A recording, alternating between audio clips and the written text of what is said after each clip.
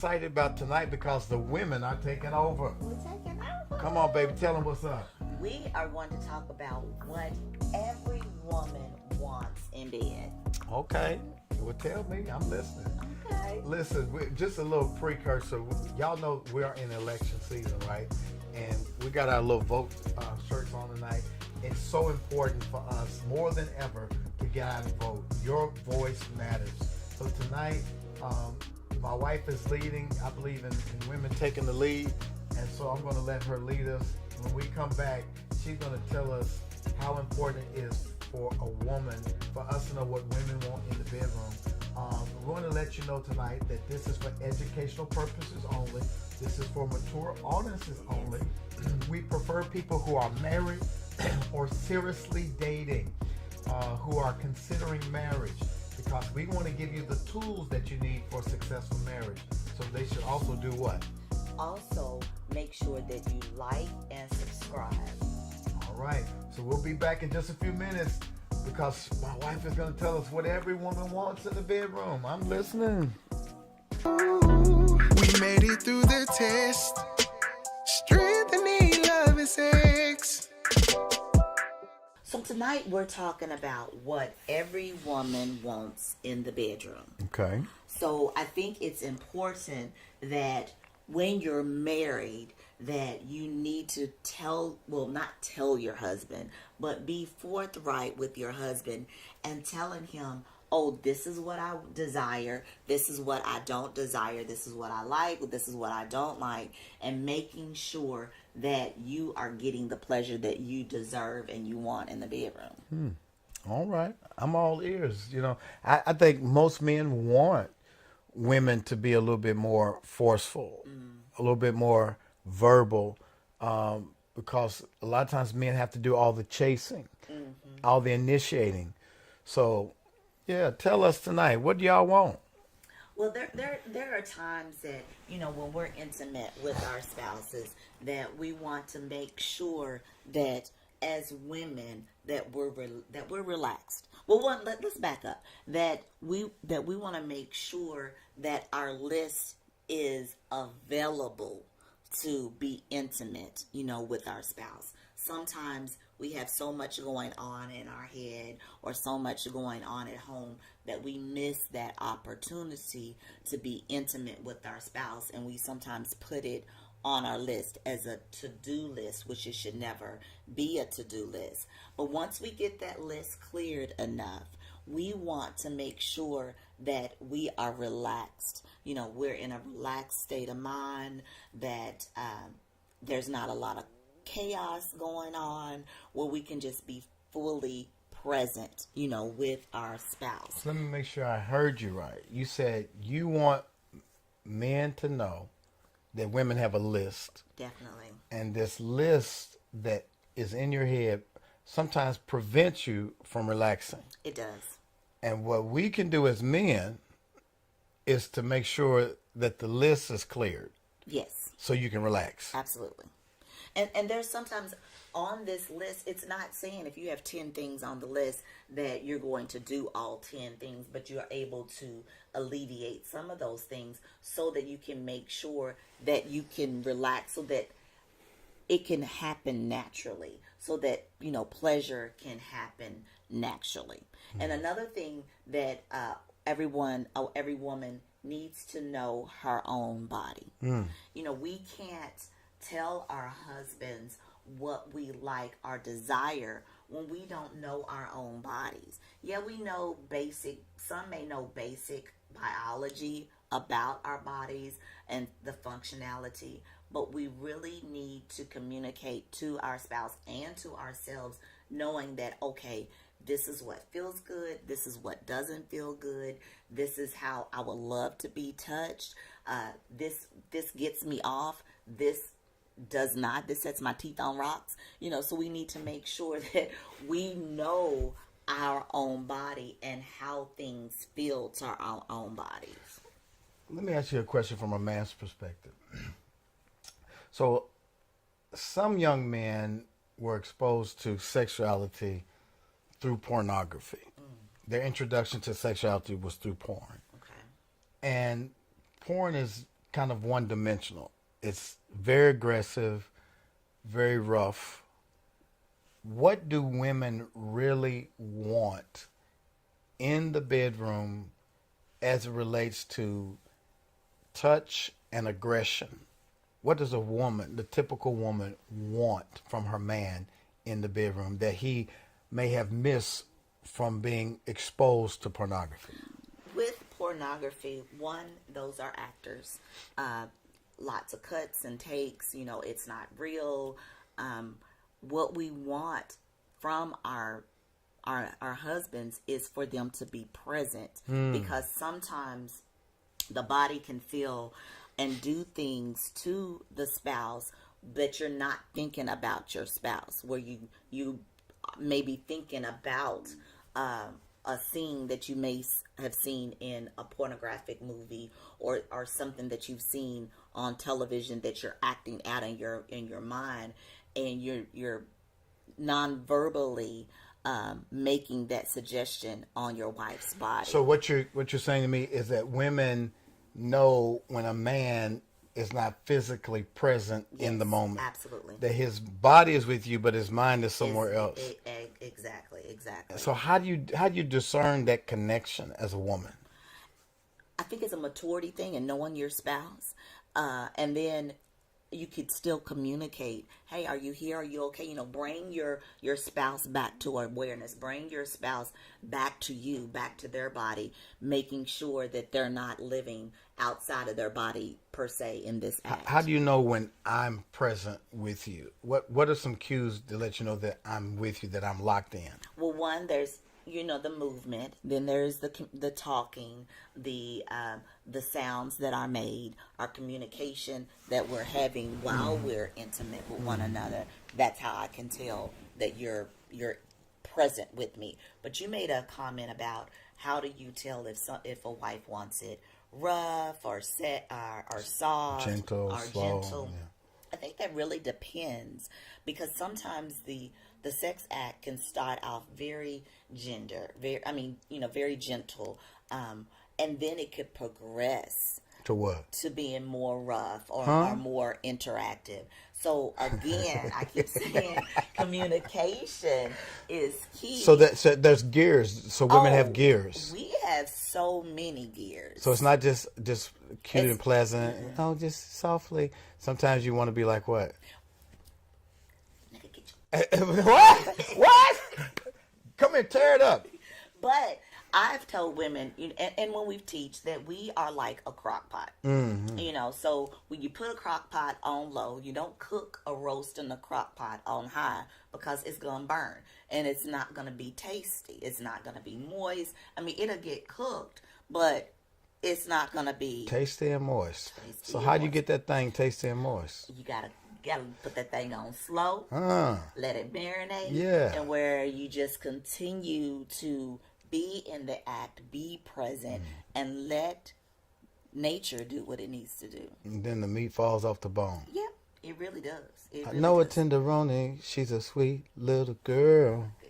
What else do women want in the bedroom? We need that positive communication. Don't tell us what we're doing wrong. Give us the, yes, this was good. I really like when you did that. But don't run it into the ground. What's that mean? Meaning that if the night before was all fireworks, don't expect it to be all fireworks every time. Let me ask you a question. I've noticed with us, like we had a great night and I really enjoyed myself. The next day, I want to go look at the highlight clips in my mind. I'm like, baby, you remember when you did this? Woo, boy, that was great. And you're like, hush, boy, quit talking about it. What does that bother you when I talk about something that I really enjoyed? Or does it bother you? It bothers me a little bit. Why? It's just me.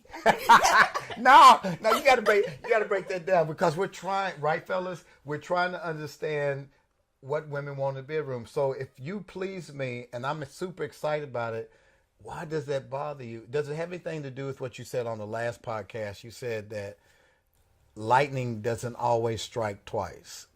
Right. It doesn't. And I think for me, it puts a little undue pressure on, like, okay, he really enjoyed, this.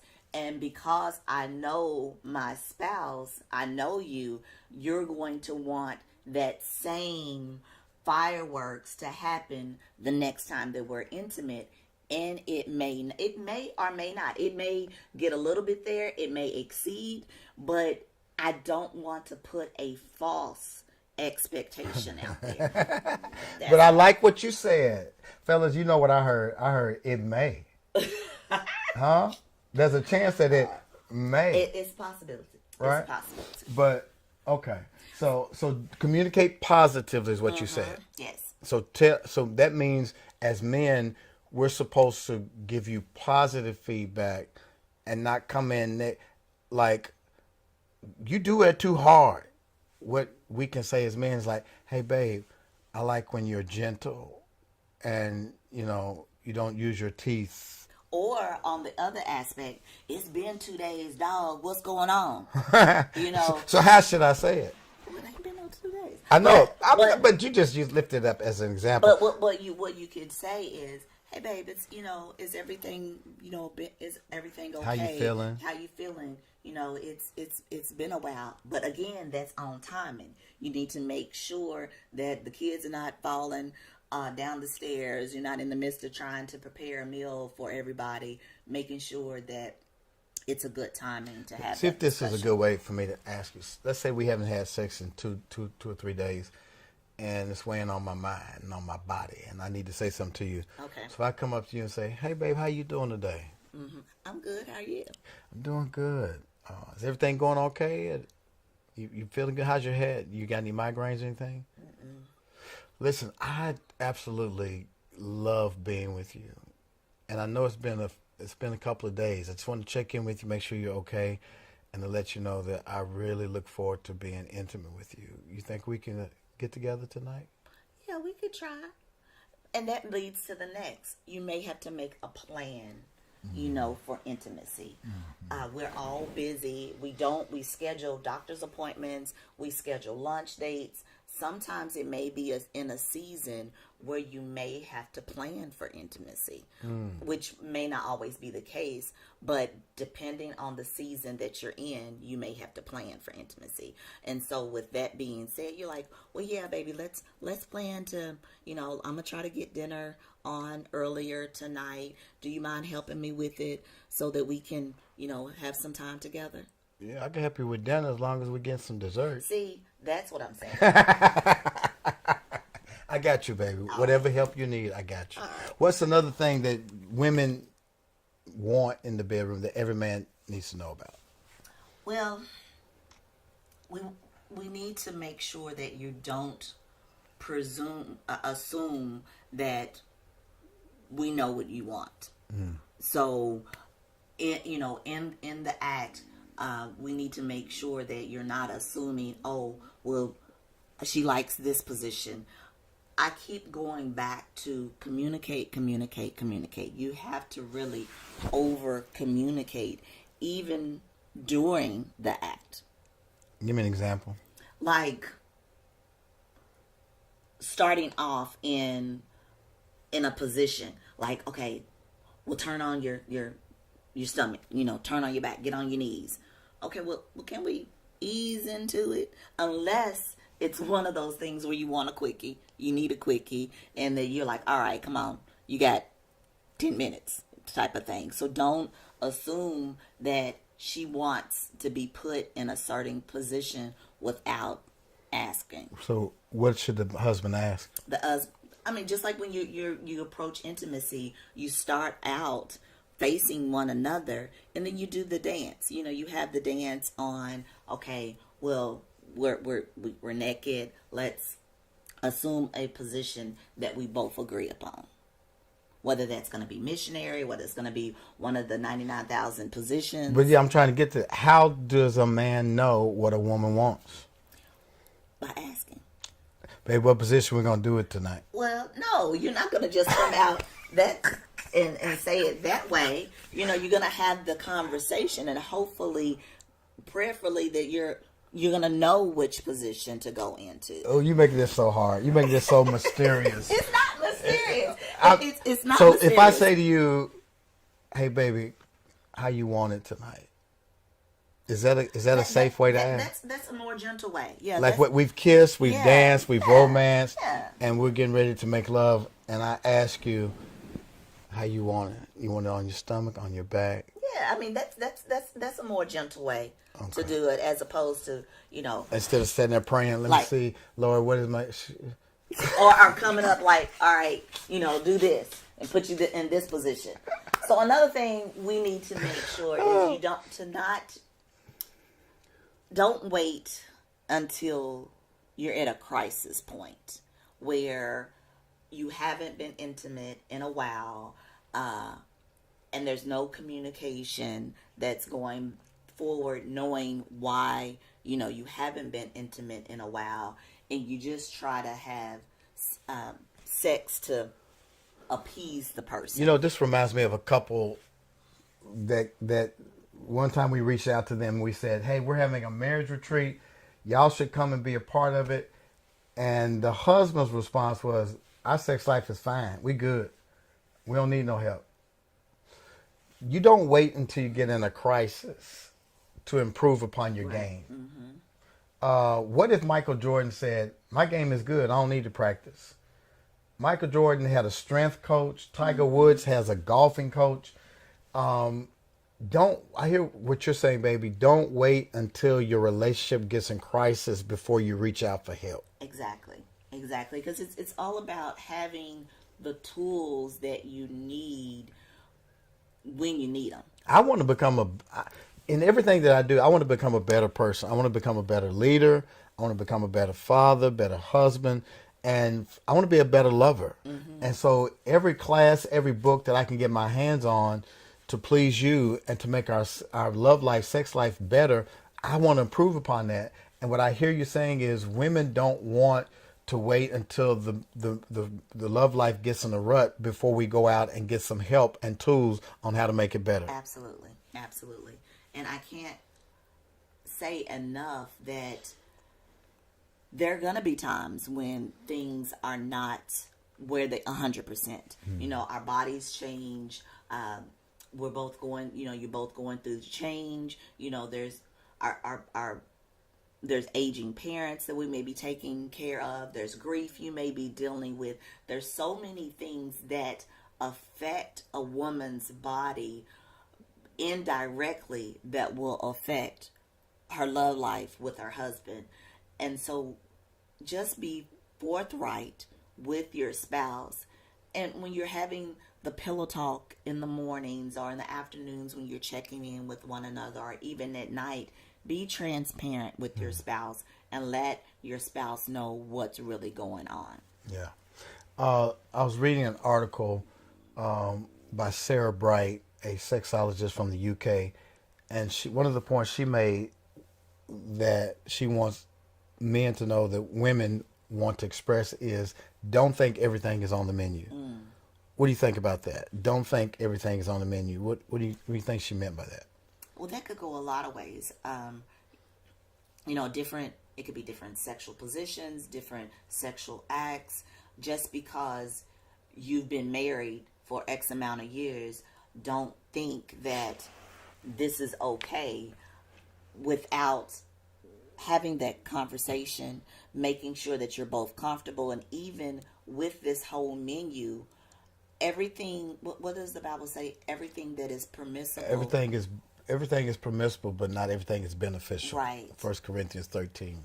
So knowing that, I would think that everything is not going to be on the menu, because depending on what your spouse's has his past, her past, some trauma that has taken place, that may some triggers. So depending, again, you got to find out what's going to work for that individual couple. And sometimes when you go in restaurants, some of the things on the menu are seasonal. Come on, somebody. All right. You may not be able to get asparagus or clam chowder in the spring, but you can get clam chowder in the fall. You may not be able to get a quickie here, or you may not be able to do this position because in this season my arthritis is acting up. In this season I'm experiencing some dryness. But now that I'm past the dryness and I'm wet again, we could try that again. And I think there has to be some flexibility on the part of men, especially as we age and get older, that we have to know that even though we want everything on the menu, this ain't the season for that. Right. And to be okay with that, because there's so much more on the menu that you can enjoy, that you don't have to pout because that one thing is not accessible right now.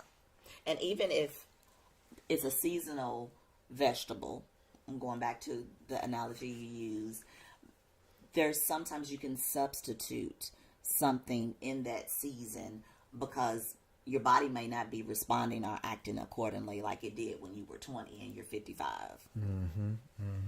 I think too, we mentioned on the last podcast, we said don't presume.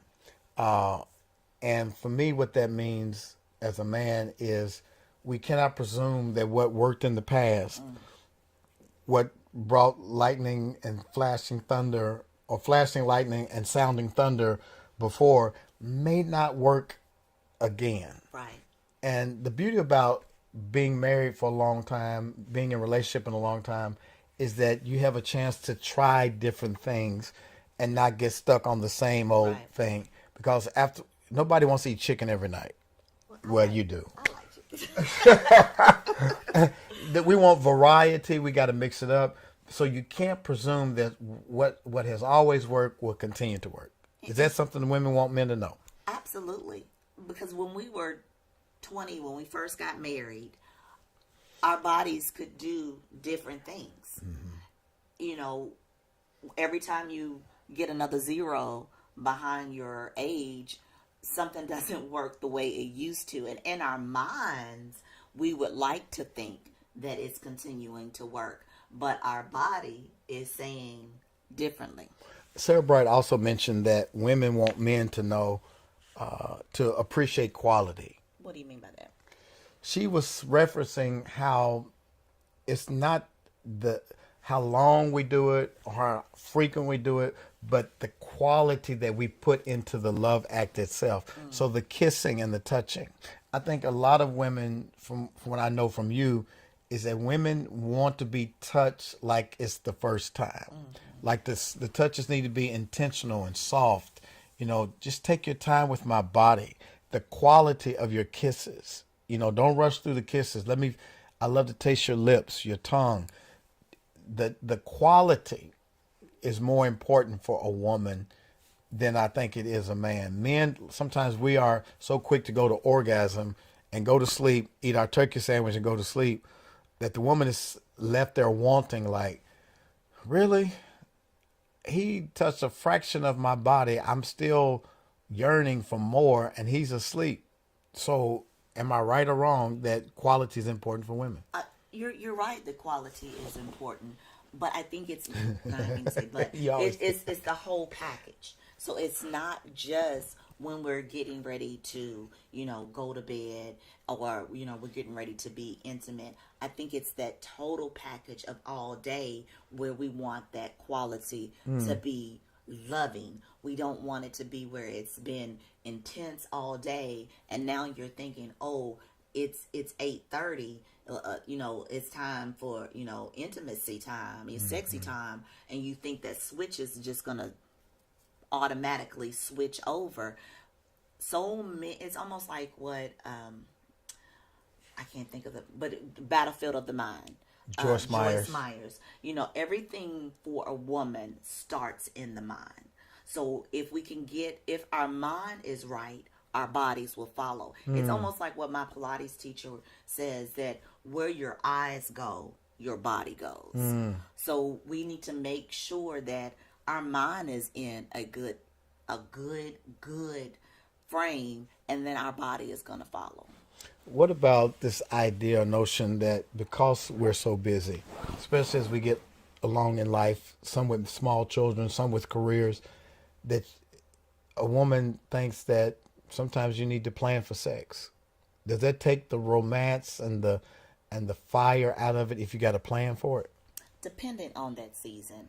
Like I said in the last podcast, you have to plan for so many things. You have to plan for doctor's visits. You have to plan for lunch dates, for coffee. Depending on the season you may be in, you may have to put it on the calendar a couple times a week and be intentional. Like, okay, well, I did make this appointment. Although we're planning for it, you used to say a thing, you have to act your way into a feeling.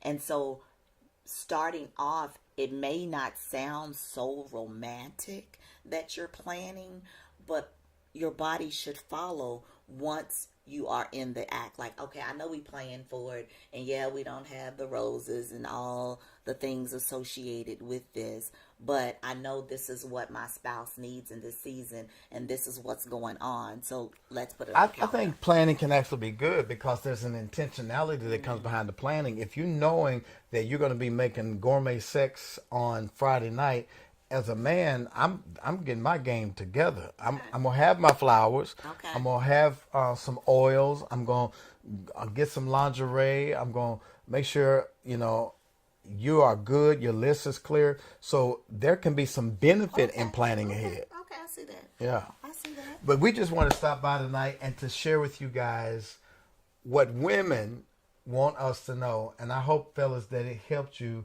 because I want to put you up on game. My wife has put you up on game so you can know how to go and please your woman and take your love making to the next level.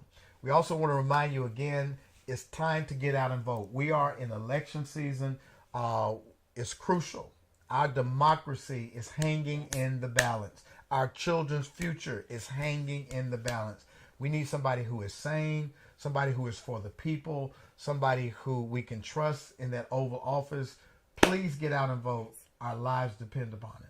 And if you enjoyed tonight, please go subscribe and share. Right, babe? Yes, and we also have a wonderful group of married couples that we're striving to stay married. Yes. And so we offer counseling, we have meetups.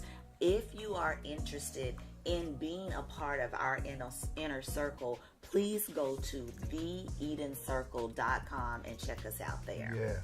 And listen, tonight we're going to try to jump back on Spencer's After Dark. So at 8 p.m., we want you to meet us on TikTok, on Instagram, on not Facebook, but our YouTube channel, Naked and Unashamed SLS. We'll be back at 8 o'clock. We're going to dig deeper into what do women really want. I don't know if my wife expressed everything that y'all want. We want to hear from other women on what you want. But in the meantime, go invite your girlfriends, your guy friends, your married friends. Tell them to be back on it live. We're going to dig in a little bit deeper. We love you guys, and we'll see you at 8 o'clock.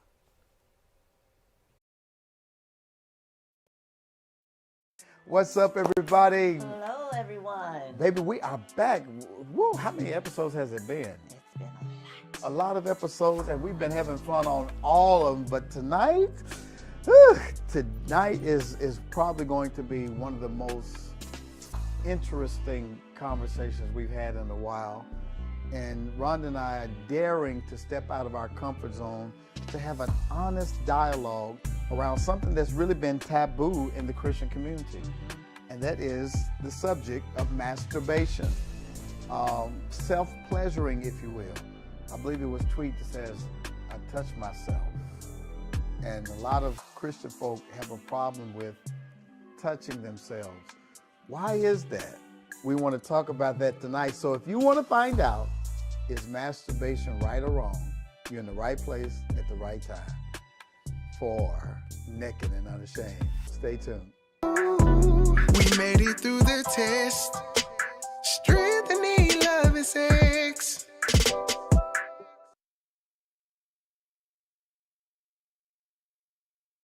What's up, y'all? We are back at it tonight, and we are talking about something juicy, girl. What is it? Masturbation, self-pleasuring. Ooh, solo play. I was laying in the bed the other morning while you were still asleep, not self-pleasuring. I was reading the news, and I stumbled across an article that said the health benefits of masturbation. Health benefits. And I thought that was quite interesting because you and I had just finished our level 2 certification. We went to Costa Rica.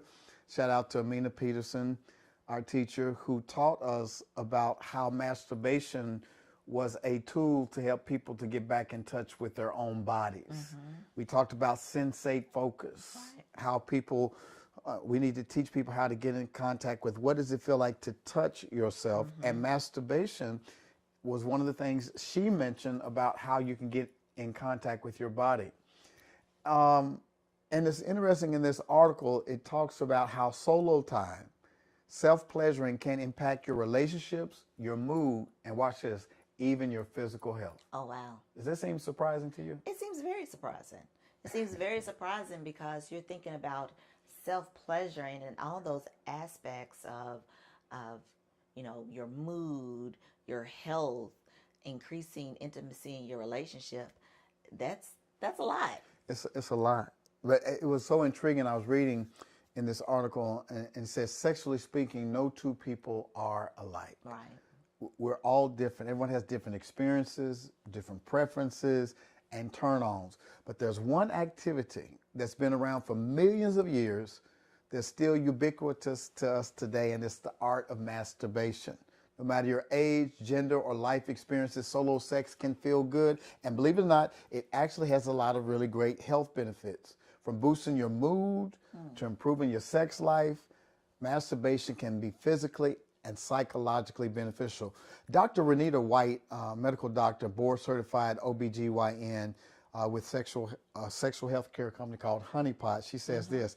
She says, studies have shown that masturbation may improve sleep and decrease body tension and muscle aches, which may be due to the natural release of oxytocin and elevated dopamine levels that occur with an orgasm. Now, here's a problem, Houston. We can't even get to the benefits of self-pleasuring because there's a hang-up, and a lot of people that tune in tonight, baby, have this hang-up, and that is they were socialized in the church that masturbation was a sin. Right. Has that been your experience? It not socialized in the church of it being a sin. It's just been where it's like, really, is it necessary? Yes, I touch myself to put lotion all over my body or to check to see if there's anything that has changed, but not for all the benefits that you mentioned. Going back to the socialization part, for me, there was a lot of shame around masturbation. There were urban myths that if you masturbated too much, you could go blind. There was even theological myths around the fact that masturbation is a sin. And one of the scriptures that is often used to say that masturbation is a sin is Genesis chapter 38, and it talks about Onan. So what happened was Judah, you've heard of Judah, right? Right. The tribe of Judah. Judah was one of the 12 sons of Israel, and he had a son named And his firstborn son, the Bible says he was wicked. We don't know how he was wicked, but the Lord caused him to die. Oh, wow. And after he died, his younger brother, Onan, was next in line to marry his wife, his widow, because there was a Levirate rule that if your brother died, to continue the legacy and to put the widow in a legal place to get land, because a woman could not get land on her own. So if Onan does not marry her and give her a son, chances are she's going to be left destitute. Wow. So what he does is he has sex with her, but when he's having sex with her, he pulls out. He uses the pull-out game. He pulls out and he spills his seed on the ground so as not to get her pregnant. Okay. So when he does that, God takes his life. Wow. And a lot of people have interpreted that as God taking his life because he did not use sex as procreation. But God took his life because he was disobedient. God took his life because he was using Tamar for sex and not fulfilling his obligation to give her a future. Okay. And so the sin of him was deceiving Tamar and deceiving God in his purpose of just having sex at the expense of her future. Oh, wow. So it has nothing to do with him spilling his seed. God created sex for us to enjoy as a married couple. And there's nowhere in the Bible that talks about masturbation being a sin. Do you follow what I'm saying? Right. Okay. There's nothing wrong with masturbation or touching yourself or self-pleasuring. The word masturbation, even saying it, it's like, ooh, Mufasa. It's like, Right. you know what I'm saying? Yeah, It's cringy. Yeah, it is kind of crazy. Because we have been raised to think that there's something wrong. So you have people sneaking around, masturbating in closets and bathrooms with the light off under the covers because somebody told them it was wrong. Masturbation or self-pleasuring is a way for men and women to explore what pleasures them sexually and enhancing their health at the same time.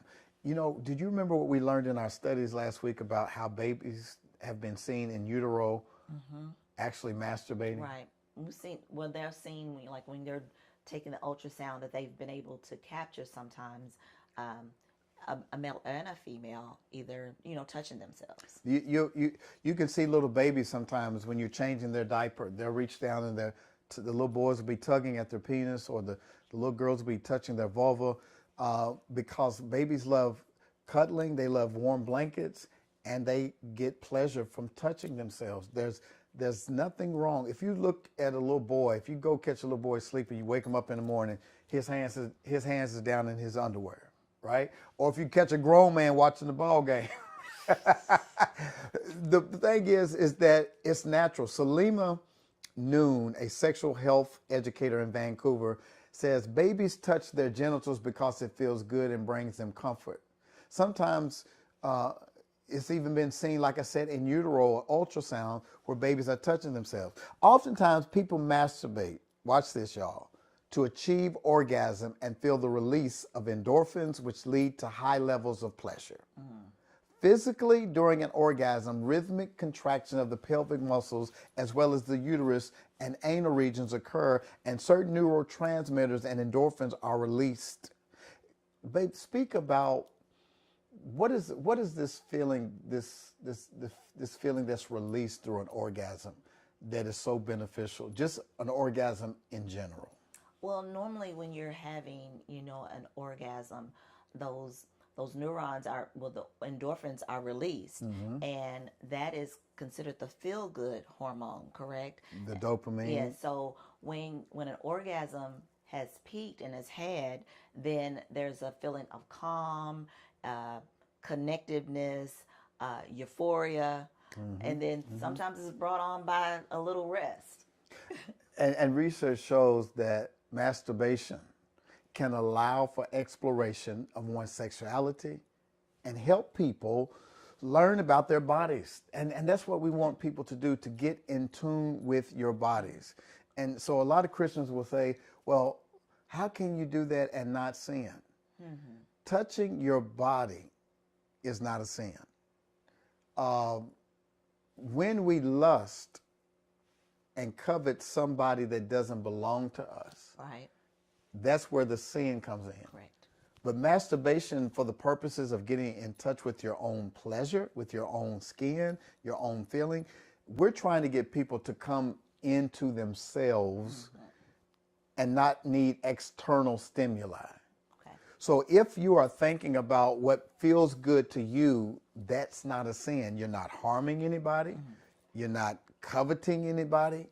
You are touching yourself and enjoying what feels good to you. So Dr. Pham, a sexologist, she recommends experimenting with simple sex toys and devices like a small clitoral vibrator or a butt plug before expanding your range. Again, there's different preferences. Right. Everybody's different. You might not need a butt plug. You might not need a vibrator, but there's nothing wrong if you desire one. These are pleasures. You are simply giving your nerve endings the pleasure that you enjoy.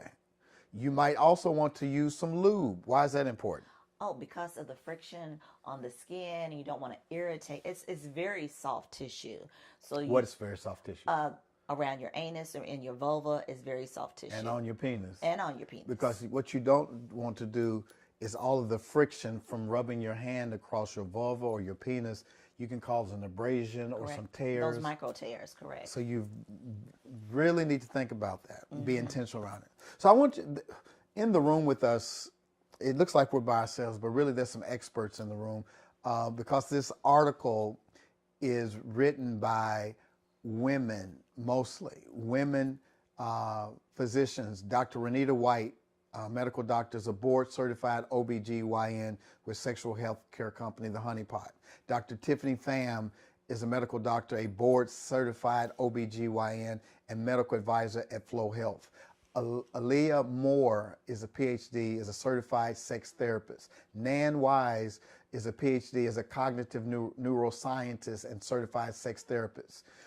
So these experts all got together and they said there are 10 benefits to masturbation, and that's what we want to talk about. We already established that there's no sin in touching yourself. We've already established that. Now we want to get into the health benefits of masturbation. So I want my wife to lead in on the first one. What's the first benefit? The first benefit is talking about pain, that self-pleasuring, masturbation, solo play could be a pain reliever. Wow. Especially if you're experiencing period cramps or different forms of chronic pain and even migraine. Now, this has not been my story. This has not been my story.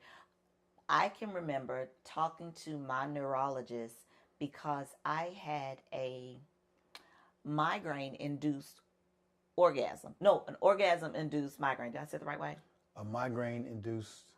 So I had an orgasm. You had a migraine induced by your orgasm. And so it was very alarming because it was this trigger pain on the right side of my brain. And I was like, what is going on? And so I immediately, not that night, but the next day, called my neurologist and was able to talk to him about what had actually taken place. Wow. Now, I'm looking forward to being able to have, if I'm in some pain, being able to relieve the pain through some self-pleasure. But I'm not an expert on that, but we do have expert opinion on it. But in general, you have had some orgasms that did not lead to a migraine. You're correct.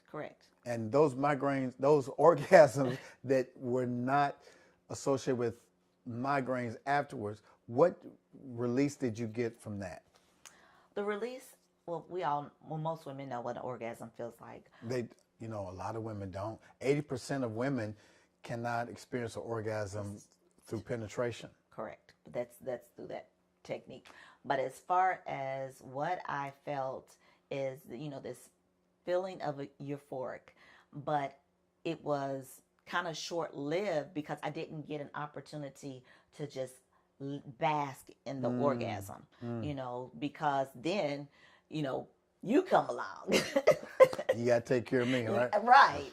So as far as that feeling, I wasn't able to just be able to sit in that feeling on my own. And I think that, ladies, that's why it's important for you all to self-pleasure so that you don't have to worry about pleasing somebody else.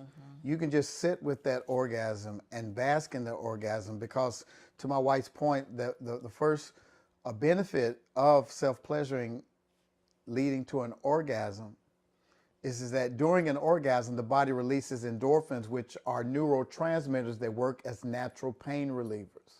So the production of endorphins during masturbation can cause a feeling of euphoria and relaxation and providing brief relief from tension and anxiety. So sometimes instead of taking aspirin, you might need to self-pleasure. I don't know. I'm just saying. It's what the doctors are telling us. I want to go to number 2. Another benefit of self-pleasuring is it can improve your cardiovascular health. Wow, yeah. Masturbation not only leads to a happy soul, but a happy heart. Studies show that higher rates of orgasms obtained through vaginal penetration can increase heart rate variability. Heart rate variability can be a marker for cardiac function and predictor of health and longevity. And I think as a man, it's so important that we take care of our hearts. Not only do we go in the gym and we exercise and get our heart rate up for 30 minutes, but it's been proven that masturbating, self-pleasuring, can also help with heart health. That's encouraging. Because a lot of the erectile issues that some men have are directly linked to the heart because the blood cannot get to the penis. But if we participate in the practice of self-pleasuring, just like we lift weights, just like we run, if we can self-pleasure at least once a day, getting in touch with our bodies in a healthy way, it can lead to heart healthiness. I thought that was so intriguing. It definitely is intriguing. And the third thing is that it could help to maintain, the Vaginal. vaginal. Yeah, that thing you got. Yes, the thing I have. Let me say it again. Vaginal and pelvic floor. I can't talk today. Pelvic floor function. Sometimes as we're aging, with our pelvic floor, we may experience a little Looseness.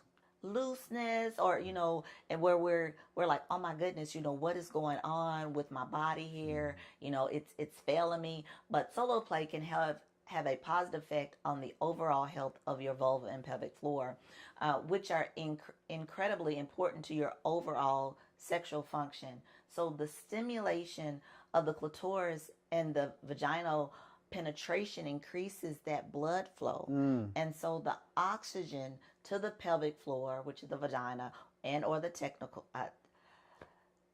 genitals, as one of the doctors says, can help to maintain that pelvic floor health and keep it all tight. There are some, like if we do Kegel exercises, those have been able to help, but they're now saying that self-pleasuring and masturbation can also help.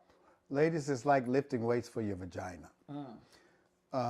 It's helping those pelvic floor muscles to be strengthened, especially for those women, would you agree, that have given birth? Oh, definitely. Yeah. You all have the miraculous muscle memory that your vagina can come back after these huge babies coming through. It can come back, but still there's a need for some more tightening. And when you consistently self-pleasure, those orgasms, that rhythmic contraction of your pelvic area, the blood flow that comes when you're excited, when there's clitoral stimulation, all those strengthen that pelvic floor muscle. So in order to increase that muscle strength, you must have some exercise. Yes. And masturbation is nothing more than exercise, self-pleasuring. You get pleasure out of it. Now, I think I'd rather self-pleasure that way than go in the gym and lift a bunch of weights. There's a half a dozen on one end, half a dozen on the other. Another benefit for masturbation is that it can give you a mood boost. How many of y'all could use a mood boost to get you in a better mood? Nothing gets me in a better mood than being with my wife and being intimate. But the doctors are saying that I can also self-pleasure, that you can also self-pleasure to help your mood. Anyone who's masturbated before might know about the happy pill feeling after you finish. It's almost a floating-like sensation that overwhelms your whole body. But I've got to be a little transparent in that early on, masturbation caused me cognitive dissonance. I felt guilt around masturbation. Why was that? Because of how we've been socialized to say that it's wrong. I felt like I had to sneak and do it. I felt like I had to hurry up and do it.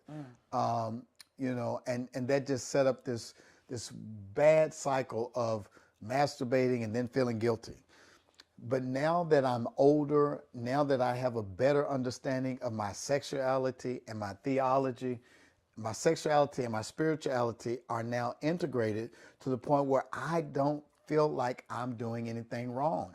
I have not found anywhere in the Bible that says it's wrong for me to touch myself, right? So now I know the benefits of getting in touch with my body. I know the benefits, and watch this, a lot of sexologists will encourage you, men, to do semen retention. That orgasm is not the same thing as ejaculation. We do not always have to ejaculate in order to reach orgasm. Orgasm is more in the brain and in the spinal cord. So when I'm experiencing pleasure and I know how to please myself as a man, guess what that does for me?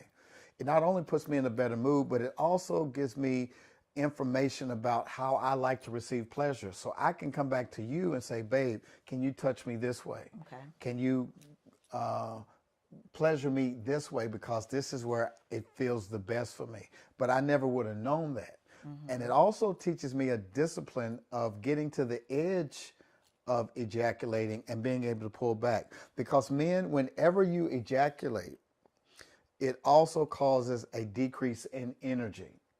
Hence the refractory period, right? That after we ejaculate, it takes us about 30, 40 minutes before we can get back up. And the older you get, that refractory period gets longer. Oh, wow. So with the exercise of self-pleasuring and masturbating as a man, I learned how to get to that edge without ejaculating, and I preserve my energy. And I'm able to last longer when it comes time to being intimate with my wife and I'm doing vaginal penetration. I can last longer because I've been exercising that muscle and learning how to withhold the ejaculate, because I can still have an orgasm without ejaculating. Okay. How does that relate to women in terms of this mood boost? Would you think this would be a good thing for women to help with their moods? Definitely.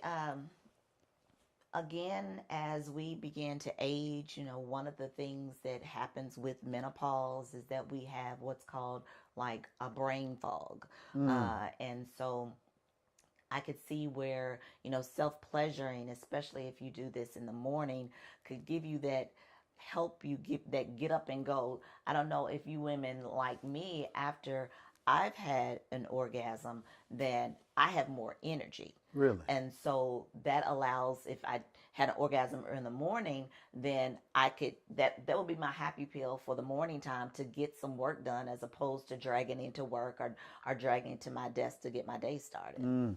I like what she said. She said your day goes better when you're in a better mood. So sometimes when your spouse is not available for you in the morning and you want to get a good start to your day, why not self-pleasure before you get into work? Nobody has to know why you're smiling when you go to work. You just know you feel better because you went through your practice, right? And so practice makes perfect. Number 5, what's the benefit? What's another benefit? Another benefit, if you have issues or a little trouble falling asleep, then, you know, if the morning self-pleasuring routine didn't work, then there's always that nighttime routine where it will also help increase, and also is the side effect is to help you fall asleep faster, because that surge of oxytocin, those chemicals that are released, it helps to trigger fatigue for some. And so in the nighttime hour, it would have that adverse effect of giving you that extra little boost to go to sleep. You know, now, earlier you said that when you have an orgasm, you get energy. So how's this going to work for you if you have your orgasm and you self-pleasure? Are you still going to be awake at night? Well, I guess that you have to determine which way it is, because everything is not going to work for everybody. Okay. So if I self-pleasure in the morning and I find that it makes me sleepy, don't self-pleasure in the morning, self-pleasure at night. If I find that it gives me energy at night, then unless you want to stay up and dust the light bulbs. You sound like you need to self-pleasure in the morning. Boy, if you don't hush. You said you need some energy, right? Now me, on the other hand, if I self-pleasure at night, I'm going to sleep, right? And most men will, and a lot of women will too. My wife's just built different. But self-pleasuring has still some benefits for her, and self-pleasuring has benefits for you. We're all different. Yes. Listen, there's 5 more that we want to give you, but we don't want to keep you all night. So we want you to just kind of just marinate on these first 5 that we gave you, and go back and let's recap real quick what those are. The first benefit of self-pleasuring is what, sweetheart? Is to help with pain. It's a pain reliever. Yes. So those endorphins are released. One landmark study from 1985 found that women's pain tolerance increased by 40% when they masturbated. That tolerance increased to 74% when said stimulation resulted in orgasm. And let me say this too while we're on it.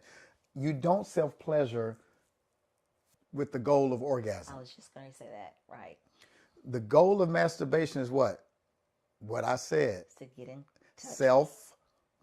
Self-pleasure. To get in touch with yourself. Get in touch with your body. Understand what feels good about your body. And if it leads to orgasm, great. If it doesn't, you still were able to figure out what pleases you.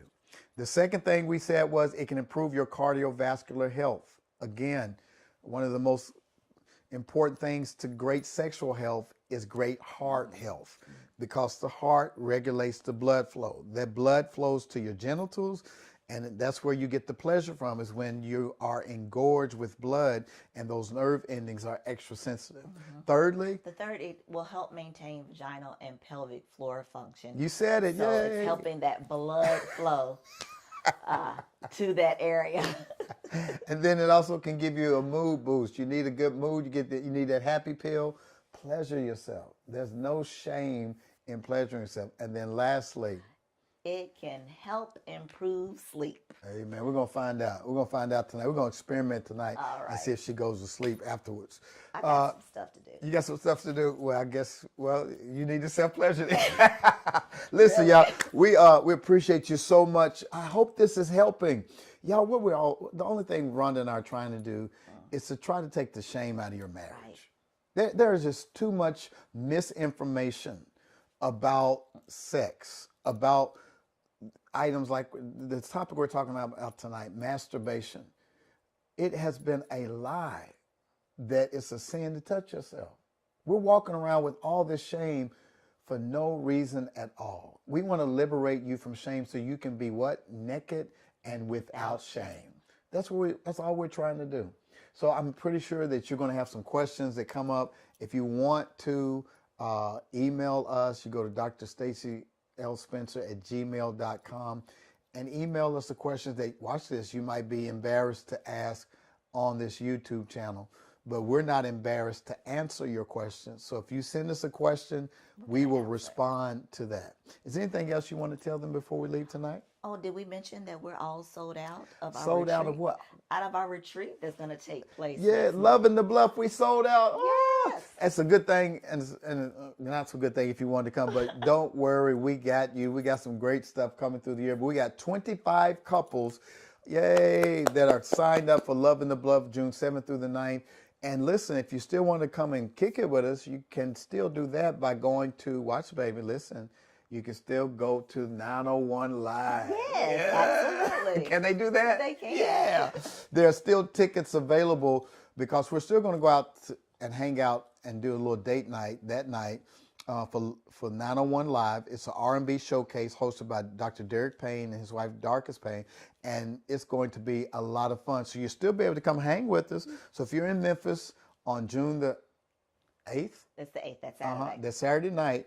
You can still go get tickets for that. Just go to Dr. Derek Payne's Facebook page or Eventbrite for 901 Live. But we'll be back with some more. And also, don't forget to subscribe to our podcast. We're on Spotify. We're on Apple. We're on Google. We're on all the podcast platforms. So if this podcast has been helpful for you and your spouse, would you do us a favor?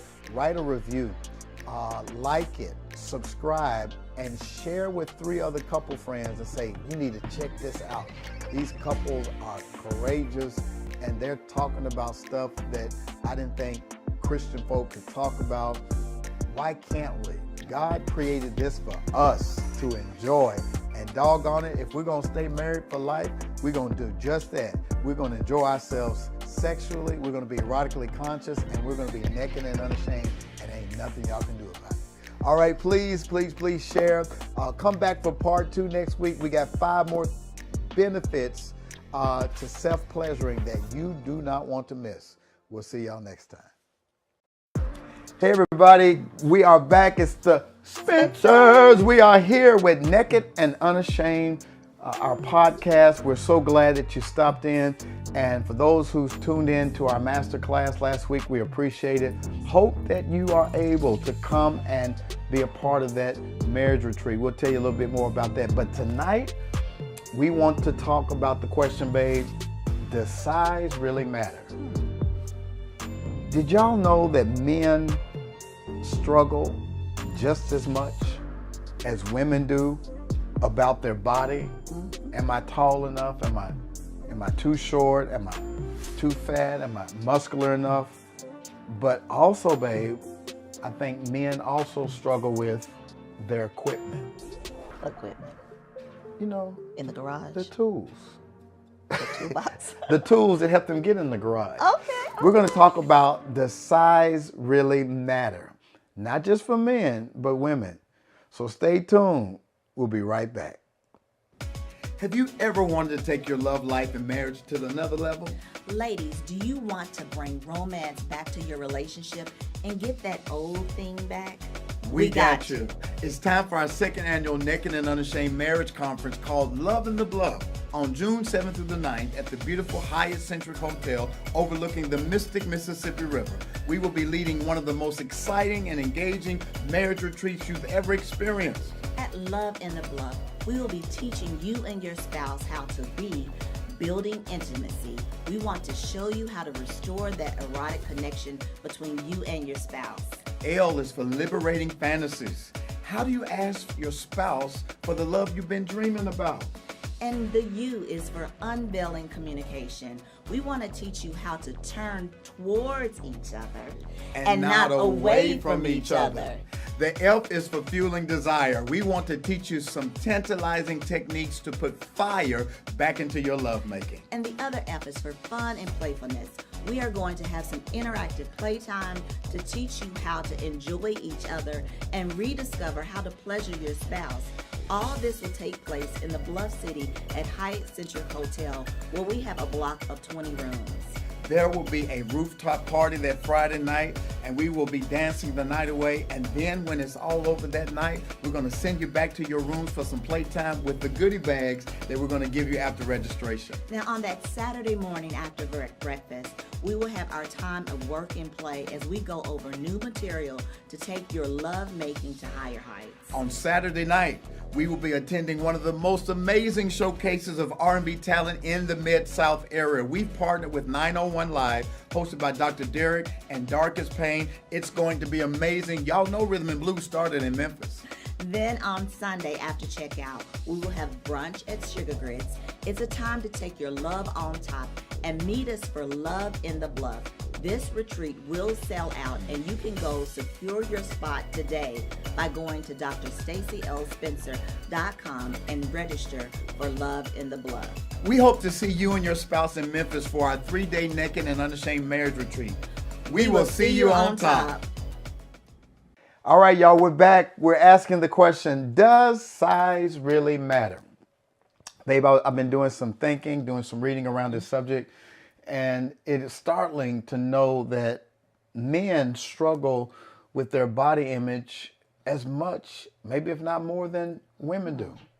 And specifically, they struggle around the area of their penis size. Yeah, I said it.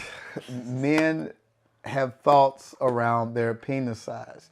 Women may think about their breasts, their buttocks. We'll get into that a little bit later. But I want to start with the men first. Okay. And it's a rare man who is going to have a vulnerable conversation with his wife to say, are you satisfied with my penis size? Because it's such a sensitive subject for men, and so much emphasis has been put upon that. I think some of it is an urban myth that is old as the institution of slavery. Okay. Black men did not always have agency over their whole body. Okay. During slavery, black men were taken and used as breeding tools, almost like animals. They would call African men bucks, and they would send them to different women to impregnate them to make more slaves.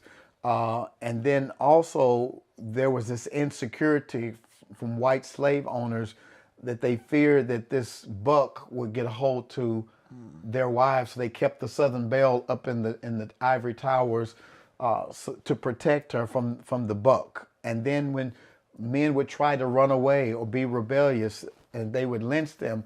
Part of the sadistic torture was they would castrate some of these men. Wow. So there's been this pain and trauma surrounding male genitalia, African American male genitalia, this urban myth that they are well endowed. But the reality is that a lot of men struggle with their penis size.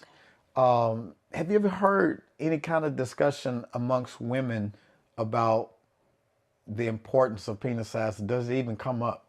Well, in my circle of friend girls, we've never discussed the size of men's penises or as it relates to how they perform sexually in the bedroom.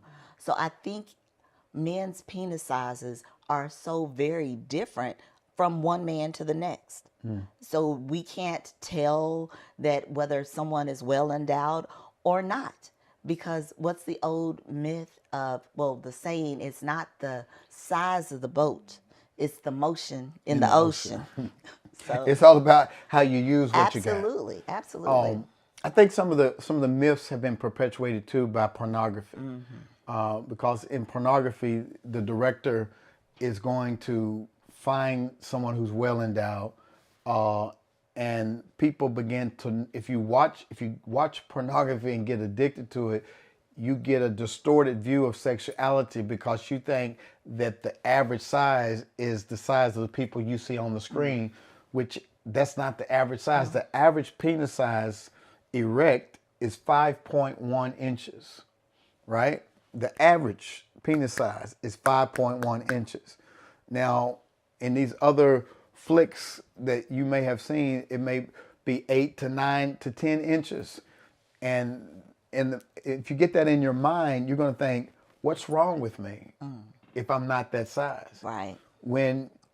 If you're 5.1 inches, you're considered having a large penis.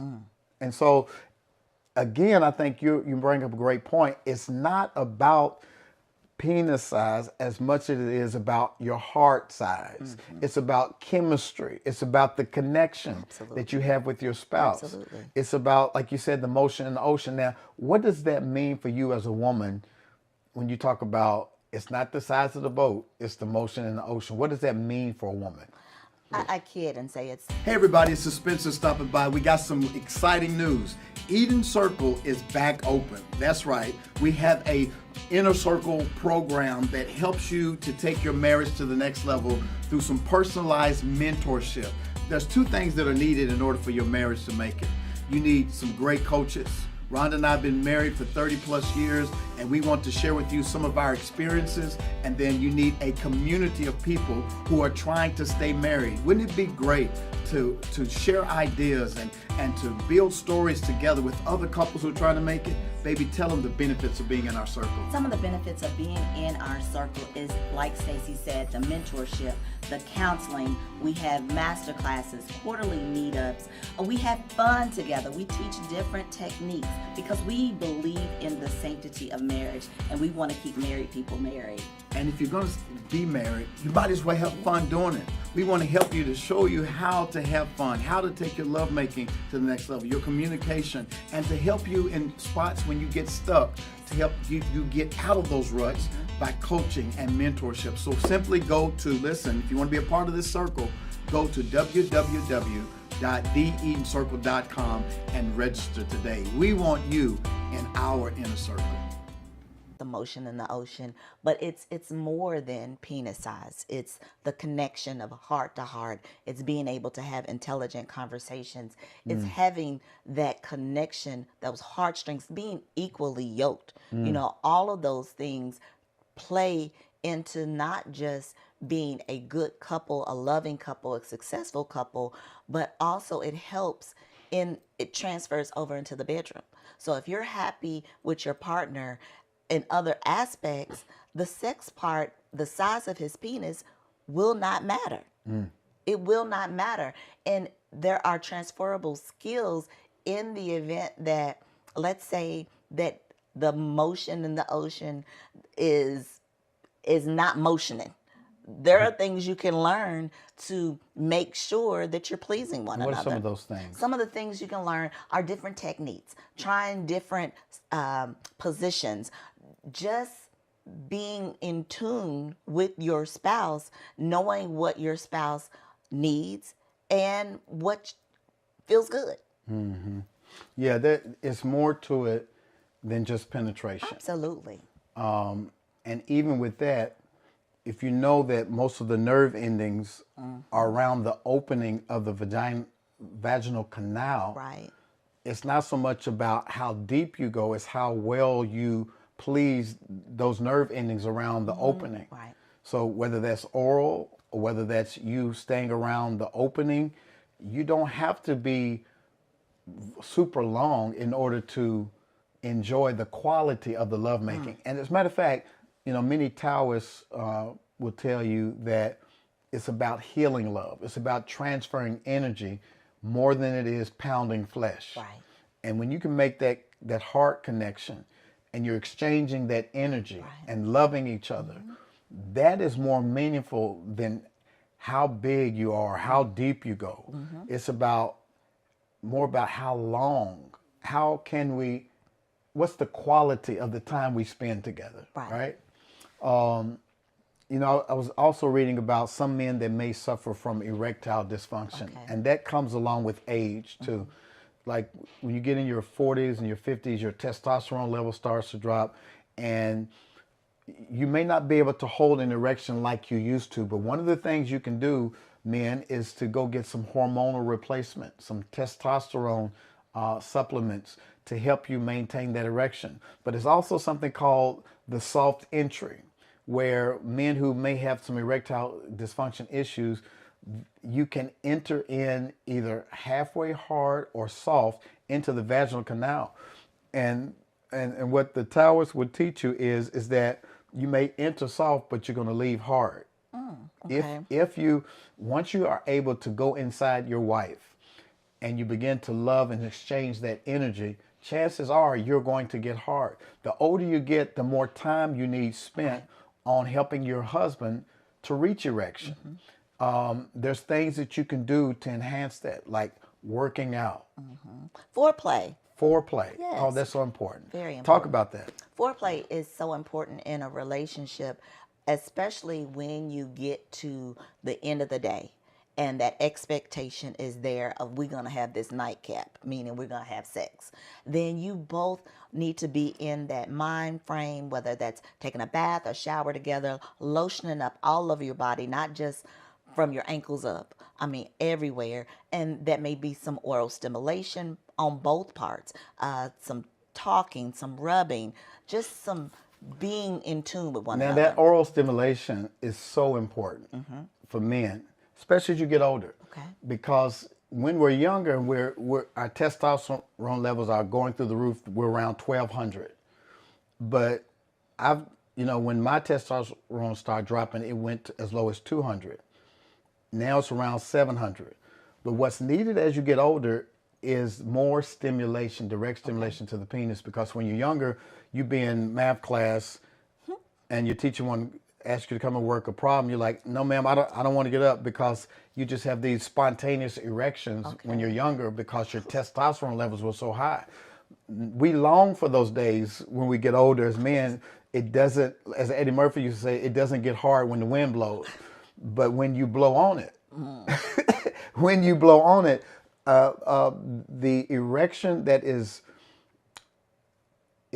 comes about during oral stimulation is probably the most effective erection that you can give a man through oral sex. So ladies, I want to say to you that if you haven't learned the art of oral sex, giving your husband oral stimulation, you need to learn how to do that, because it's so important, especially as you get older. And we want y'all to be able to make love for life, make love all the way through every decade. And you can do it, but you got to concentrate. So go ahead. Let's be clear. It doesn't always have to be from the mouth. You can lube them up and use your hand. There's some tricks that you can learn where it's not always your mouth, but you can use your hand as well to help with that erection. But let me be clear. The mouth is the best. But there are different ways. There are different ways to stimulate one another. But I want the men to know that you are the way God made you to be. Be comfortable with who you are. You got to learn how to love yourself. The best thing you can do is to be healthy. Working out. When you work out, that builds your testosterone. Especially when you work your leg muscles and you do squats, that helps. It's the biggest muscle on your body. So work your legs. Don't skip leg day. That's going to help build your testosterone. Watch this, babe. The more sex you have with your spouse, that naturally builds testosterone in the man and the woman. So the more sex you have, the more sex you're going to want. But the adverse is also true. If you don't have sex, it works against you to the point where your libido decreases, your testosterone goes down, you're not building the oxytocin chemical release between one another. So all of that matters. But what matters the most is the connection, the love connection. Because no matter what your penis size is, if your heart is in the right place and your wife adores you, she's not going to be stuck on how big it is. She's going to be enamored with how big your heart is. And all of the techniques that you incorporate will help to consolidate the attraction she has in addition to your penis size. Right. And again, the average penis size is 5.1 inches erect. And I did some research, babe, and it said that many women, the average woman, wants a penis around 6.3 inches. That's specific. It is specific. Because when they did the research and went to sex stores and asked what was the size of the dildos that many women, the sex toys that many, it was 6.4 inches. Oh. Just a little bit more than the average penis size. Okay. But they also discovered that women who bought larger dildos, more times than not, brought them back for a refund because it caused stretching or ripping or discomfort. Many women may fantasize about a larger penis, but the reality is that once you engage with a large penis, chances are the discomfort is not something you're going to be wanting back to back every night because of the tearing and the chafing or bumping up against your uterus.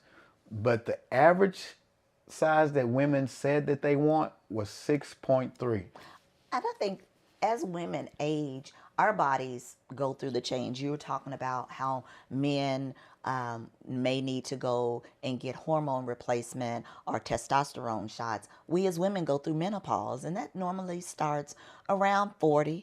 And menopause is not a destination, as my gynecologist told me.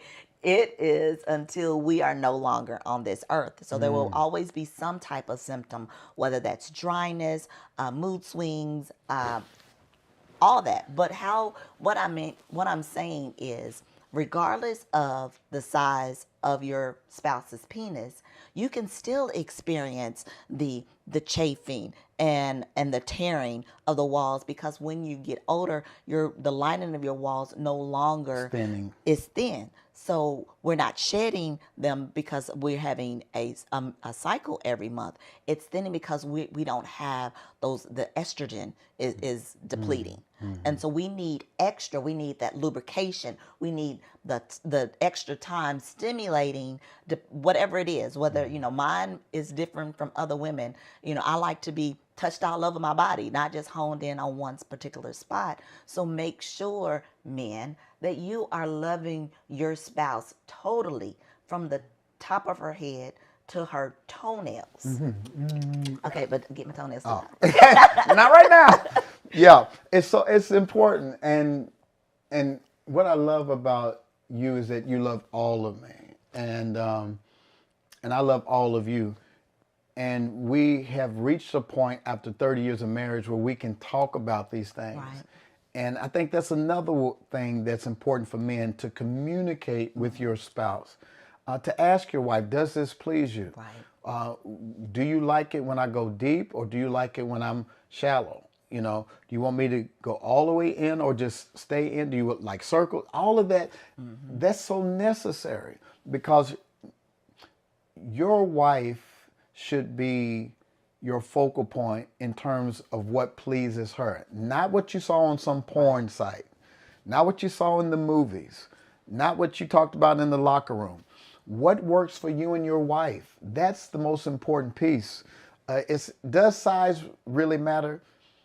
I would say it doesn't. What matters most is how you use what you have. Little, what we say this in church, little becomes much When when you put it in the master's hand. But when you say that, we are all divinely made by God. Yes, You come know, on. God made each one of us, of course, in his image, but we're all so very different. So you're different from my brothers, my biological brothers. You're different from every other man on this planet. And so you cannot, and women, we're different from our sisters and from every single other female on this planet. So you cannot compare yourself to the next, because the attributes that God has entrusted in you are so very different from That's good. anybody else's giftedness. That's good. You know? Baby, you're saying a lot. It's so important that we love our bodies as God made us. And some of y'all are listening tonight, you're like, I cannot believe that Pastor Spencer and his wife are talking about penises and breasts and buttocks. But guess what? You came on this channel because that's what we talk about. And guess what? The Bible talks about it. Absolutely. In the Song of Songs, there's 8 chapters. It's one of the most erotic pieces of literature in Scripture. And for 8 chapters, they're talking about each other's body parts. The man is saying to the woman, your breasts are like 2 fawns. And when he said 2 fawns, the image is when you see 2 fawns galloping over the hills, the back of their tails are white and in the shape of breasts, and they're bouncing. He said, your breasts are like 2 fawns jumping over a hill. He says, your body is like a tower that I want to climb, and your breasts are like clusters that I want to taste. Then she calls the man, she said, here comes my stag. She says in chapter 3, she says, I want to sit under your tree and taste your fruit. So that whole book of literature is talking about body parts. He says your navel is like a goblet I want to drink from. He says your pubic area is like a cluster of wheat grass that I want to. Yeah, so all of those body parts are mentioned. And I think we have to get to the point where we love our temples, love our bodies. God created these bodies for us to enjoy, to receive pleasure, to enjoy. We're not supposed to be ashamed of our body parts. We're supposed to love our body parts. And I think, again, the institution of slavery taught us how not to love our body. We didn't have agency. Women couldn't own their yes and their no. They were raped by the slave masters. Men were treated as breeders. But now we're rediscovering the beauty of love and sexuality and bringing it back to the divine place that God meant for it to be. Yes. Listen, we have talked about the men so far. I want to take a pause. I think we're going to have to come back for part 2. Okay. And talk about women. And so we're going to stick a pin right here, because there's a whole nother part 2 of how we want to talk about women and their body parts, because women struggle too with their body image. But before we leave tonight, I want to take time to talk about something that's very, very important. And that is, we have a Love in the Bluff marriage retreat that's coming up in June. And a lot of people say, well, that's in June. Why are you talking about it now? Because we're talking about it now because we only have 20 blocks of rooms, and we want you and your spouse to reserve your spot. Babe, I think I am so excited about this Love in the Bluff marriage retreat, because we're talking about building intimacy. Mm-hmm. How do we get to the place where we are connected and we're naked and without shame. We're enjoying each other.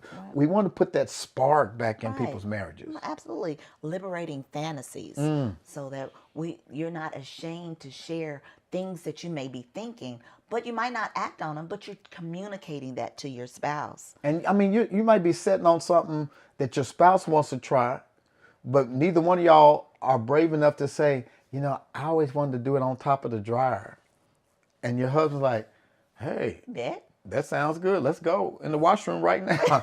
But we want to teach you, how do you ask for the sex you want? The U for BLUF stands for unveiling communication. Communication is so key.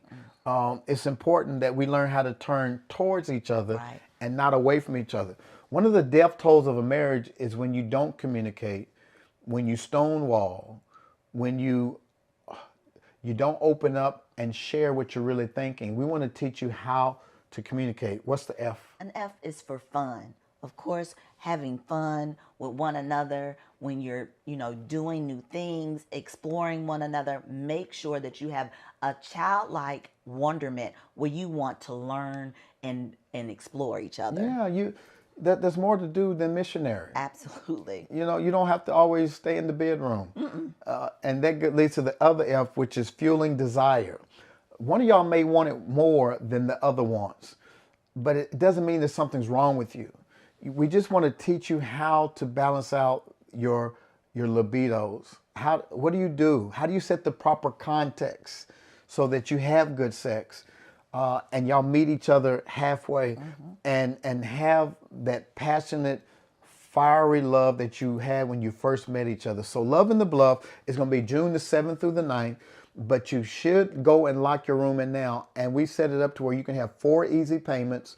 And the payment, watch this, the cost of it for 3 days, 2 nights, stay in a hotel, that cost will cover two nights stay in the Hyatt Centric. It also covers your ticket for the R&B showcase of love music, 901 Live. It's going to be amazing.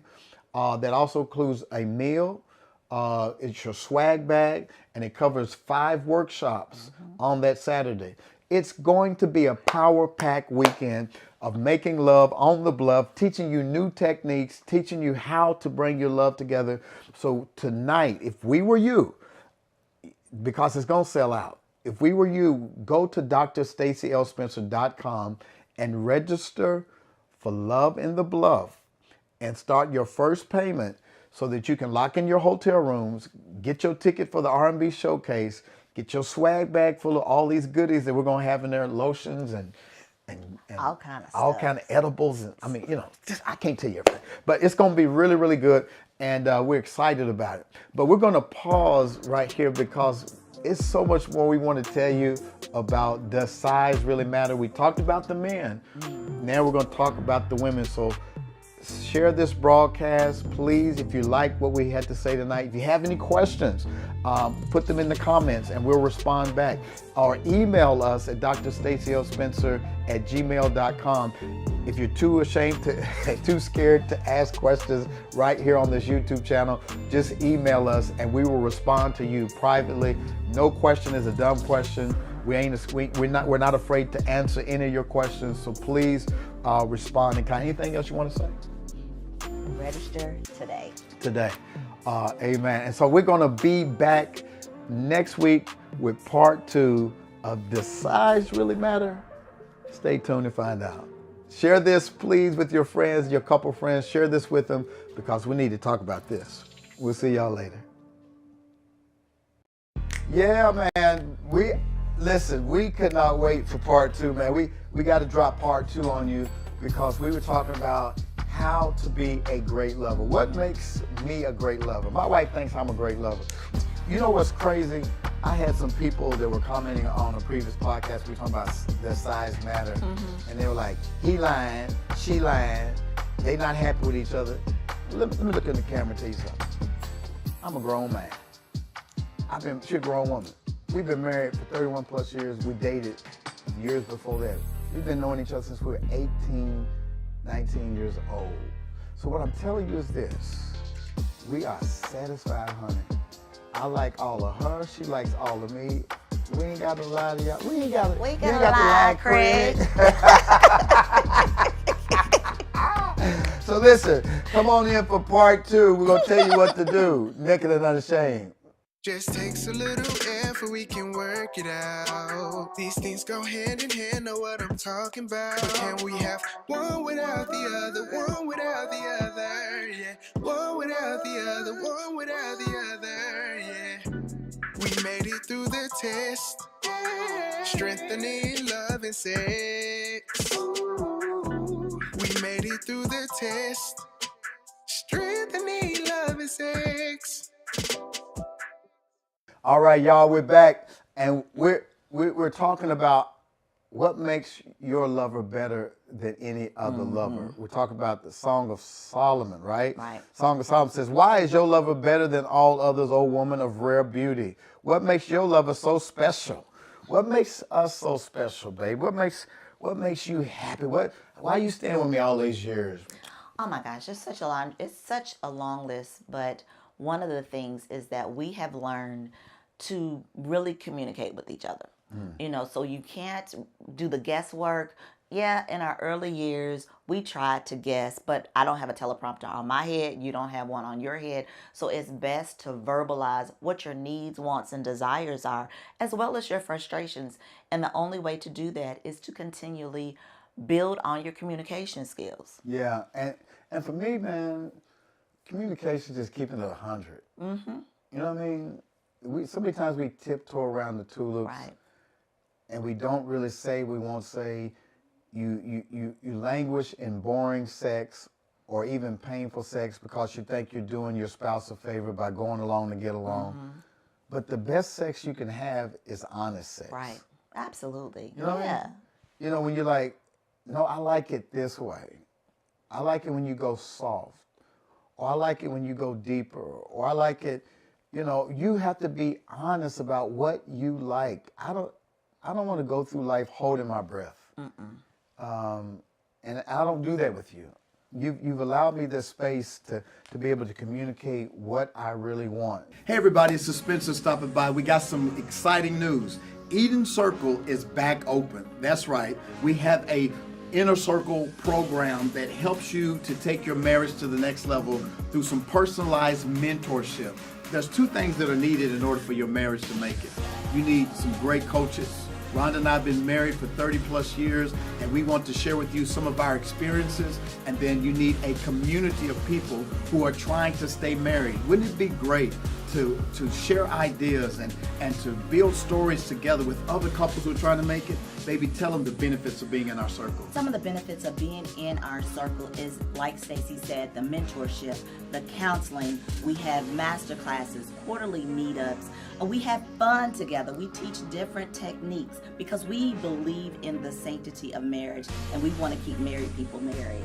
And if you're going to be married, you might as well have fun doing it. We want to help you to show you how to have fun, how to take your lovemaking to the next level, your communication, and to help you in spots when you get stuck, to help you get out of those ruts by coaching and mentorship. So simply go to, listen, if you want to be a part of this circle, go to www.theedencircle.com and register today. We want you in our inner circle. We had a recent discussion about something I wanted to try. My wife was like, yeah, sometimes I like it, sometimes I don't. And so I've learned how not to take it personal when she don't. Right. And I get excited when she does. And we've learned how to compromise and to talk through it rather than getting frustrated and just sitting there sulking, you know, like, oh, she'll never. And you're thinking all these thoughts and you're not sharing it with your spouse. And what happens over time when you don't really honestly communicate, you start pulling apart. And then some resentment can start Resentment sets in and you're like, just forget it. Right. You know, he's not going to give me what I want. She's not. But that's not the case with us. We had to learn. As a young couple, we were being polite. It's almost like that old MTV show, The Real World. It says, the real world, where people stop being polite and start being real. There comes a time in a marriage where you go through the honeymoon phase where everybody's saying all the right things and tiptoeing around. No, whatever you like.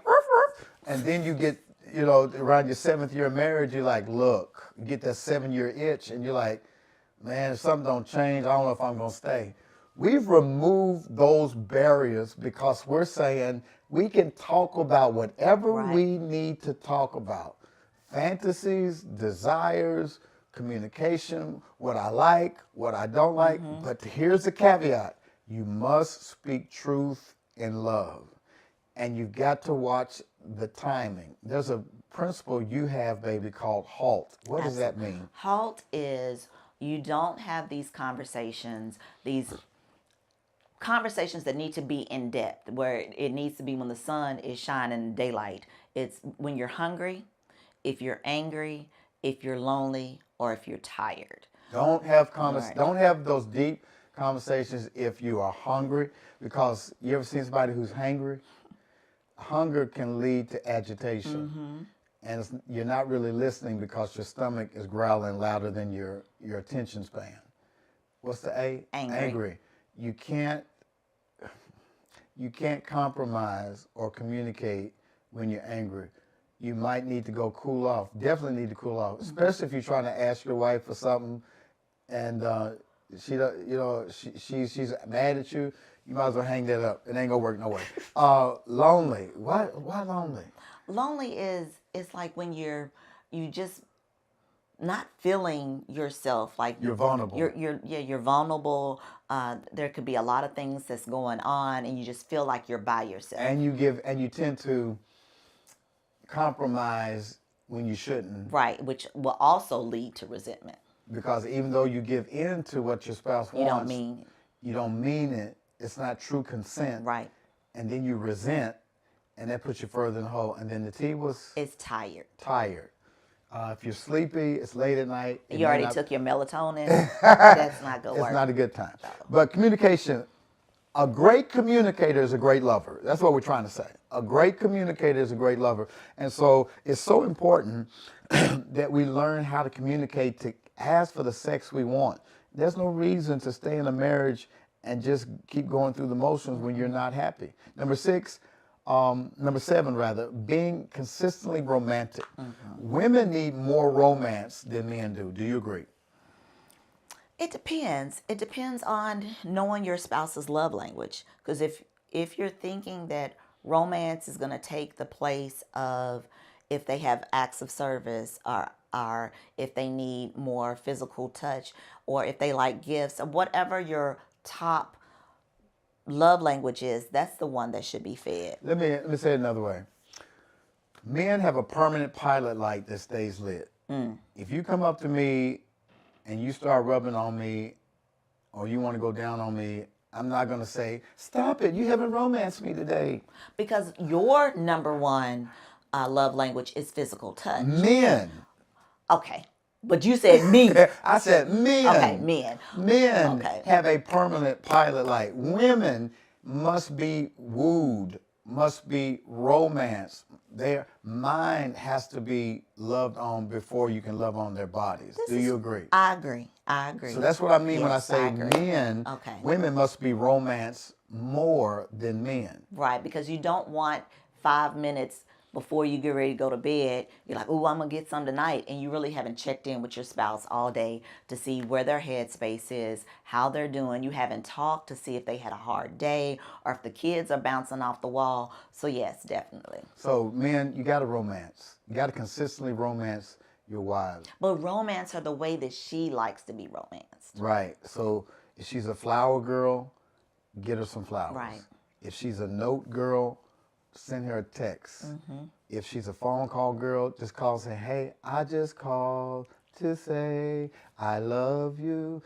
If she is a PDA girl, hold her hand while you're walking, right? Right. You got to figure out because not all women are touchy-feely. Right. Some women, their love language is gifts. Some women, act of service, filling up her gas tank, washing her car, taking out the trash, loading the dishwasher. How do you romance? Are you still flirting with each other? Do you write each other notes? Do you send pics that you don't want them to open up in front of their coworkers? And don't use the company phone. Use your personal phone. Another one is being spontaneous. I think that makes you a great lover. When you're spontaneous, not just rudimentary, going through the motions. You're spontaneous. Like when we were younger, I remember my wife punked me out one time. How? We were in Collierville driving for lunch, and she's like, "Go over in that parking lot." I was like, "For what?" She said, "Come on, take me right now." I was like, "I'm scared. I don't want." But thinking back to that, we could have got arrested. Right, so don't do that. Don't do that. Don't do that. But it was fun. It was fun. Don't do that. Can't do that. No, I'm not trying to go to jail. Orange is not my color. Be spontaneous. being realistically spontaneous. We don't want you to do anything illegal because we don't want you to say, "Well, my pastor said we can make love in the parking lot in Collierville." No, we didn't say that. We didn't say that. We did not. You didn't hear that from me, but you do want to be spontaneous, man. I've driven home before. My wife met me at the garage with a birthday suit on. Those kind of things are spontaneous. Or she might come in while I'm studying, or I might go in and kiss her, or we might chase each other through the house. Or we driving down the road in the countryside and you stop the car in the middle of the street and run in the field and gather flowers. Those kind of or things. Get out or pull over on a country road and get a blanket and go make love out in the fields. Those kind of things. Hey.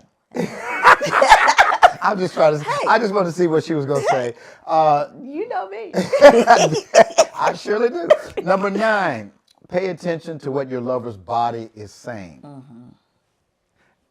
I think what makes us good lovers is we know each other, and we can tell by just a flinch of the body if something was pleasurable or painful, or the way you breathe, the way you moan.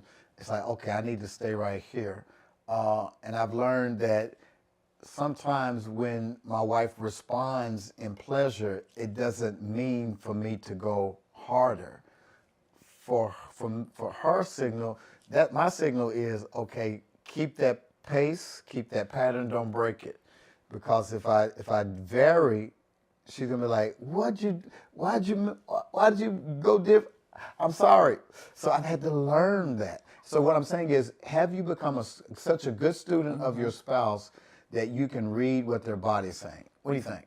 I agree. And even before it gets to the bedroom, if you notice that your wife or your husband is limping, or they may be expressing some pain in their body somewhere, or have that verbal communication with them first, so you don't have to do that guesswork. We're trying to help you take the guesswork out of everything. There's no need to guess. Notice the body. Right. Read their body. That's what a good massage therapist does. I've been to some therapists before, and I can walk in the room and they're like, "Yeah, you've been leaning on this, you're favoring that, yeah. You've been doing a lot of driving.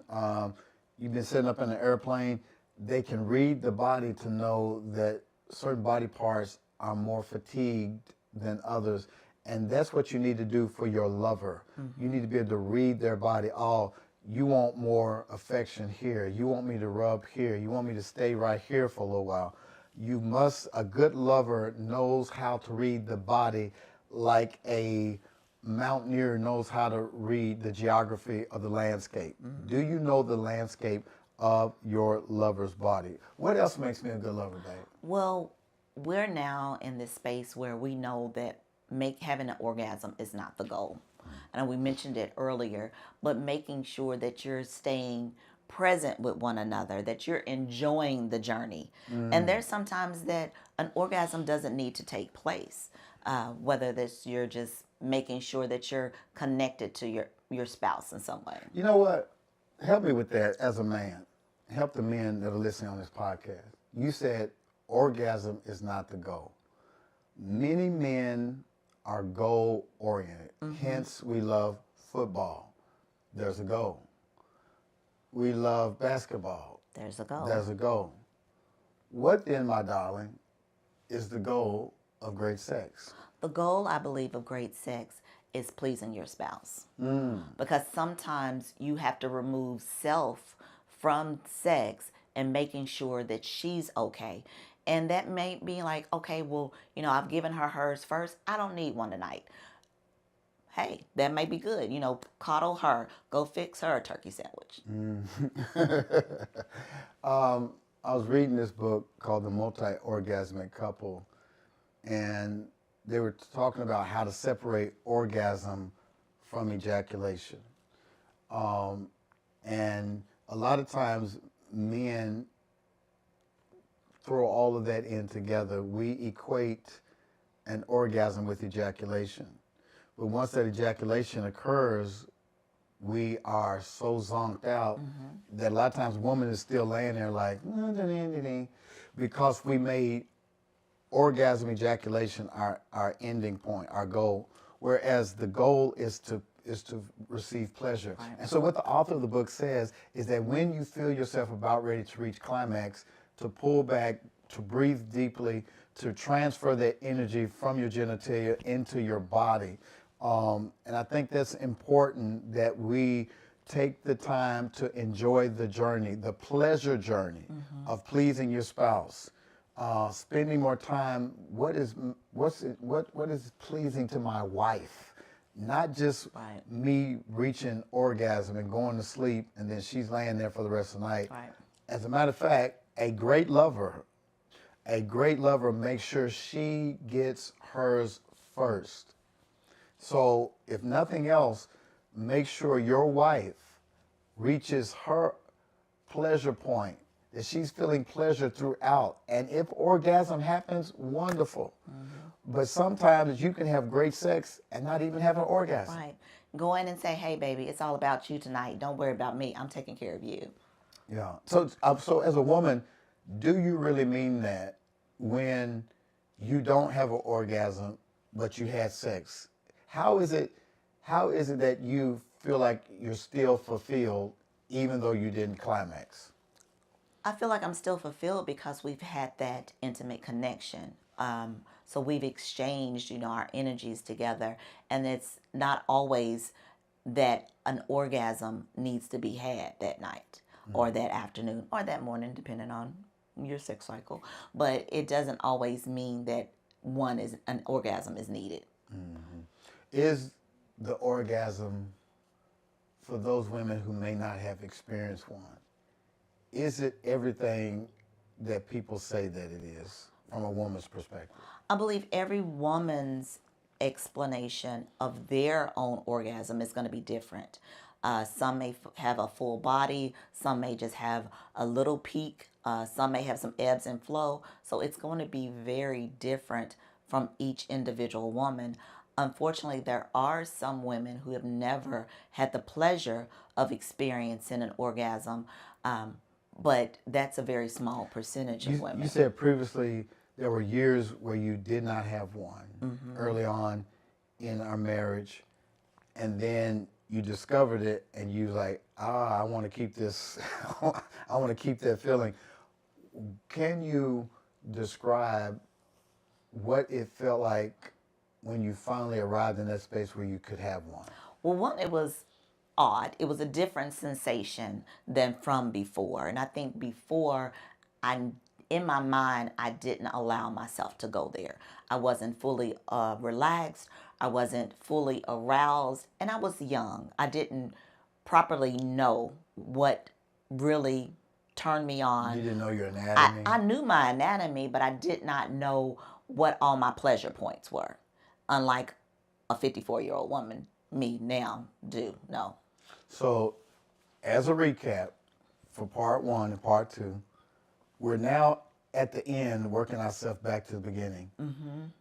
What makes your lover so great that you finally were able to arrive at an orgasm after years of not having? Just recap what we talked about. Well, one, that you know your spouse inside and out, that you're building communication together, that you're still having fun together, you're open to new experiences, that you're spontaneous. You know your own pleasure points. You know your own pleasure points. Did I say you're open to new experiences? So those things help you to become the only lover for your spouse, the best lover for your spouse, because you know what pleases yourself and you're able to not tell but coach your husband or your wife into what pleases you. Have y'all ever had a new car, and you drove it for a while, and you realize, I don't know all the features on this car? Oh, definitely. Hello. Hello. Somebody has a couple-year-old truck that she's still figuring out how to drive, and what does this button do, and how do you use this? It gets me from point A to point B. That's all I was riding with Big John the other day, and he had a new Mercedes, and he had massage chairs. Oh, wow. And he didn't even know how to work it. Oh, I would have fixed that the first week. And the next time I got in, he's like, Pastor, I got you today. You want a classic massage, you want a heated massage, you want a shoulder massage. He had all these features that he had not tapped into because he had not taken the time to look at the manual. I'm listening. I'm going somewhere. A lot of y'all have luxury spouses. They got so many features and buttons you have not pushed yet because you have not taken the time to study the manual. All you do is get in the car, drive, and you're overlooking all these buttons, overlooking all these desires, all these fancies, all these hidden pieces inside your spouse. And watch this, driving down the road, ooh, that's a nice car. Oh, that's a nice car.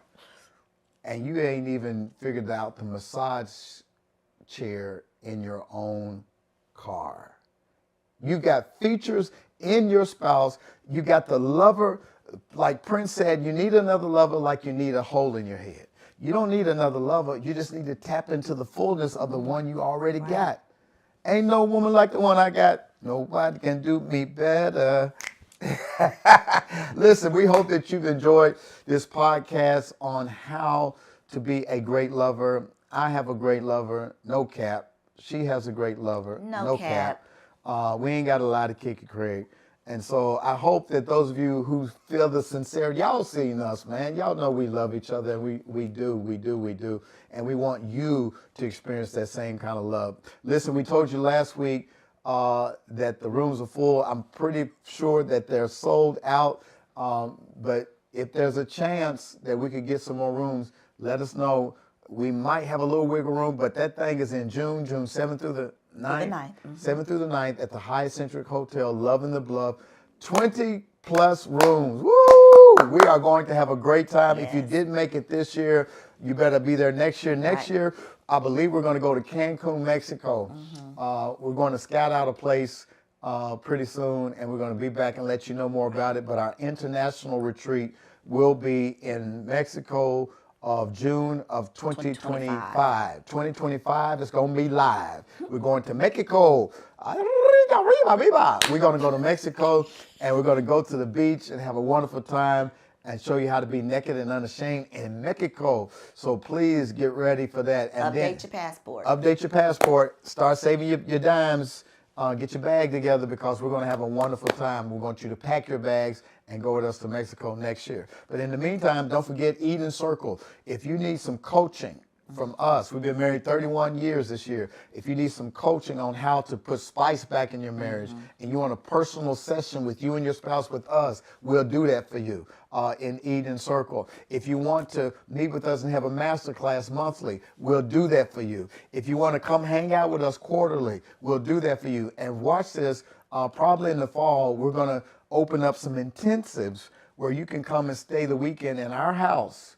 If you need it, to come stay in our house so we can work on some tough stuff together, and y'all can spend some time with us right here in our home. If you'd like to do that, go to theedencircle.com, theedencircle.com, and become a part of our mentor inner circle. Would you like that? We'd love to do that for you. Anything else, babe? No, we're so excited that you guys decided to come on this page. So make sure that you like, subscribe, and share. Like, subscribe, and share. And you know what I told him last week? What'd you tell him? Don't be a secret lover. Don't be one. Oh, we love your podcast, but you ain't saying nothing. I need you to leave a comment, please, on all our YouTube channel, our podcast channels on Apple, Spotify. Google, wherever you are, go there, leave a review, and share with your coworkers and your friends, especially your freaky friends, your saved, sanctified, sexual friends. Y'all all having sex. So. Right, but you might as well do it to where you can be naked and without shame. All right, we love you guys, and we're going to holler at you later. Until next time, be blessed and stay naked and unashamed in your covenant relationship. We'll see you soon. See you soon. What's going on, everybody? It's the Spencers, and we're back with Naked and Unashamed SLS, the podcast you cannot afford to miss. We're so excited. We want you to like, we want you to subscribe, and share with your friends. And then after this episode, we're going to the Spencers After Dark, where you get to ask us some questions and continue the dialogue. And we would like for you guys to know that this podcast is for mature audiences only. Now, this information that we share is for educational purposes. All right, stay tuned, because tonight we're getting ready to get into it. The 6 personality types of how to be intimate. What kind of personality do you have when it comes to intimacy? Let's check it out. We made it through the test. Strengthening love and sex. What's up, everybody? Baby, I'm excited tonight because I read this article, right? And it was talking about how there's different personality types when it comes to intimacy. Is that right? Have you ever thought about that? No, I haven't ever thought about different personality types when it comes to intimacy. Yeah. Now, I know there are 5 different love languages for a woman. Yeah, if you ask a woman, what's your love language? She's going to say what? Oh, depending on what that woman. And for me, my top one is acts of service. What about you? To do stuff for you. Honeydews. Oh, yeah.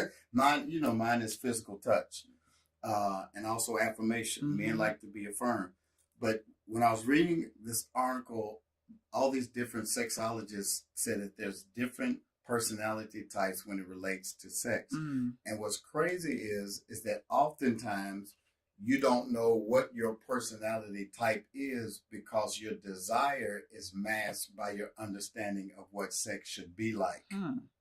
In other words, we really don't know what we want when it comes to the bedroom and intimacy, because we've been socialized by other people's definition of what sex should be.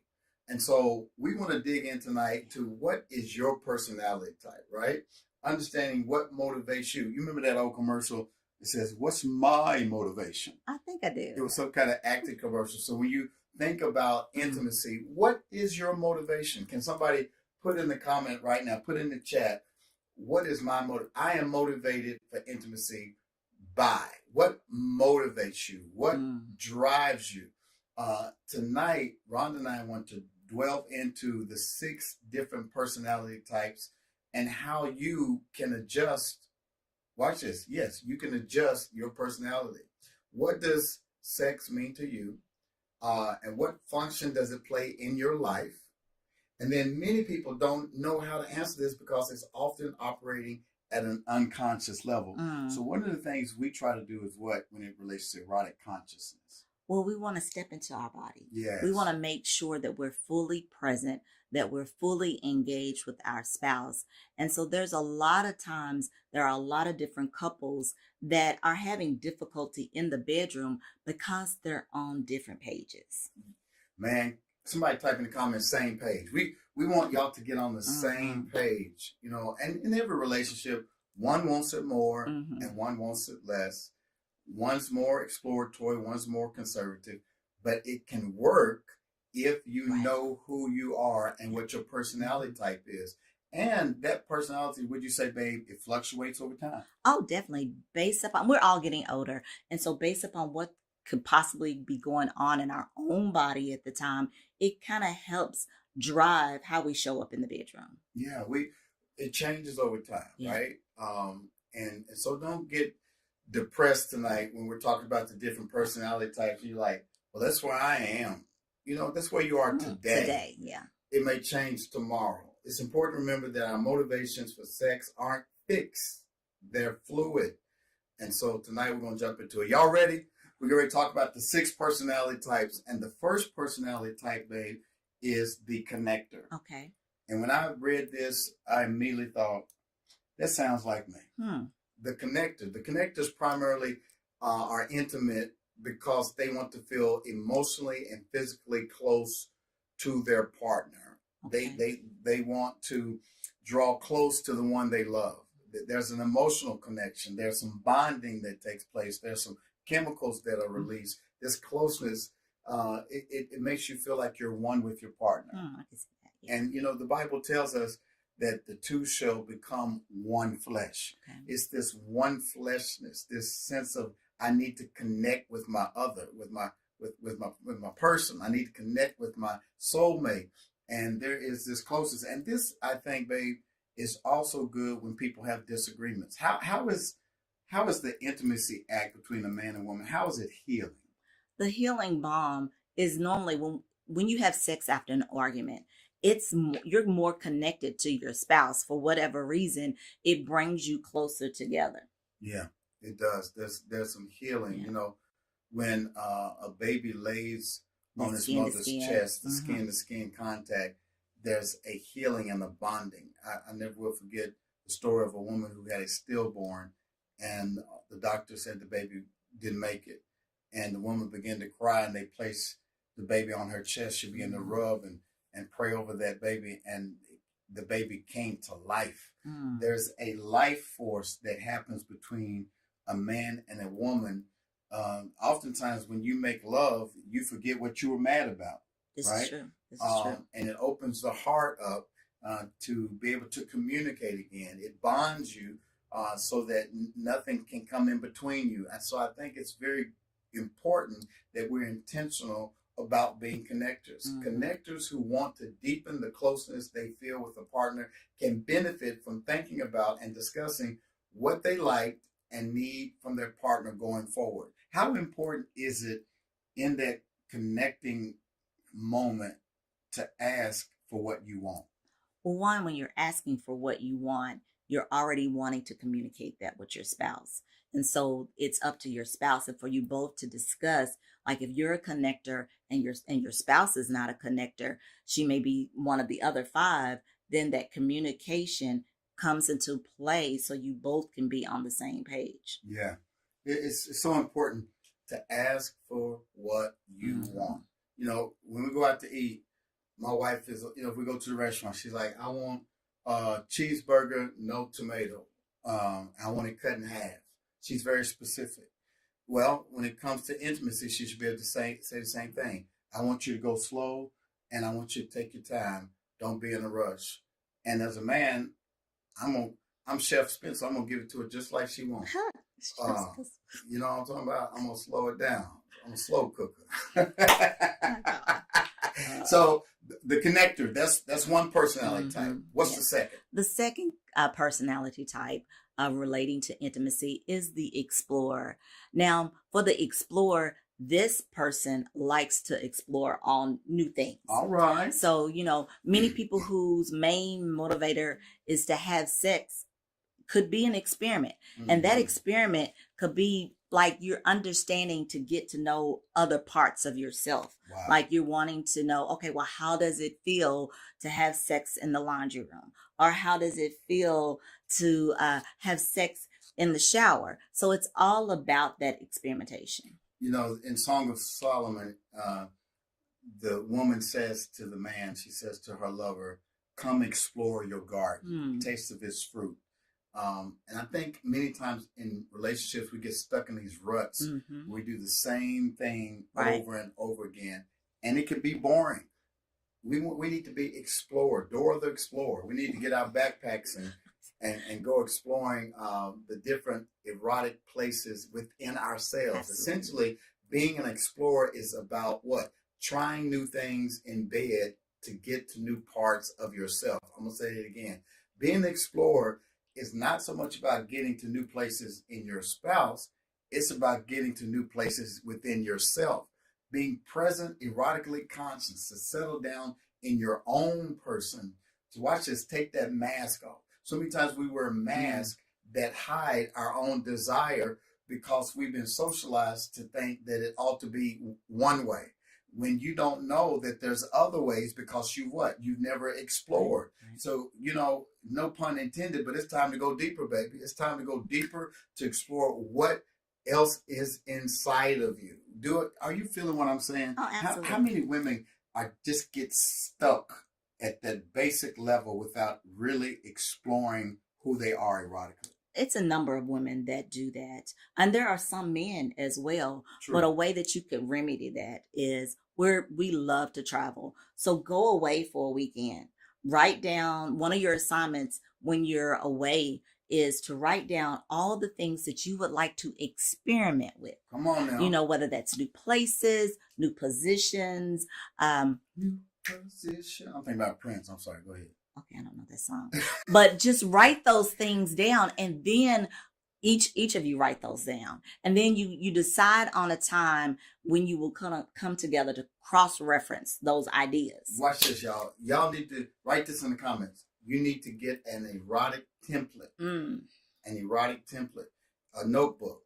And y'all need to go say, babe, we're going to go away and we're going to write down all the things that we want to try new. Things that we want to explore.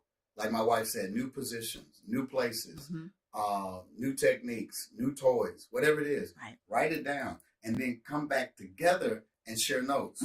Oh, and no judgment. What were you gonna say? Oh, of course, no judgment, because after you cross reference your list with your spouse, then y'all decide, what on a good designated time, of course, to discuss this, and then decide, okay, well, maybe we should try this, or maybe that's a little bit too far-fetched, but at least you're communicating. Why you look at me like that when you said too far-fetched? Why I gotta be? Well, you're the connector, so this doesn't apply to you. So which one? Okay, we're gonna get to it. So you're talking to each other, and then but the most important thing is consent. Yes. You're not going to try a new sexual position or a new place without having the consent of your spouse. Yeah, and consent is all about who is this for, and are you comfortable in doing it? Some things you will be comfortable, some things not yet. And it's okay. You shouldn't feel a certain kind of way just because your spouse doesn't want to do it right now. Things could change over time. But the fun part is writing it all down and have some fun with even exchanging notes. You want, that's cool. And if there's something new on there and you're a little bit shocked, don't come across as condemning. Like, why you want to do that? It's like, oh, that's interesting. Tell me more about that. Right. Try to get an understanding to what your spouse, because it takes a lot of courage. It really does. It really takes a lot of talk about that. So, you don't want to belittle your spouse for putting something down that he or she wants to try in the future or in the present. And like my husband was saying, it takes a lot of courage. Sometimes there's a little fear, or it may be a trauma response that, hey, although a spouse wrote this down, it could be a traumatic experience for the other spouse. So that's why it's best to communicate those. I'm going to tell you a surefire thing to shut your spouse down is when you come across as judgmental, like, oh, why you want to do that? Where'd you learn that from? Where'd you get that from? Question your spouse's sexuality, or, trying to be insecure about, did they do this with somebody else? This is about you all exploring. Right. The whole thing about exploring is we've never been here before. So hey, go with the open mind. So we got the connector. We've got the explorer, Dora the explorer, backpack. And then the third one is what? A validation seeker. Validation seeker. And that sounds a little negative to go out, because, I always, when I'm teaching, on Sundays, I tell people, be careful of seeking validation. But this is the trick, y'all. This is a different kind of validation. Yeah. If your first instinct is to assume that wanting validation is always a bad reason to have sex, you need to put those assumptions to the side. This is not the kind of validation. Right. This is validating for you that it's normal. It's very normal for people to have sex, to try to answer questions like, am I normal? You're absolutely normal. We have allowed society to label. We've allowed church to label these perfectly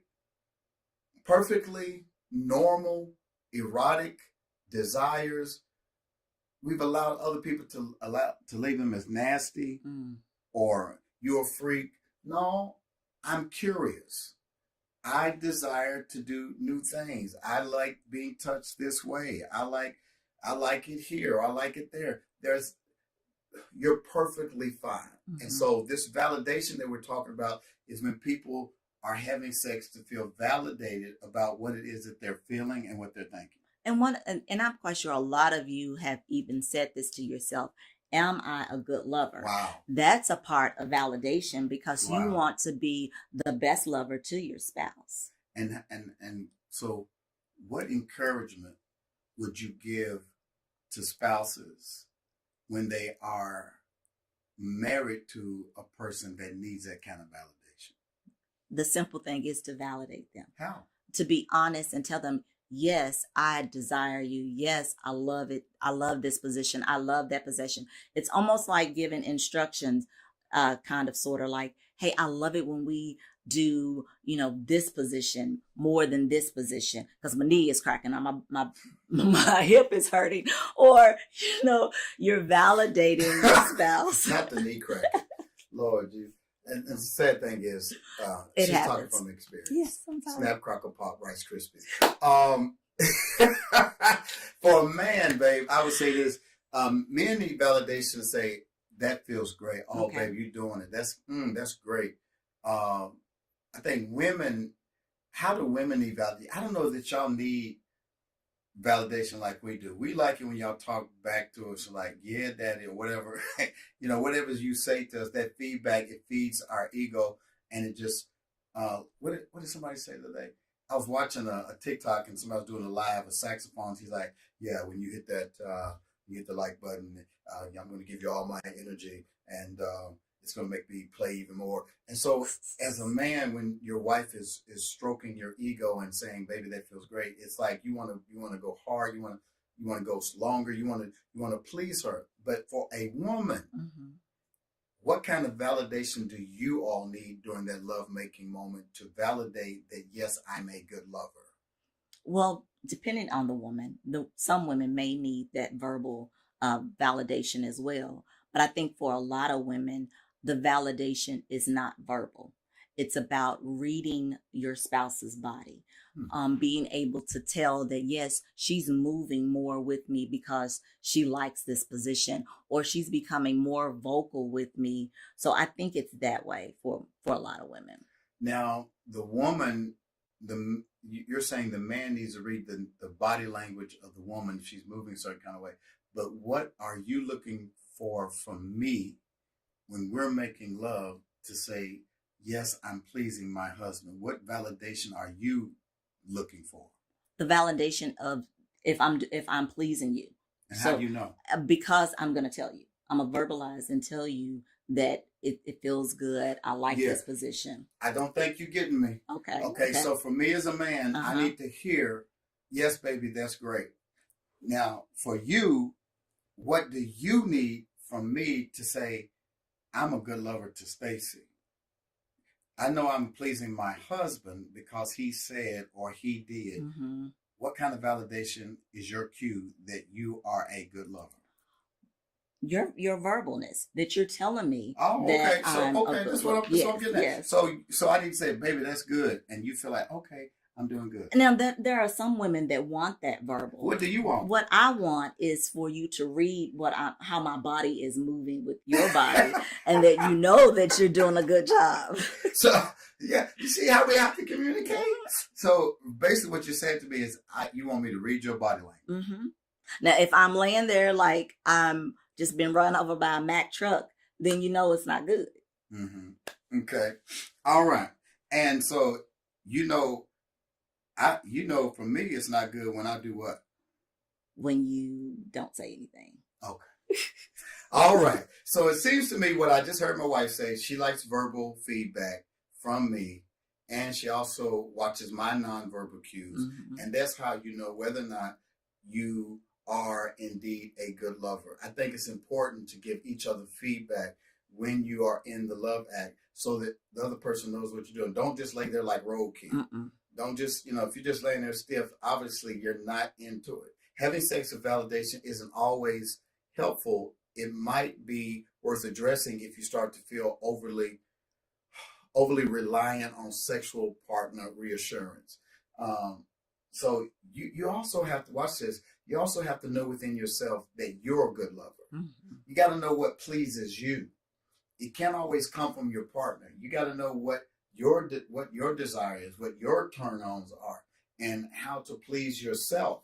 We talked about that in a previous episode where we talked about the health benefits of self-pleasing. Mm-hmm. And so self-pleasing lets you know what exactly is good for you, and it also shows you how to be a good lover. So how do we do it better, babe? We can do it better there are two different ways that are terms that speak to this validation. And one of it is called syntonic.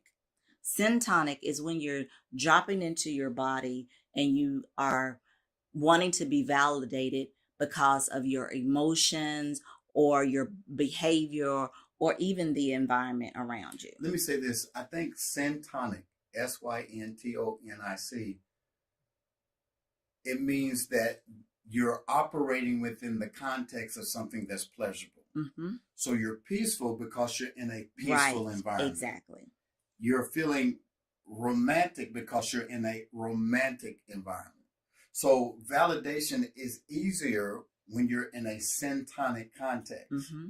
But there's also a dystopic context, and dystopic is the opposite of utopia. Mm-hmm. Utopia is an ideal situation. Dystopic is a traumatic situation. And oftentimes what happens is if you've experienced any kind of sexual trauma in your past, you can be in a syntonic environment or trying to bring a dystopic mindset into a syntonic environment. And so you always got to check yourself to make sure that you're not bringing in a dystopic mindset. That's why it's important to be in the right mind frame even before you go into the act itself. Yeah. How can you make those adjustments within yourself? By how you can make those adjustments is when you start feeling differently in your body, when you know that, okay, this is not pleasurable, or, my mind is not really here, then you can realize, well, wait a minute, let me pull back. Let me talk to my husband or let me talk to my wife and say, hey, I had a very bad day today. I'm not in a good mindset. Can we just hold each other? Mm-hmm. So it's about still communicating what your needs and your wants and your emotions to your spouse. That's so good. Listen, we're just halfway into it. And we want to pause for a little commercial break because we want you to be able to process all of what we're sharing. And so listen, right after this episode tonight, we are going to be talking in depth about these things that we shared. It's called the Spencer's After Dark. And the reason we did that is because as we are sharing all these complex thoughts, we want you to have time to process it. So after this hour at 8 p.m. Central Standard Time, we're coming back for what? We're coming back for Spencer's After Dark. And what we're going to do? And we're just going to go over the things that we discussed today. Mm-hmm. We're going to give you a chance to ask questions. So right now, during this little commercial break, we want you to get your questions together. Start writing down questions on the different personality types that we talked about. Ask questions about something we got into but maybe didn't explain it well enough, or something that just relates to intimacy in general. So you have a chance tonight. As a matter of fact, I want you to go call a girlfriend, a guy friend, a couple friend, and say, look, the Spencers are going to be live at 8 o'clock, and we're going to jump on together, and we're going to ask some questions. So right after this commercial break, we're coming back with 3 more ways that you approach intimacy. What kind of personality do you have? Stay tuned.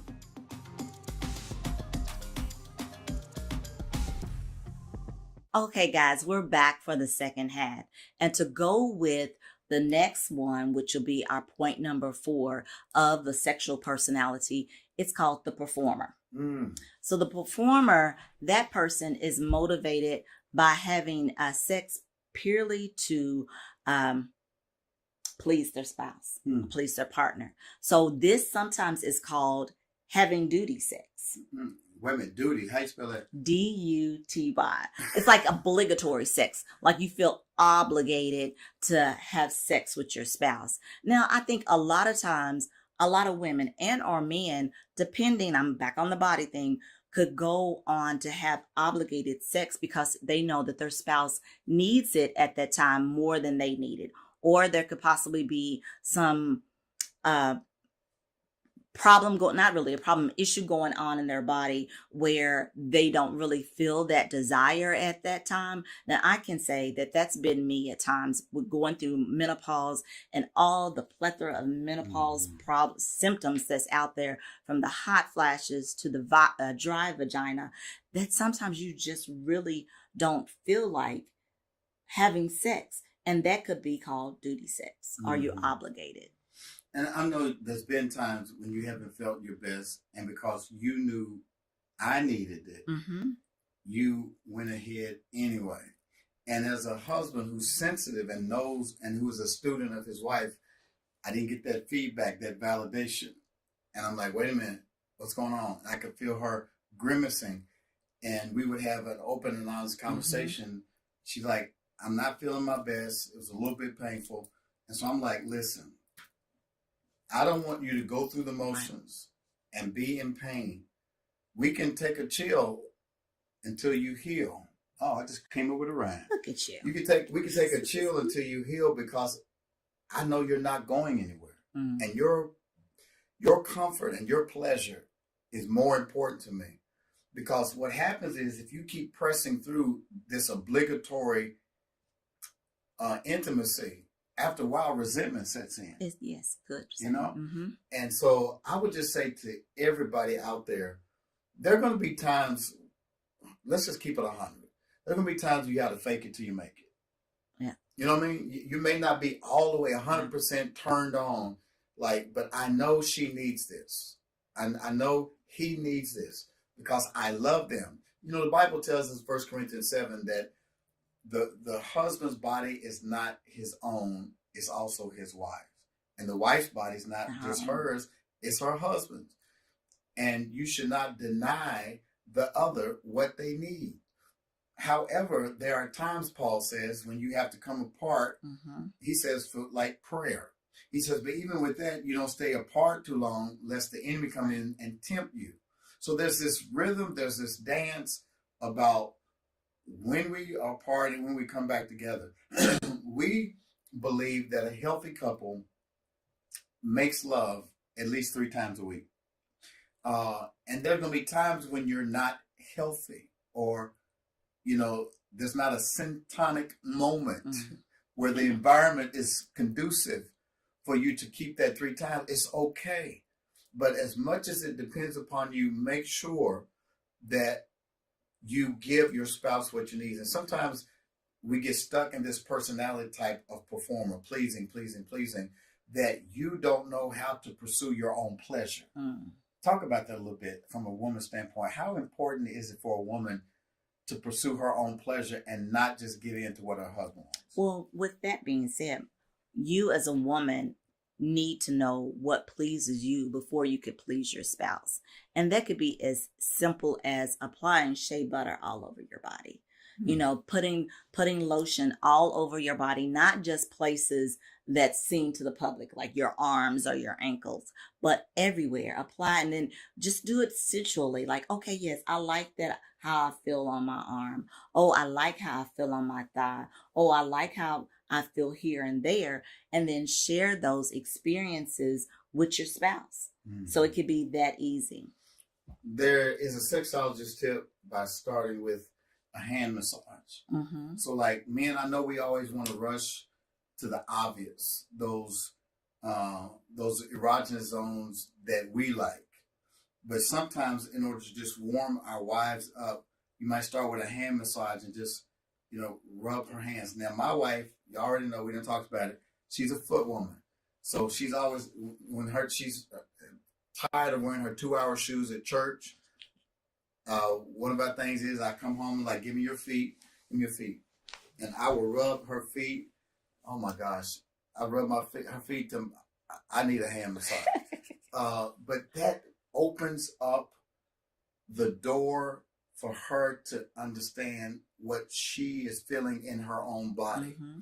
Before we rush to the other erogenous zones that are our favorites, the breasts and all of that, we got to start so she can get into the mindset, okay, I'm relaxed, and start letting down the guard. This is true. And it's such a non sexual response or, massage that it doesn't have to lead to sex, but it does help, relax. Yes, sir. And that's what it's all about, relax. Mm-hmm. So that's number 4.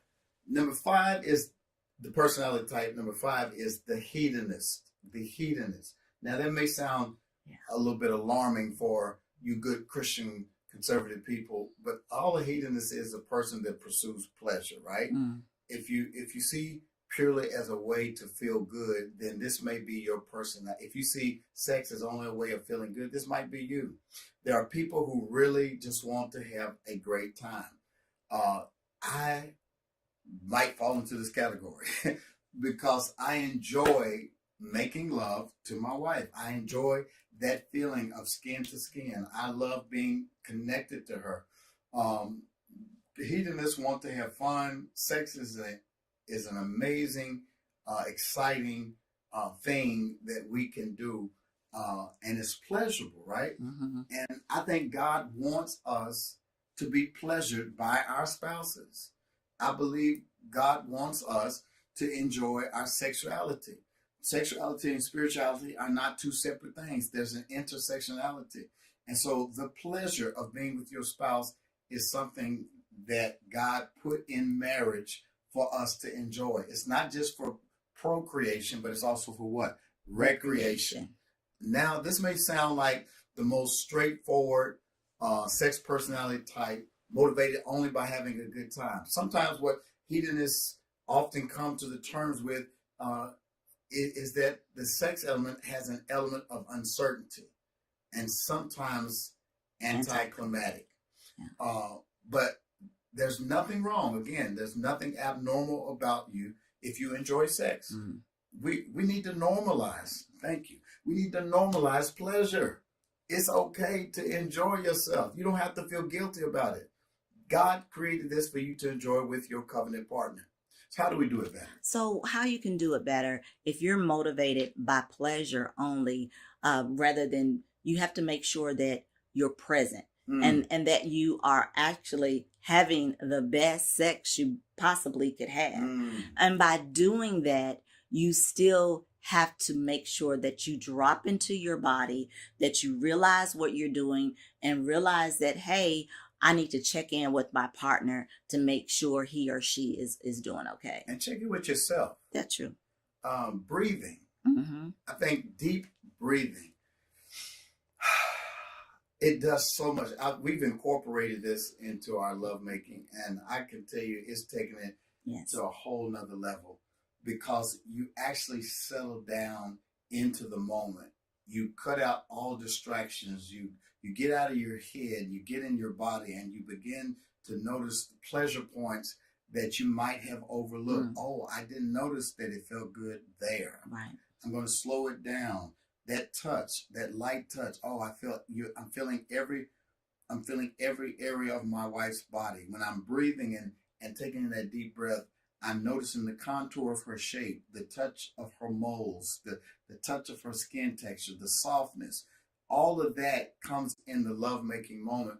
But if you're not erotically conscious in your own body, you skip over so much. It's like, okay, let me say it this way.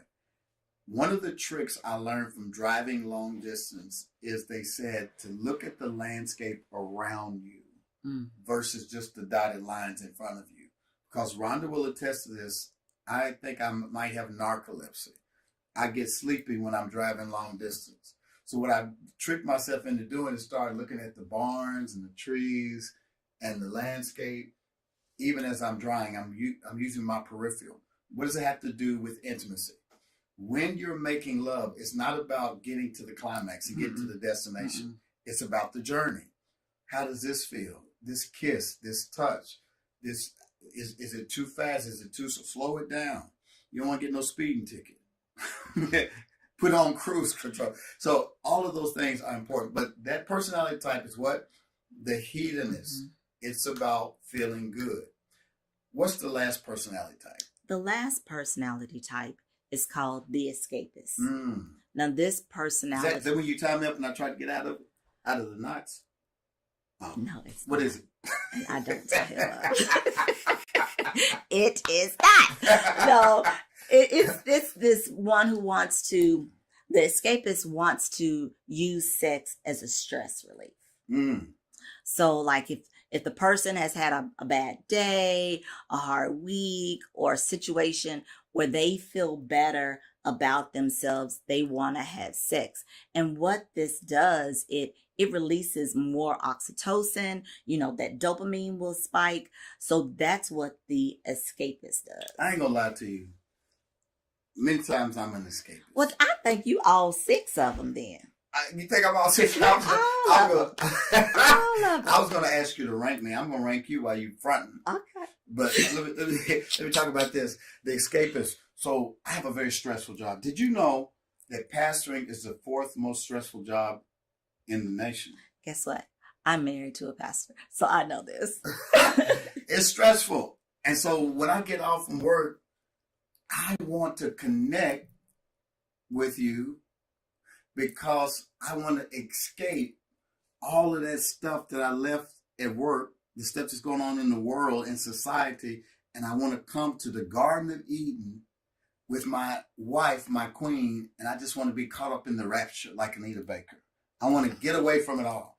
And when I'm with you, nothing else exists. Time ceases to be. I feel like I'm in another dimension. And so for me, this is vital. It's vital for my health, my mental health, my physical health, my spiritual health. I need to escape with you. Can I get away? I need to get away. I need to get away. Who's that? Lenny Kravitz. I don't know. Well, the other side of the coin, though, is escapists use sex as a means of eventually avoiding something difficult in their life. And so I have to be careful with that. Yeah. Because this can also lead to being compulsive. And I don't want to err on using sex as a crutch to deal with or to escape the difficult things that are in my life. So there's a balance even with that. I can't just use it for escaping. So babe, how do we do better in this area? Well, in this area, again, keep curiosity in the forefront. Yes, you want to have sex to get rid of some stress, to increase oxytocin or your serotonin, your dopamine, all of that, but making sure that you keep the curiosity, and so that you make sure that you're also emotionally connected to your spouse, because you don't want to be disconnected. So what we're going to do here, we're going to have some transparency in front of our tribe right now, and I'm going to rank my top 3 in this season. Look, I can change, right? You're right. You can change. It can change. Mm-hmm. I'm gonna rank my 3 right now. Okay. Which are my top 3 personalities? And you can tell me if you disagree. I think I'm a connector. Okay. I love connecting with my wife. I love being one with her. It makes me feel safe. It makes me feel whole. I love that I'm a connector. Pleasure, the hedonist. I think I enjoy the pleasure of it, the feeling of it. Being with you, it just feels good to my soul, feels good to my body. I enjoy being with you. And then thirdly, I think I'm an escapist. I think I'm an escapist because I have a very stressful job. I'm living in a stressful time. And sometimes I just want to get away with you. By being with you, it takes me to another place, a happy place. And so those are my 3. What do you think? I agree with your 3. All right. For What's you. your three? Okay, Hold so on. Oh, y'all pray for me. wait a Father, in the minute. name. Okay, go ahead. Okay, so I would think my number one is that I'm an explorer. I don't like the same things. So, different rooms, different positions. That's what I love. What's your face doing that? You know that. Interesting. The second one I would think is I'm also a connector. I want to connect, to be close to you, Just to be close. you got all I these know. Go ahead. And then the last one is the performer. There are some times that have these female issues that I can't get rid of because I'm aging and it's coming with the territory. So And you love on your husband, sometimes not because the desires there, but because I need it. yes. And I appreciate that. Oh, I appreciate it. Thank you very much. I think that's true. I think we're pretty much true to form. mm-hmm. I was surprised because you put explore first, because I know in this season that you're going through, it has been a little bit painful for you. So I thought you would have put performer at the top. But I think what I hear from you is that you aspire to be an explorer. Yes. And I have my backpack and we're going exploring. Okay. Backpack. Ooh, backpack. I got some stuff in my backpack, baby. We're gonna try some new rooms and everything. Listen, I hope that this has helped you guys to identify what your personality type is, right? Because sometimes we don't stop to think, what do I want? Who am I intimately? Who am I sexually? That's okay to explore that question, right? And I hope that you've been able to do that tonight. So tonight, we want you to come back at 8:00. We're going to be live in living color. We're going to be live. And don't y'all be shy. This is a safe space. Y'all are our tribe. Y'all are family. We're going to be in the living room. Go get you something comfortable to put on. Go get your spouse out the bedroom, out of the family room. Get them out in front of the TV. And let's just talk for about 30 minutes. What questions do you have? So 8 p.m. Central Standard Time. Come back. We're going to be on what? YouTube, Instagram, and TikTok. Yeah. And TikTok. We're going to be answering some questions about the different personality types and how we can improve in each area. Y'all want to go deeper? Let's go deeper. Listen, we want to remind you that if you like this podcast, like it. Push like right now. Leave a comment because people that stop by here need to know that people are actually engaging with this content. And if it's good, share it. Share it with your friends. Anything else you want to say? And then also subscribe. Subscribe. Please subscribe. We Yes. got 400 subscribers last week.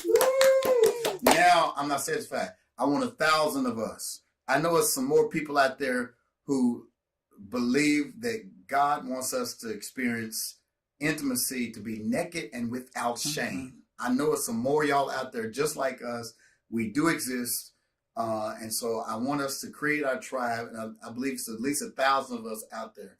And speaking of tribe, if you want to be a part of our inner circle, you can be a part of the Eden Circle, where we do coaching, we do meetups, we have master classes. We got an international retreat we're working on next year in June. We're going to Los Cabos, so stay tuned on that. So being a part of the Eden Circle gives you exclusive access to us. We want to be your coaches. You need two things to grow in your marriage. You need a coach and you need a community. So if you want to be a part, how do they go there? You can go to theedencircle.com and find out all the information there. But I also want to tell you, we have a new website. Woo! A new website? Yes. What's the name of it? It's called Naked and Unashamed SLS. But to get to it, it's nakedandunashamedSLS.com. Yeah. So there you can go find all about us, all about what we believe, how we back this with scripture, get information on our international and domestic retreats. And if you need to get in contact with us, you can go there. Yeah. So put it on the screen right there, www.nakedandunashamedSLS.com. You got it? All right. So tonight at 8:00, we're going to come back. I know y'all got some questions. Get them together. We ready. And we're going to answer all your questions. Listen, we love you guys. Thank you for being a part of our tribe, and we'll see you in a little bit. Just takes a little effort, we can work it out. These things go hand in hand, know what I'm talking about. Can we have one without the other, one without... What's going on, everybody? We are back at it. Yes, sir. It's the Naked and Unashamed podcast, and I am your host, one of your hosts, Dr. Stacy Spencer. And I am Rhonda Spencer. And boy, we had a week last week. We've been on vacation. We celebrated 31 years of marriage. We went to Dubai, Nigeria, and y'all, we came home and got sick. Oh my gosh. But we are fully recovered. Thanks for your prayers. We want to jump into bed tonight, not with you, but with one another, to talk about how do you get what you want in the bedroom. Oh, okay. You know what I mean? Okay. And I believe maybe you have something you can share with people out there about how they can actually get what they want. Absolutely. I think we both do, but we want to say that this podcast is for mature audiences, and what we say here is for educational purposes only. Yes, and we want you to like and subscribe and share. We believe this is going to help you, so please get ready to tune in for something that's going to be amazing. And as a matter of fact, tag, text, call some married friends, some engaged friends, and tell them you need to check this out. How to get what you want in bed. We'll be right back. We made it through the test. Strength and need, love and sex. All right, we are back at it. And babe, I was reading a scripture in the Song of Songs around chapter 5 where it says that the woman, the lover, she's anticipating her lover's arrival. She's talking about how her hands are dripping with myrrh, and she says she has washed her feet for the night. She's ready for her lover, and he thrusts his hands through the opening of the door, and his hands touched her, and she opened up the door, and he was gone. So I don't know if she was dreaming or what, but Sounds like a dream. but she was anticipating that it was about to be on in the bedroom. Sometimes we all feel like that disillusion in the anticipation of lovemaking, only to get to the bedroom and it's like, wah, wah, wah. How important is it for women and men to know what they want before they ask for what they want? It's important because you need to know what your body desires, what you're desiring at the time, but you also need to prepare for it. So the preparation, when you're talking about in the scripture, I can imagine that, she, was taking her nightly shower or bath. Talk about and, it. getting lotioning her body. Is that part up. of the process? It's absolutely part of the process. It's a very big part of the process. Why? Because one, you don't want to get in the bed at the end of a long day, regardless if you work out of the home or in the home, and you still got the day on you. Smell like outside. I didn't want to say that. That's what I said. You still have the day on you. I saw something on TikTok that said the other day that black folk are the only group of people who believe that outside is a smell. It's definitely excuse me. It's definitely a smell. You got me choked up because I'm thinking about when the kids would come in from smelling like outside. But it's definitely a smell. But you have to prepare for the night. And even in your preparation, I would think that every woman has their regimen. They're going to put on your extra smell goods, and their extra all in the crevices. And, I have this lotion that has pheromones in. Oh, I'm telling you. But I love it because you just all up on me on it. But, it's... Don't make complain when I'm all up on you. I don't complain. Because you putting stuff in your sauce. I'm not complaining. But back to this. So there's a preparation that needs to take place. And I believe that men need to prepare as well. Don't just get in the bed smelling like outside. And the same thing goes for men, too. I think men have to be well-groomed. You hit me on to this whole manscaping piece. Yes. And it's been a blessing, fellas. Just call me Smooth Operator. Smooth Operator. And if you choose not to do the laser, not the laser, I mean, that's a thought, to do the waxing. The waxing, you still can manscape by using, there's hair removal They have these special clippers so that are sensitive to the testicles and all that. But the whole thing we're starting out with is you must make preparations for the bedroom. You can't just run up in there any old kind of way. But you also said something earlier. You gotta know what you like. Right. How do you go as a woman? How do you go about knowing what you like so you can make certain that you're able to ask for what you want? Well, women, we're difficult, and sometimes what we like changes, or sometimes we don't know what we like without really knowing our body, being able to explore our own body, knowing what our touch feels like to ourselves before we can explain it to our husband. So those conversations can take place on like, hey, I touched here and I got a little feeling, from the back of my knee that wasn't there before. Oh, let me tell this to my husband. Because at the end of the day, we're not mind readers. No. Neither partner is a mind reader. And, you can't lay in the bed and have these conversations in your head like, I wish he would touch me here, or I wish he would go softer. I wish he would lift my leg up. I wish he would, not use her teeth. I wish he would do, these are the kind of things that you need to be able to articulate in a loving way. So how do you do that? We're going to give you about 5 things tonight on how to ask for what you want. And the first thing is that we talked about it starts, well, we didn't. It starts outside the bedroom. Yes. So what does that mean that being able to get what you want in the bedroom starts outside the bedroom? Well, of course, that's communication. And I know we've taught a number of times that sex starts in the kitchen, but it really starts before that. You have your clothes on. You could be out to coffee. You could be out to dinner. Out for a walk. And it kind of disarms, the other partner and yourself, because you're having these conversations, this communication, this loving communication that's going back and forth. And you can communicate to your partner on these walks or dinner, what it is that you want. Yeah. And it also, you said it disarms. I think it also takes the shame out of it. And hence why we started this whole marriage ministry called Naked and Unashamed, because there's been so much shame around asking for the sex you want, as if sex was a bad thing. Right. Sex is a gift that God has given a husband and a wife to enjoy each other. And sometimes we need to go in settings outside the bedroom so that there's kind of a neutral zone to have these meaningful conversations about, I always wanted to try this, or I like it when you do this.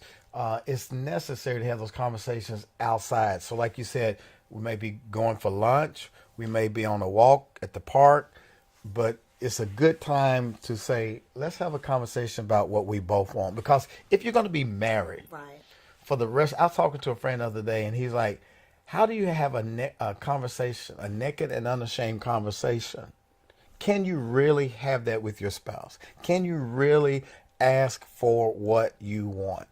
I think we have arrived. It took some intentionality for us to get there. It took some trust, some hard conversations. But now, don't you feel like we can ask for what we want? Oh, absolutely. And when you were saying that, it's a level of maturity that you achieve in your marriage where you're feeling safe, where you can say absolutely what you desire, what you don't desire in the marriage without the other person feeling a certain kind of way, and knowing that, hey, this is what I'm standing on, this is what I feel, but also knowing that it could change. Like what I'm feeling today, I may not feel it tomorrow. I'm hoping that we don't switch that often, but in the event that you feel a certain kind of way or desire a certain kind of pleasure, that you could discuss that with your spouse. And you can make a game out of it. That's the second point. Yeah. You can make a game out of it. So there's a game where you can make a list of your yeses and your nos, right? Make a list of things that you're into and the things that don't do it for you. Just for example, just grabbing something out the air. Years ago, my wife told me, I don't like it when you put your tongue in my ear. Yeah, I still don't. Yeah, she don't like it. She don't like it. She don't like me to play with her toes. she's like, don't get my toes wet. So, but she has told me some things she does like. You know, scratching her scalp, rubbing her neck, kissing on her neck. So you get together as a husband and wife, and you make a yes list and a that don't do it for me list. And sometimes we're guilty of doing acts toward our spouses that we want done, but may not turn them on. Okay. And when you saying that, I'm going back to the tongue of my ear type of thing. It's also a good idea to explain, you know, why you don't like that feeling. So you're just not shutting your partner down like, I don't like that. And I don't like it because I don't like it. I don't like it because I don't like the sound it makes. It's wet. So, you know, there's so many. You have to sometimes explain or know why you don't like it so that your partner can fully understand why you don't like it and not continue to try to. So you don't like those people that go, oh no, don't on those VSMR, whatever that is. no, that makes my teeth hurt. Listen, another way that you can get what you want in the bedroom is what we call making a love sandwich. Okay. And so whenever you are getting ready to offer a word of advice or a request, you want to sandwich it between two good things, right? Because if you just come straight out and say, can you do this? I don't like it when you do that. It really deflates the spouse. But when you say, I love how attentive you are when we're making love, how you look me in the eyes, I love that so much. I got one request. When you're making love to me, can you slow it down? We don't have to be in a hurry. We got time tonight. Can you just slow it down? I want to feel every inch of you. I want to explore your whole body. But again, I just want to thank you for being such an amazing lover. You see what I did? Yeah. I had a compliment. Mm-hmm. I had a request, and I closed it with a compliment. What do you think about that? I think that's really good because oftentimes a request is made and a request is made when the timing is wrong. So I would also put in there, let's make this sandwich when the time is good, that we decided on What do you the time. break that down for our listeners? What does it mean, the timing? What is a good time to make a love sandwich? When you're helping take some things off our list, or you both are in a very jovial mood, not when kids are running down the stairs and you trying to cook dinner and you come up behind your wife and like, you know what, I want to do such and such. You're at your mind at that time was like, I'm trying to get dinner. These kids are jumping off the roof. This is not the proper time. So I would think the timing has to be when that to-do list is minimal. Or and then you have to make sure that whoever is making the request, that when you make their request, and if you don't get met with, oh, okay, or well, let's talk about it later, that you don't pout about it. Mm-hmm. And I would also say to the men that are listening that women tend to have a perpetual list that's running all the time in their head. And the way we can help with that is to alleviate some of the items off that list. Oh, let me fold up these clothes for you. Yeah. Let me put the dishes in the dishwasher. Let me unload the dishwasher. Let me go give the kids a bath. You go ahead and relax. I got them. So when we take things off their list, they're more apt to open up and be accessible for a love sandwich. And then going back to what we said at the top, that you may go for a walk outside the bedroom, have this sandwich outside. Maybe you're driving somewhere, you got time on the highway. That's a good time to make a love sandwich. You know, when you have no distractions, you got about 2 hours in front of you.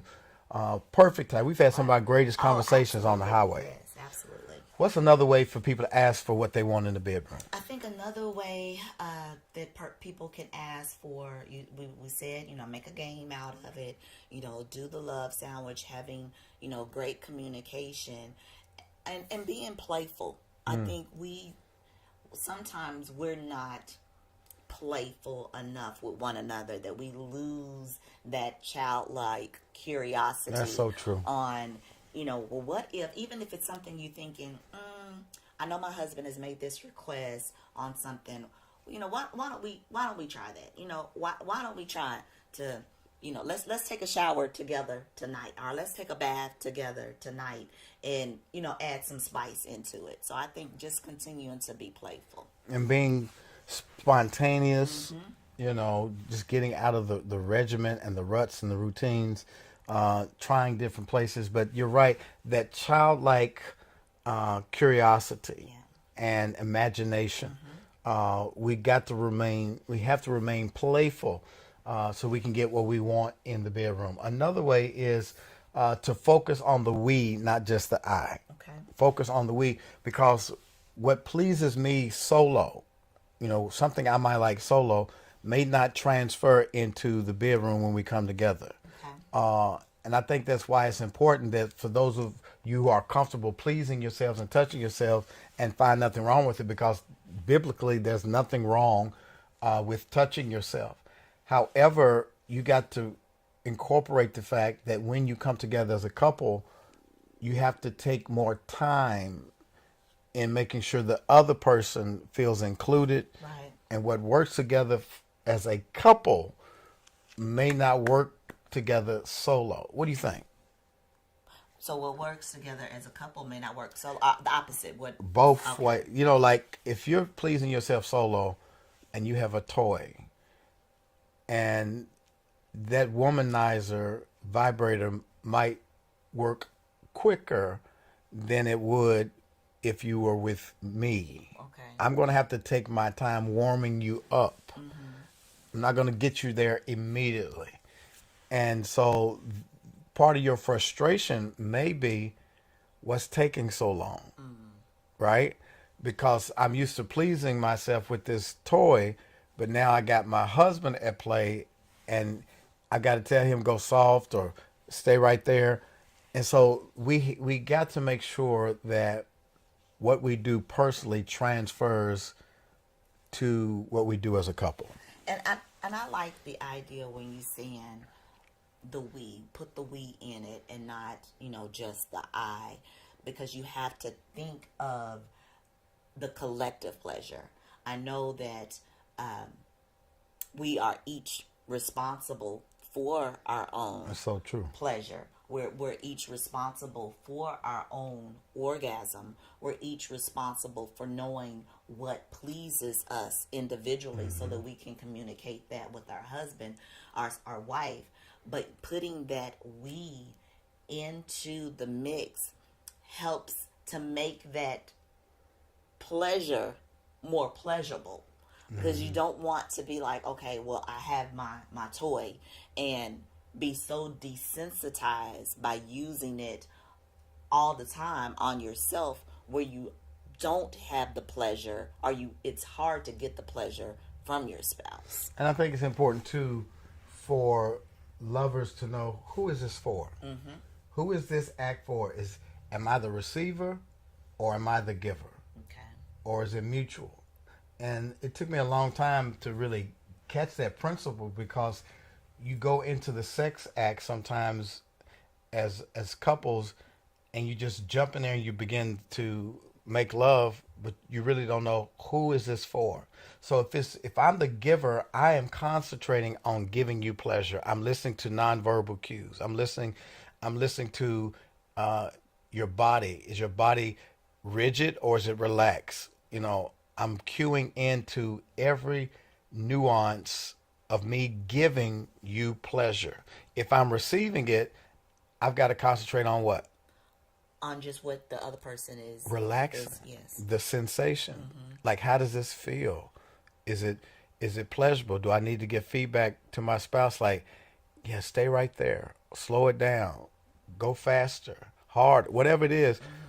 I think knowing who it's for, who's the giver, who's the receiver, I think helps you to focus on the we and not just the I. And I'm glad you brought that up, because sometimes in that act, the giver and the receiver, that's all it is. It's not going to be a seesaw like, oh, now it's my turn. Well, I need to make sure that I am, the giver and that my partner is just receiving. I think oftentimes couples do fall into that rut, like, okay, well, I'm performing this act on you. Now, okay, it's your turn. Now you got to perform this act on me, like you have to acquiesce. But that again is a conversation that shall take place. Now we're quite sure that the ebbs and flows will continue to move where it's this beautiful dance, but sometimes that conversation does need to take place on, okay, well, tonight, babe, it's all about you. I don't need anything. I'm just gonna take care of you. And I don't argue with that. Nor do I. But I do like, as a man, I think men, we are goal oriented, and we really a real man wants to please his woman. And so there are nights where I'm okay with going to overtime to make sure that you get where you need to be. And then yet there is this selfish part of me.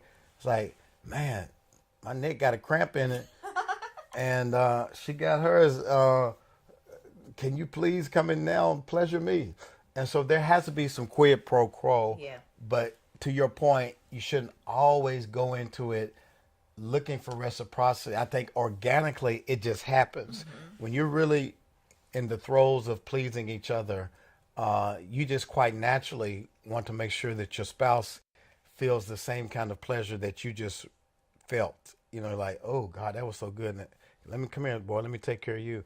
That's how it organically plays out. There's one more thing I think we want to share, and that is ask for more, more, more. What do you mean ask for more? When you find something that's good in the bedroom, talk about that thing. Like, oh, that was so great. We always say this. We say, we got to keep that one. We kind of do. We don't go back and look at film, literally. But we go back and we kind of like, you know what? That was amazing. When we went in the bathroom and we did this, and let's keep that. And so we kind of like bookmark pleasant experiences and take note of what worked good. Do you think that helps? It does help.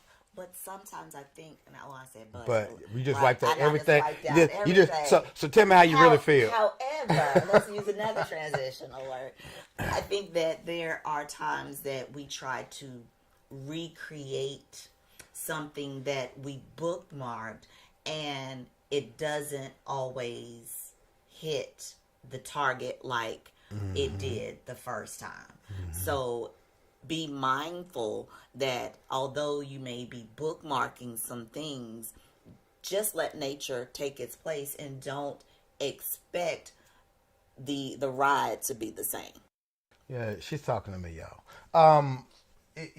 I think some people, men and women, are creatures of habit. Like, if something works, they want to go back to it. You're kind of I did that, check it off, I'm ready for something else type person. Me, if I go to a resort and I enjoy it, I could go back every year. She wants to go somewhere else and look at rocks and It's a whole world. And go to museums and experience new stuff. So we've learned how to compromise. She knows that I'm a repeat enjoyer, and she's Dora the Explorer. But I have learned my wife's wisdom that you're not always going to get that same high from the same act.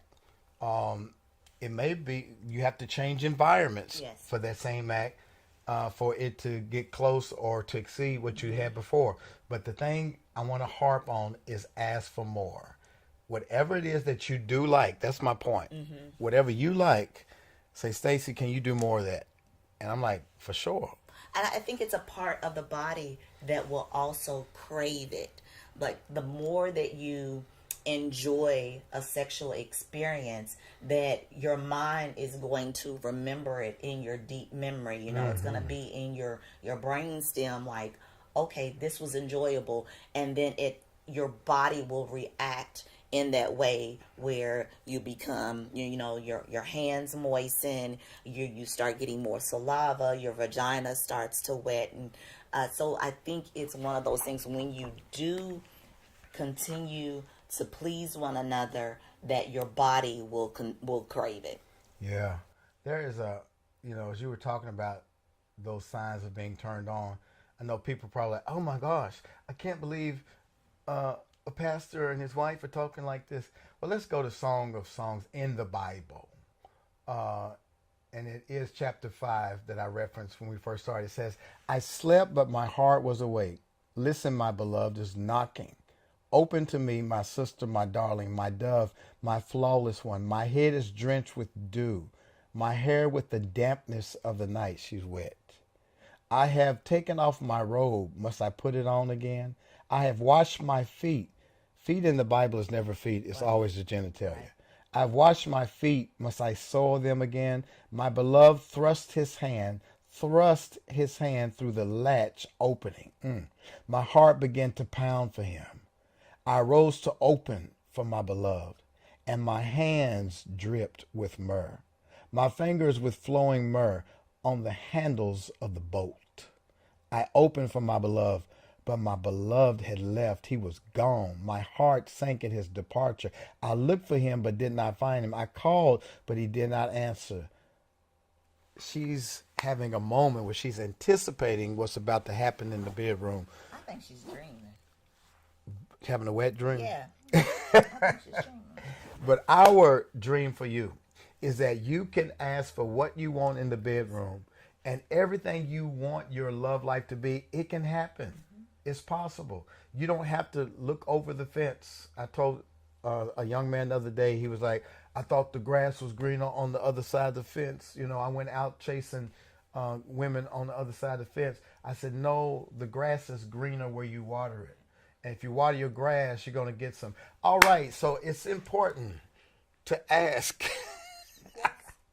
for what you want. And when you learn how to ask for what you want, your grass will be greener and your grass will be moist.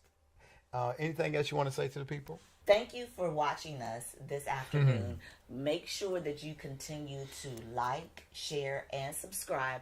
And also, we have a wonderful group that we call Eden Circle. It's a group of married couples, and we are trying to stay married. Stacy and I do meetups with them. We counsel. We make sure that everything is good in their marriage. If you are interested in being a part of our inner circle, please go to theedencircle.com. Yeah, you need two things in life to make your marriage work. You need a coach. We've been married for 31 years. We want to share our insights, our learnings. We've been certified sexologists. We want to share.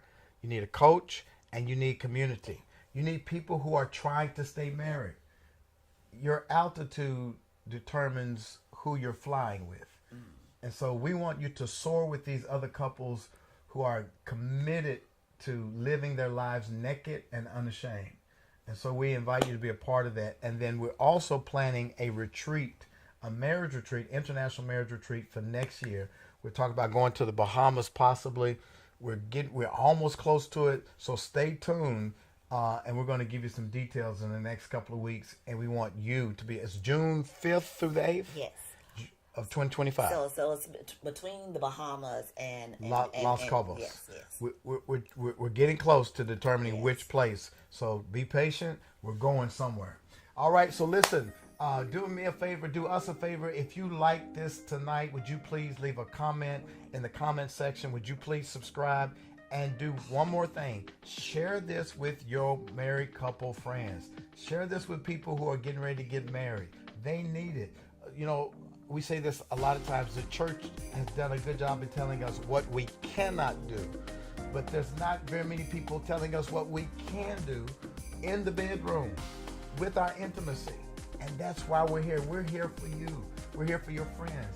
But don't keep us a secret. Share this, subscribe, and share with your friends. All right? We love you guys, and we will see you next week. Same time, same channel, Naked and Unashamed, SLS. Take care and be blessed.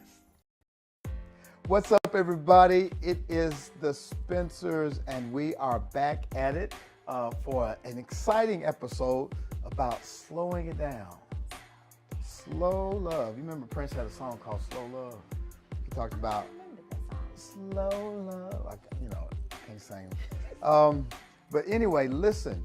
Do you know that sex can be even more divine and amazing and electric when you slow it down?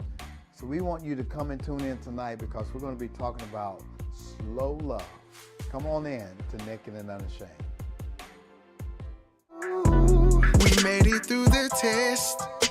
Strengthening love and sex. What's up, everybody? Listen, we are back with Naked and Unashamed. I'm Stacy Spencer. And I'm Rhonda Spencer. And we are Naked and Unashamed, and we want you to be too. And I read this article by Sophie, what is the article? Sophie St. Thomas in Cosmopolitan magazine. I was just perusing the news, and I saw this article that said the benefits of slow sex. Okay. So I slowed down. I pumped my brakes. I was like, okay, what's up? What's up with this? And so what it was talking about was we live in this fast-paced society where we're always ripping and running, and we have normalized being in a rush, even in the bedroom. When we were younger and we had smaller children, our lives were filled with what? Describe a normal day of being a young married couple. Oh my gosh. Morning routine, getting kids to daycare, to school, then getting to work yourself, then coming back home, dinner, homework, bath, bed. And what happened to sex? It got pushed way down. And when we did have sex, it was like quick sex because we were very retired. Come on, I know you, here's what's your favorite saying. Come on, I know you need this, come on now. And I'd be like, babe, I want some slow sex. Because there's a difference between gourmet sex and quickies. Definitely. And I think so many times couples who are married for a long time begin to normalize quickies as what sex is all about. But there's so much that's missed when you just rush through it. Don't you agree? I agree. When you slow down with everything, you are able to enjoy it.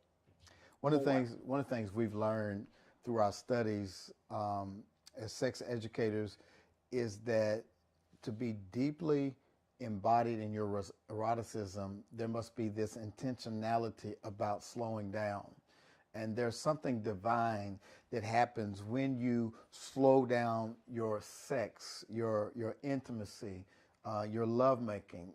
One author in this article, Rachel Needles, she is a sexologist. She says, when you do have the time for slowing down a super slow sex session, it can be nothing short of divine, not to mention taking your time in bed, at least every now and then, can have some serious benefits for your sex life.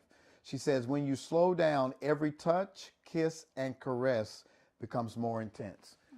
Can you see that? I can see that. I really can, because when you're moving fast or you're just rushing through it, you're more apt to miss some of those pleasure moments. And so when you're moving fast, you miss them. You become more attuned to each other's bodies. Right. You're like, oh, wait a minute, that feels good. Slow down. The kisses taste sweeter. When you're saying that, it gives me the visual of driving down a countryside.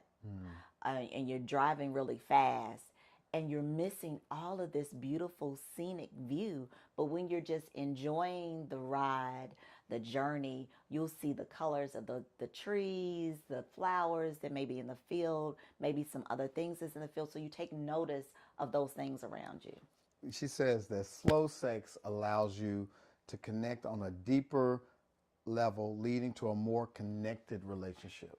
There's a connection. Lovemaking is just not about penetration. It's not about just going through the act. It's about a soul connection between two people who love each other.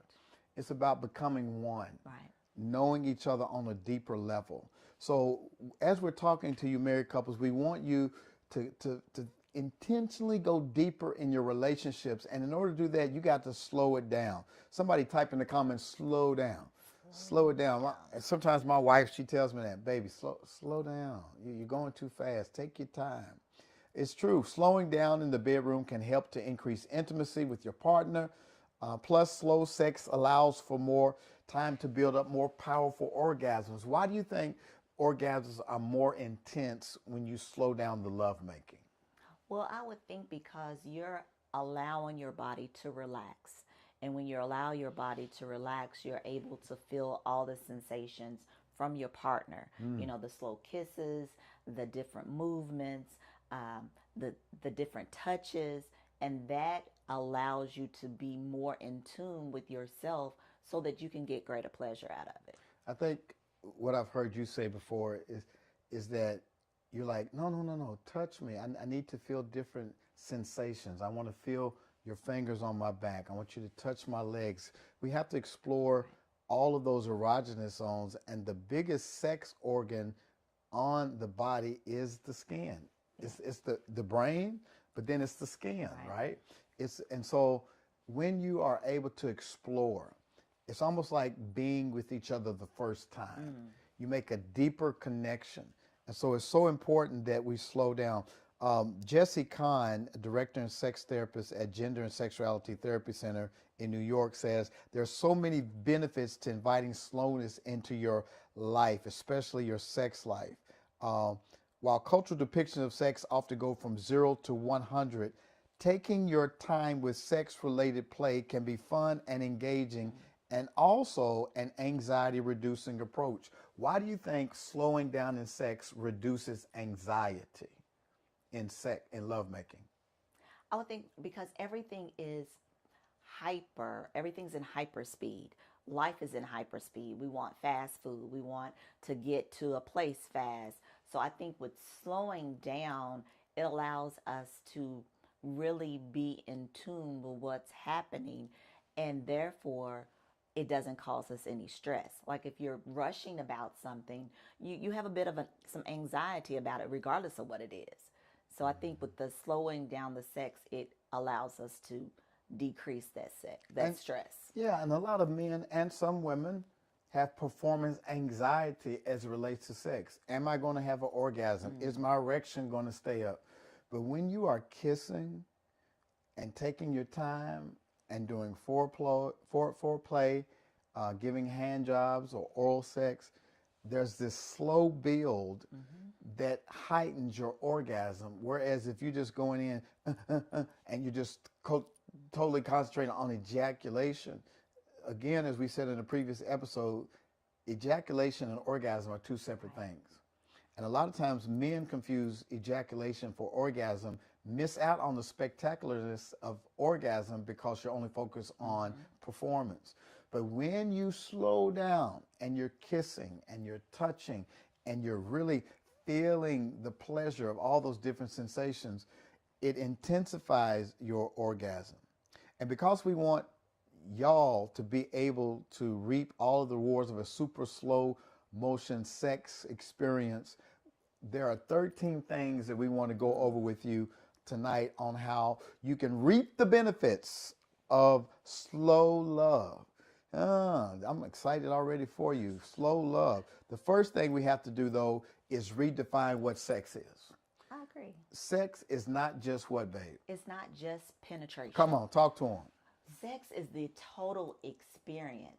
You know, the feeling of each other's skin, being in each other's presence, the cuddling. It's all day. You can make sex all day. It's just not when you get to bed.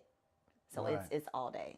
And penetrative sex, penis and vagina, is just it's like a pie. And you take one slice out of the pie, there's still a whole bunch of pie left. The penetrative sex is just one slice of the pie. Okay. There's more pieces to that pie. There's touching, there's kissing, there's conversation. And when you make slow love, you're taking your time. We're not in a rush. I like what my wife told me the other night. She said, baby, I'm not going anywhere. I'm right here. I said, thank you, baby. I'm going to take my time. You got to take your time. You got to slow that thing down. So expanding your definition of sex can help you increase the amount of time you spend enjoying it. You got to carve out some time so you can take your time. In the old church, whenever it was that somebody was up speaking and they were stumbling over their words, the mothers in the corner would holler out, "Take your time, baby." I think we need to start telling each other in the bedroom, "Take your time, baby, slow it down." The second thing, sweetheart, is take your time, even if you need to schedule it.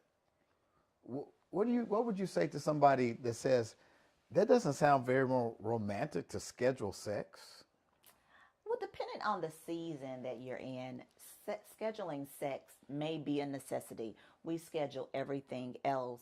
So if this is a season that you're inundated with a whole lot of things and you know that you need to have more alone, close time with your spouse, then schedule it. So then there's that anticipation, that build up that will take place, knowing that, hey, Thursday night, is all about us, or Friday night, or Tuesday, we got Taco Tuesday, and we're gonna top it off. So Which taco? well, hey, Which tacos are we talking about? We talking about tacos in the store or tacos beneath the sheets? You have to schedule what's important for you. yeah, And just like y'all schedule brunch, you may need to schedule a long love-making session Sunday afternoon after you get back from church. You know what I mean? We're gonna have, light some candles. We're gonna have some scented oils. We're gonna do some food play. We're gonna do some role play. Whatever it is, let's make time to make sure we go slow. Watch this. When sex happens slowly with curiosity, attention, and intention, there are opportunities to deepen pleasure, intimacy, and bonding, and learn about ourselves and our partners. I want to continue to be a student of my wife, and I want my wife to continue to be a student of me. When we take time, we discover things on each other that we didn't know before. Right. And watch this, our proclivities and our preferences change over time. What used to turn my wife on 10 years ago is not the same thing that turns her on now. But I won't know that until I'm going slow and I touch a new spot. She's like, "Ooh, wait a minute, I like that. You ain't never touched that before." Am I talking right? you're right. And while you were saying that, I was thinking about our conversation, one of our pillow talks the other day, when we were just joking around. We're like, "So what's hurting you today?" And we started naming all the different little things that may be hurting us.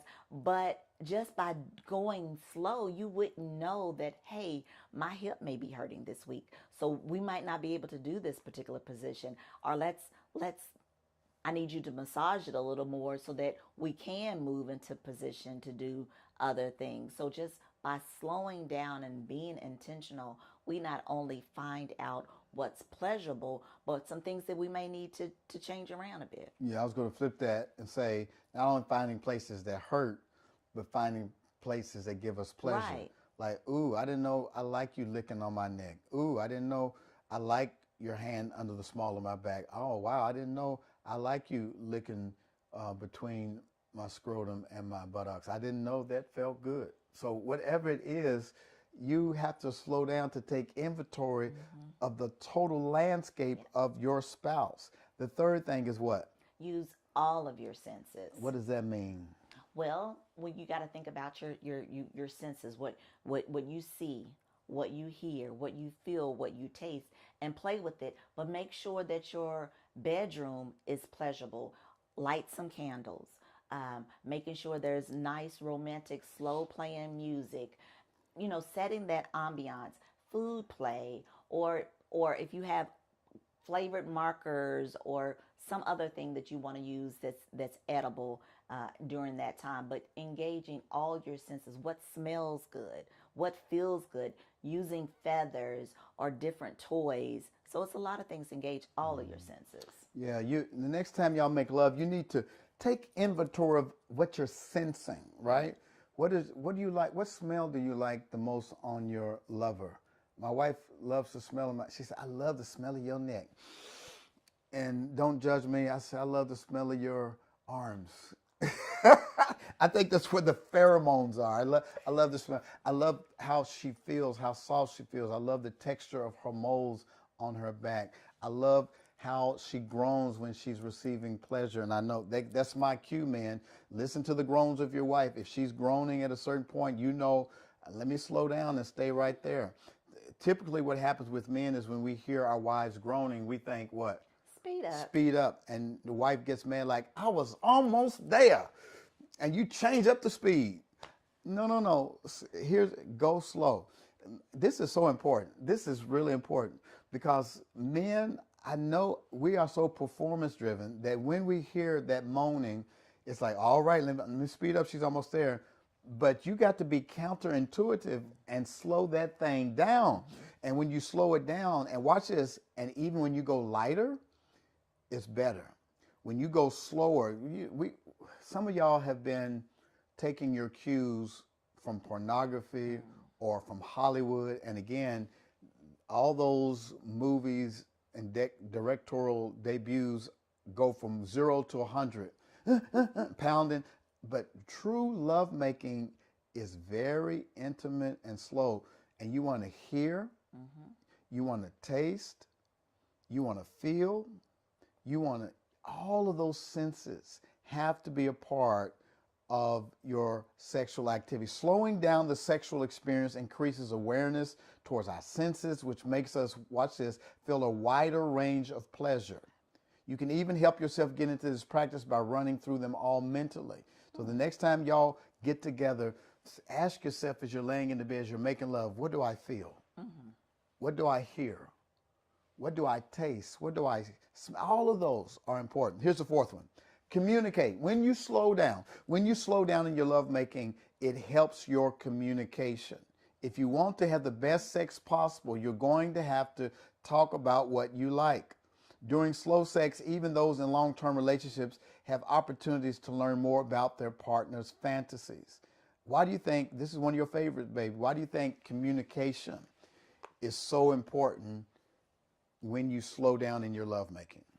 Because communication during lovemaking or even before and after helps each person to communicate his and her needs, desires, if something is different that they want, if they want your partner to slow down. You know, you may have to be like the traffic person, like move here, go to the left, go to the right, but you have to be able to communicate with one another so that you both are receiving pleasure.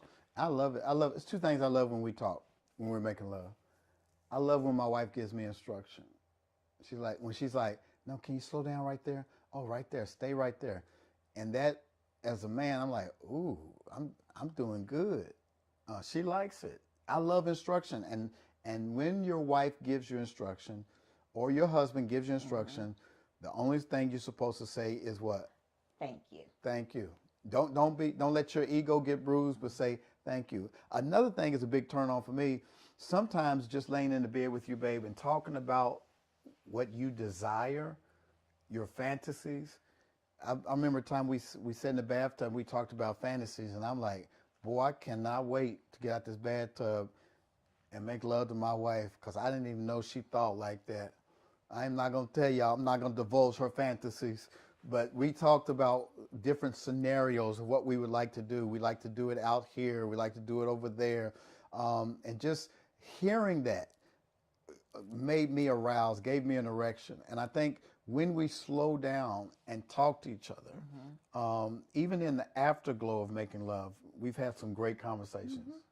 What is it about, how important is it for women to hear the hearts of their men during lovemaking? I think during that particular time in the afterglow, that you're in a very susceptible state. You're more apt to tell your true feelings on something because you're more relaxed. You feel more connection with your spouse, and so it's very important after lovemaking that you don't rush to, go to take a shower or to go to sleep, that you have conversations about whatever it is you need to have a conversation. Nothing too heavy, but definitely about you being a couple. And this is the fifth benefit of slowing down, or one of the fifth strategies of slowing down: teasing. Now that sounds real weird, but I know y'all old like me. Some of y'all old like us. some old people out there. Watch this. Can y'all go all the way back when you were teenagers and when you were slow dancing? Out in the middle of the floor. They don't slow dance anymore, do they? I don't think so. I was all alone. I was feeling rather low. I needed someone to pick my spirits up. And so the slow jam. Okay. So we used to slow jam. We used to go out in the middle of the floor and we dance. And what did we do? What, with the word teasing in mind, can you remember a time when you slow danced with me? And what was going through your mind as we were dancing in terms of teasing? Well, just keeping you out in the middle of the dance floor, and I may be caressing your arm or your back or singing into your neck, so it's just building that whole arousal, that play. And I can feel your breasts up against my chest, and I've got my hands around your waist, and I'm sliding my hands down your butt, and then you raise my hand back up, or I'll try to go up under your shirt, and you're like, boy, and then we're like, you ready to go to the room? Yeah. So that teasing, when you first crush on somebody, there's this flirting that goes back and forth, the eye contact, the little double entendres, all of those little teasing things are build up. And I think what happens, familiarity breeds contempt in a long-term relationship, and we forget how to tease one another. So every now and then, like my wife will come in and I'll be on my computer or something, and she'll come in with her robe on and, flash me a little bit and then close her robe back up and walk out. And I'm like, no, she didn't. No, she didn't. She thinks I'm just going to sit here and keep typing after she's done flashed me. Or when we're kissing and lovemaking, she'll come in with a nice piece of lingerie on. And that packaging of that lingerie, it does something different to me. It's like, ooh, I wonder now I've seen it 1,000 times. But when she comes out with a new piece on and I slowly have to take that up, it does something. It's teasing.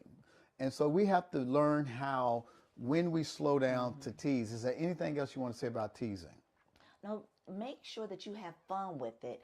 And teasing doesn't have to be something that's going to be laborious or that takes a lot of work. It just takes some intentionality, just like with lovemaking. Make sure everything you do, it's intentional. Dr. Denise Renee says, tease and build anticipation by varying the pace and incorporating different types of touch and stimulation. Remember, sex is about connection and pleasure, so take time to enjoy every moment and not rush to finish it. Take your time. It's something about that teasing thing. I'm telling you, it's like, even when you're exploring each other's body, don't be so quick to go straight to the genitalia. There are 3 erogenous zones. There's level 3, 2, and 1. 3 is the broader skin, the back, the legs, the hands, the feet. Level 2 is the places closer around the genitalia, the larger part of the breast, the stomach, the inner thighs, the buttocks. But then level 1 is the actual genitalia. When you're teasing, you start at level 3 and you're just touching and you're stroking and you're making the person like, oh, they're anticipating you going down, but then you go around it. You tease them, you go around it. And that anticipation, when you're going around her areola, but you don't touch the nipple, she's like, oh, he's getting close to it. Or when you go and you touch your husband's leg and you graze past his scrotum, but don't touch it, he feels that heat and he's like, oh my gosh, she's getting ready to touch it. And you go down and you let your hair glide past. You touch your hair past, but you don't touch it. That kind of teasing builds up this anticipation until you're ready to explode. Like, if you don't come down here and touch this thing.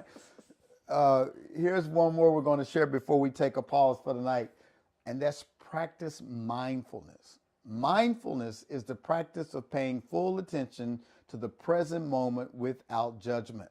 A lot of times when we're rushing, we can have a witnessing moment where we're in the bed, but we're really not in the bed. It's like we're looking down upon ourselves like, let's hurry and get this over with. But when you're conscious in that moment, when you're practicing mindfulness, you're in your body. And that's what erotic consciousness is all about. It's learning how to be in your body. What are some ways that you would tell people to practice mindfulness when they're making love? One of the I could think of practicing, mindfulness when you're making love is to check in with your body. To scan your body, wiggle your toes or wiggle your fingers, touch your own self so that I'm presently here with my husband, with your wife, just making sure that you're feeling like, okay, I'm not thinking about washing the dishes or what I have to do next, that I'm presently here with my husband and he has my undivided attention. And it's about being present within yourself, right? It's about being conscious. And some of that you can work on through your breathing techniques. When you're taking deep breaths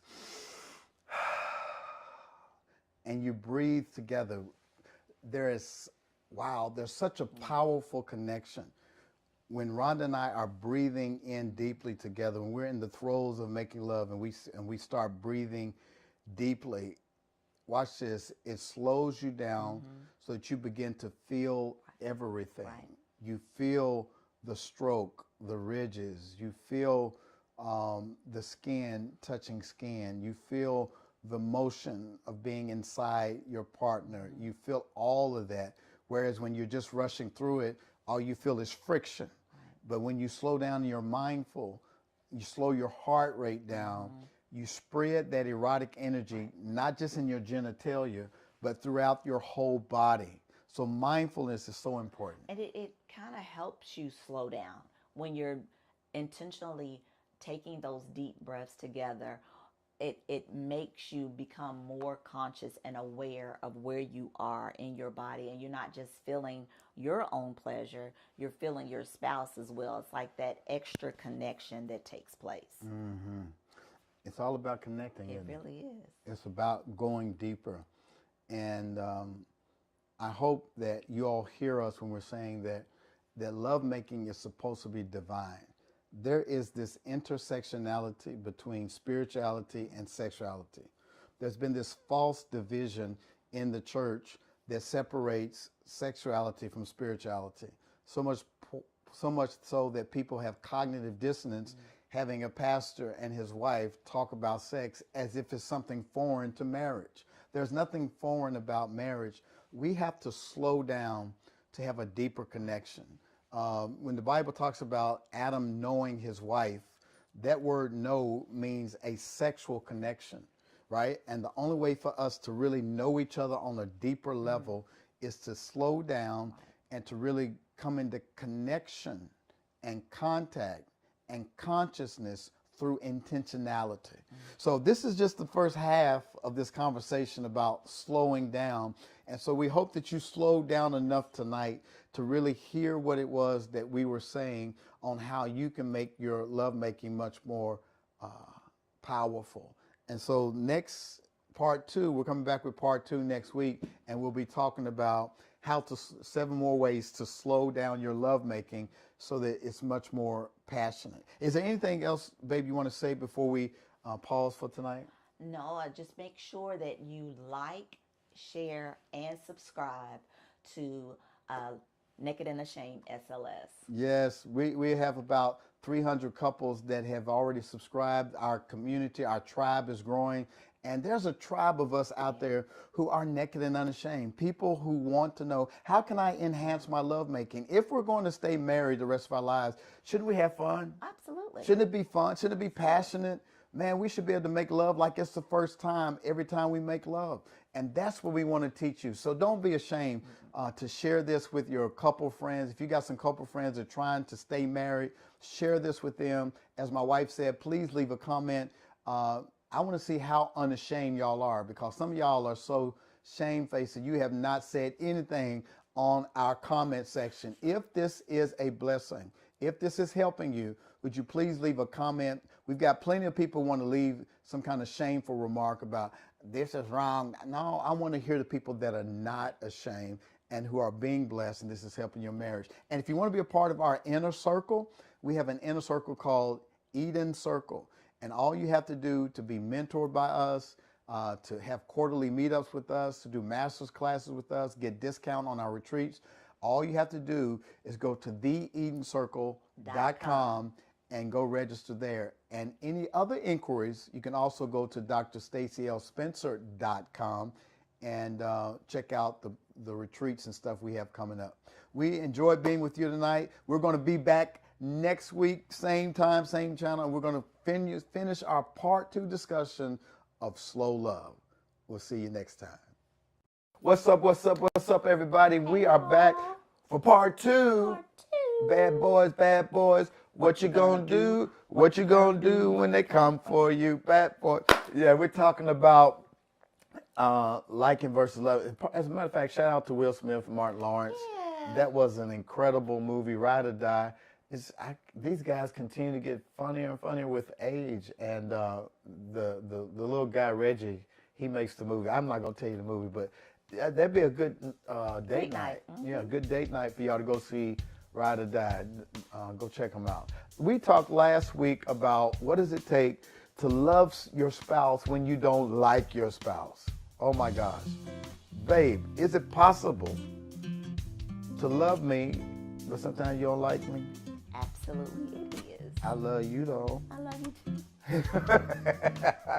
And so there's some times when we have some behaviors that might upset our spouse, and you may even told them over and over again, look, I don't like this, and yet it keeps coming up. And it's those times when we find ourselves, I love them, but I don't like them. And so we talked about nurturing your friendship. We talked about separating the person from the behavior. And we talked about don't forget who you are as an individual. There's 3 more things we'd like to tell you to how to navigate your relationship when you love them but you don't like them. We made it through the test.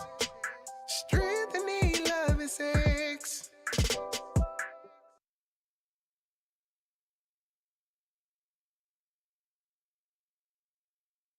I think the 4th one is this. You've got to reset your perspective. Okay. Over time, we tend to focus in on the negative traits of our spouse and overlook the good traits. Mm-hmm. Like when you first fell in love with me, what were some of the things that made you fall in love with me? I'm just thinking, I'm laughing because it gets on my nerves here.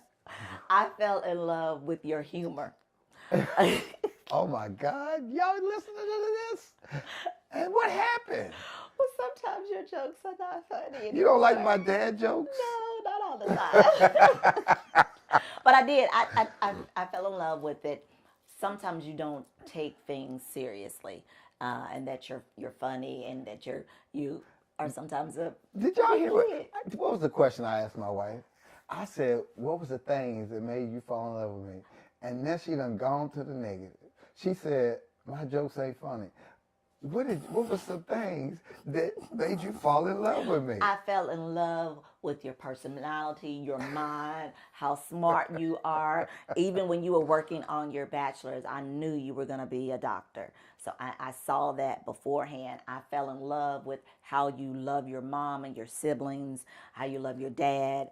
I love how you took care of me, how you spent time with me. So how you would do little small things, like if we were driving in the country where you just abruptly stop the car and I'm like, what's going on? Did he run over something? And you run into a field and grab a flower for me. Just the spontaneity. So yes, it was a number of things. I've fallen in love with you, love. Amen. I fell in love with you because you were attractive. I love your smile. I loved the fact that we used to spend time with each other. You came to the gym, didn't know how to lift a weight. I was pretending. You was pretending. And something else. Oh, I loved your feistiness. Like when I was chaplain over the gospel choir and I came and I said, you need to give me your gum. You was like, and that feistiness is something that sometimes I don't like now. when we were new in the relationship, oh, it was cute, but sometimes So we both have some things, like she said, that drew us together. But then when we stayed together, it became an annoyance. I want to say this, that in order to reset your perspective, you got to lean back in to the positive things. Absolutely. Lean into the things that you love. And there was one exercise that I read, I think it was in AARP magazine. Oh, wow. Okay. Yeah, we both are old enough to have AARP, but doggone it, we look good. I have my card in my wallet. I got my card too. Don't play. I need to start getting my discounts when we go to the movie. We do. We forget about that We every forget time. about that every time. Okay, Anyway, sorry. so here's the exercise, and y'all can play this at home with each other.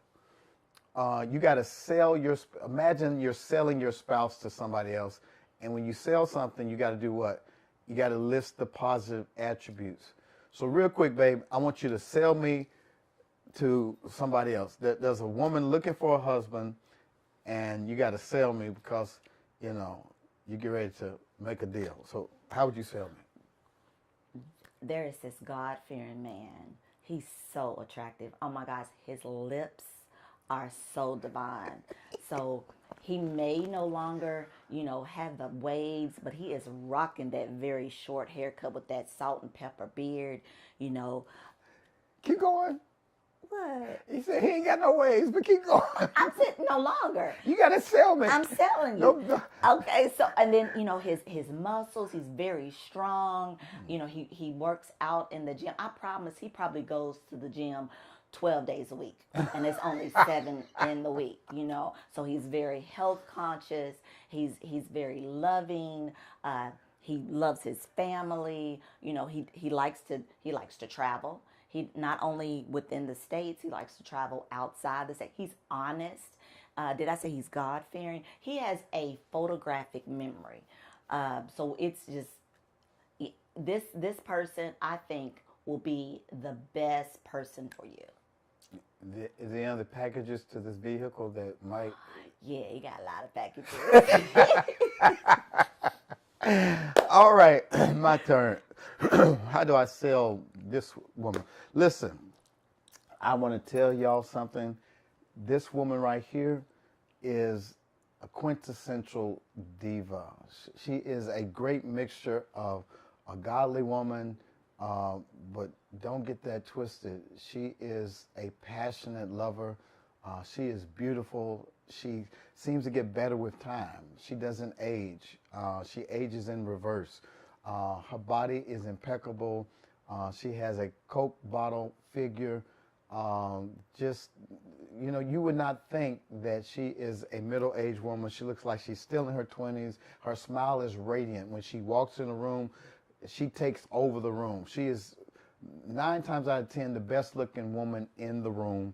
But then she is also very meticulous in taking care of the home. She takes care of the home. It's immaculate. Everything is clean. You can eat off the floor.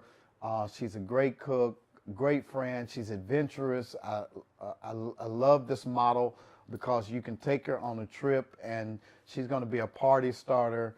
And just love her sense of adventure. She'll jump off a 4-story cliff out in the middle of the jungle in Jamaica, ride a 4-wheeler, make love out on the balcony. I mean, this woman is incredible.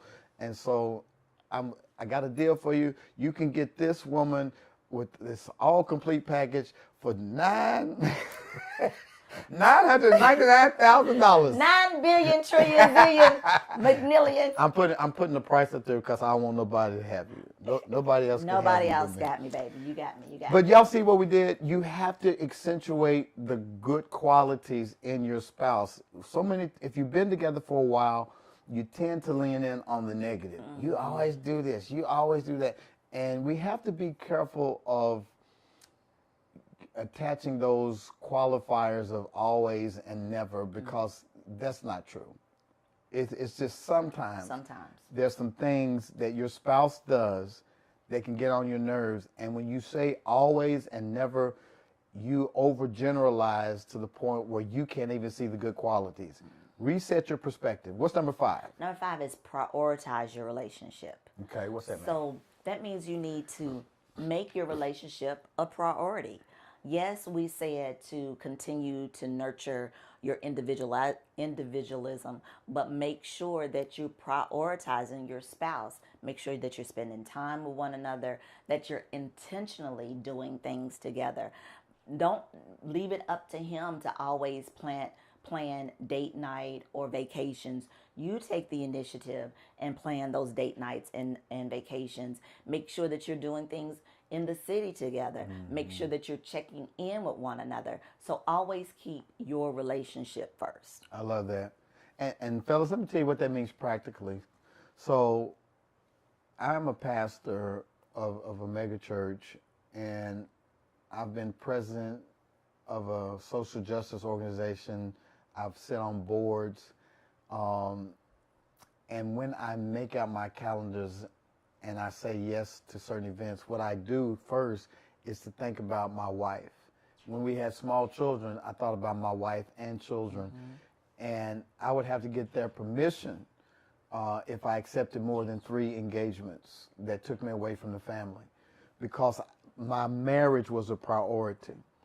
I would also say it's important to prioritize sex in your relationship. And babe, what do you think about busy couples putting sex on the calendar? I believe it's necessary because you may have so many things that's going on in your world, your work week, what you're responsible for, that sex becomes a chore and it's overlooked.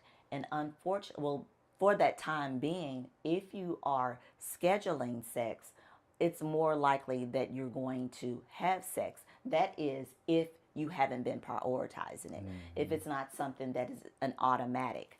So you may have to schedule sex 3 to 4 times a week as opposed to not having any sex at all. Right. And sex, again, it's a bonding tool. Right. It is, it's good for your health, your mental health, your physical health. It helps with cardiovascular activity. It helps with bonding, emotional bonding with your spouse. And plus, it's just fun. It's just fun. You get in the bed, you become egoless. You lose track of time. You get a rush of adrenaline, endorphins.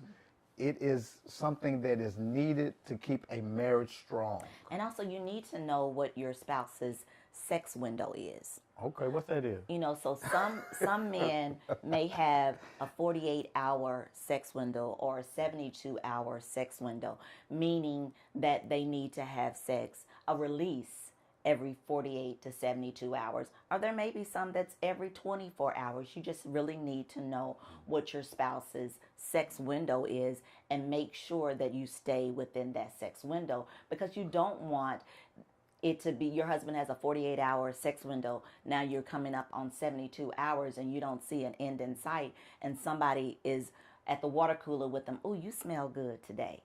You know, you haven't. It's one couple who says she always sends her husband out with 2 things: a full belly and an empty sack. So you need to make sure that you send your husband with a full belly and an empty sack. I know that's right. I'm just dumbfounded. I just need that in my life. Now it's in my life. My wife takes good care of me, and that's why we're on this podcast, because we want you to enjoy making your relationship a priority. You prioritize whatever's important for you. Yes. And your marriage should be top priority. I remember when we got married, Dr. Kevin Cosby, when he performed our wedding ceremony, he said, God first, your marriage second, your kids third, and work or ministry fourth. God, then your marriage. And notice he put that above the kids. Right. You got to prioritize your relationship. Sometimes we put our children above our relationship. That's why your kid is 5 years old, still laying in the middle of the bed with y'all. You got to go get in the bed, buddy. Our relationship is a priority.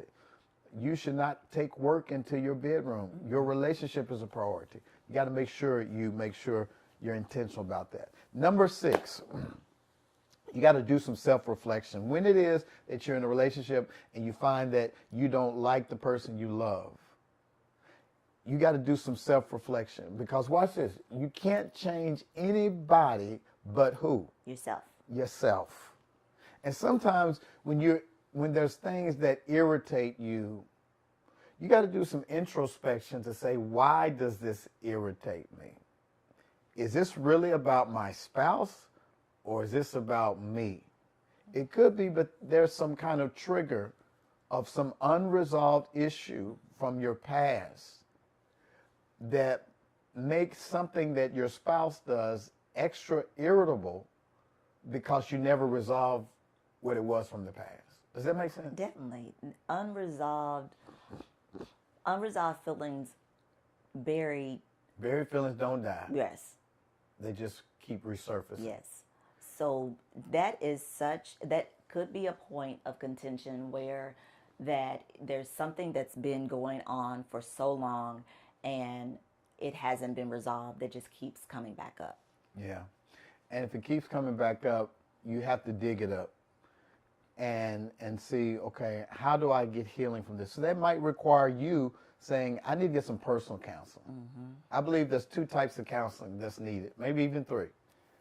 Personal counseling to deal with your own issues. What makes a great leader is somebody who is self-aware. Right. What makes a great spouse is when you're self-aware, that you take 100% responsibility for how you respond and react to any given situation. And when you're oversensitive in an area, it may be incumbent upon you to say, I'm going to get some personal counseling. Mm-hmm. I'm going to get some anger management. I'm going to go talk about my compulsiveness. I'm going to get some help because of these unresolved childhood issues. Maybe you need to come be a part of Healing for the Heart this summer at New Direction to talk about some of those unresolved childhood issues, because if you don't, they follow you into the relationship. What's the second kind of counseling? Couple counseling. Mm-hmm. After I've dealt with my own personal issues, I may need to go do some couple counseling to see how can we navigate together after I've done my own personal work. And then the third kind of counseling may be family counseling, especially if you have blended families, where you need to learn how to bring those families together, learning how to deal with the issues that your children go through. And mental illnesses and challenges are all the more prevalent after COVID, after the pandemic. There's some lingering mental issues that have hit all of us. But the main point we're trying to make is do some self-reflection. I'm looking at the man in the mirror. I'm asking him to make a change. A lot of times it's not her, it's me. For example, if I'm going through a lot of stress at work, and we talked early on in the last episode about I come home snappy. Mm-hmm.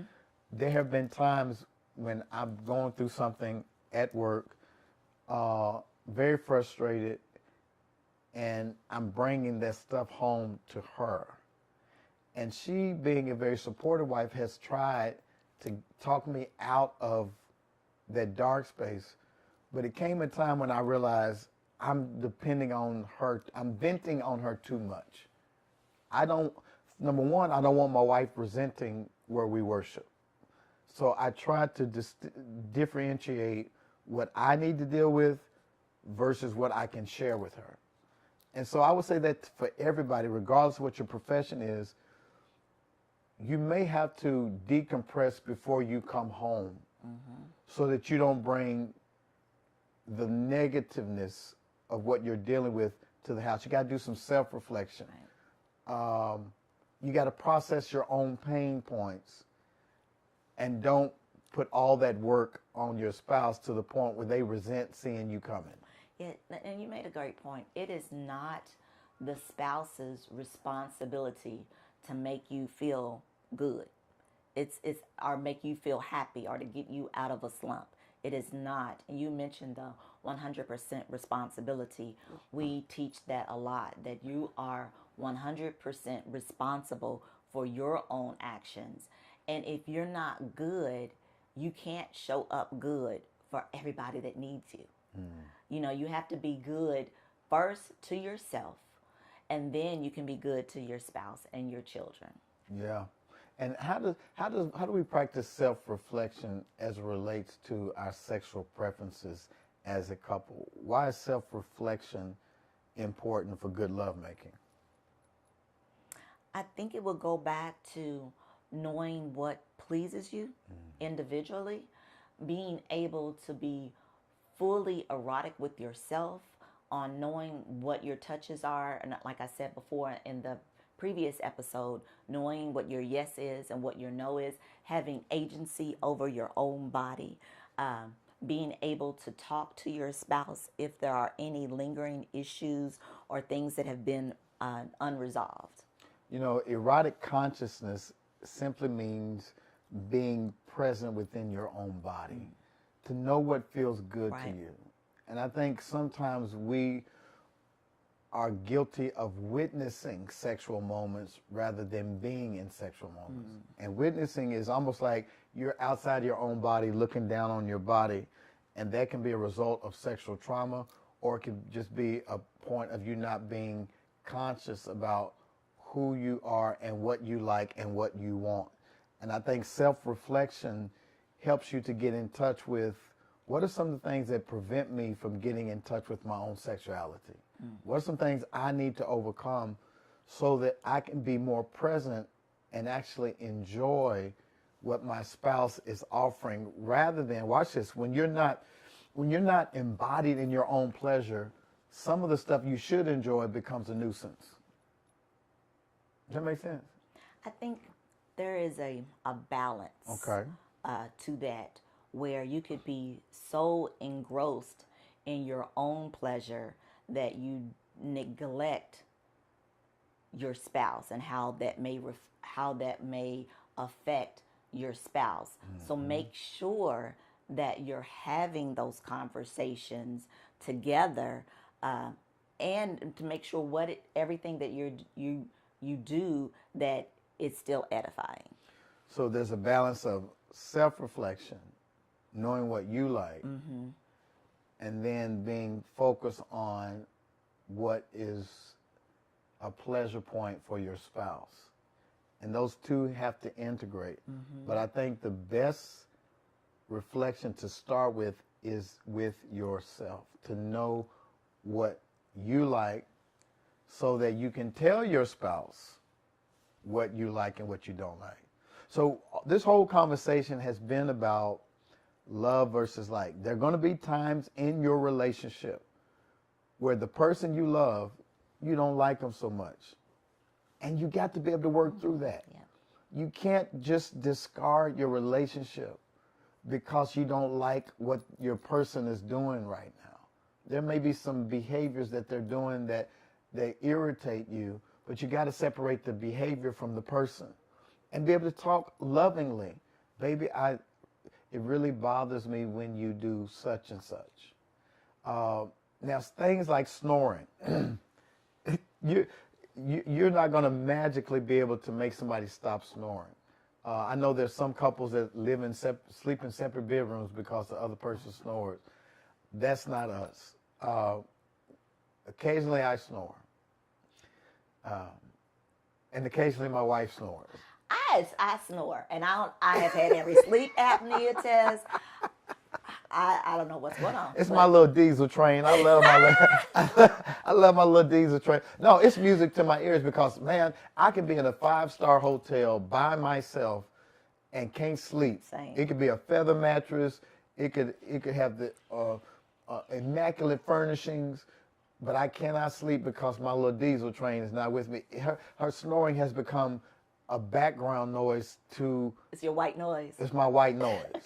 I love her, and I've grown to do that.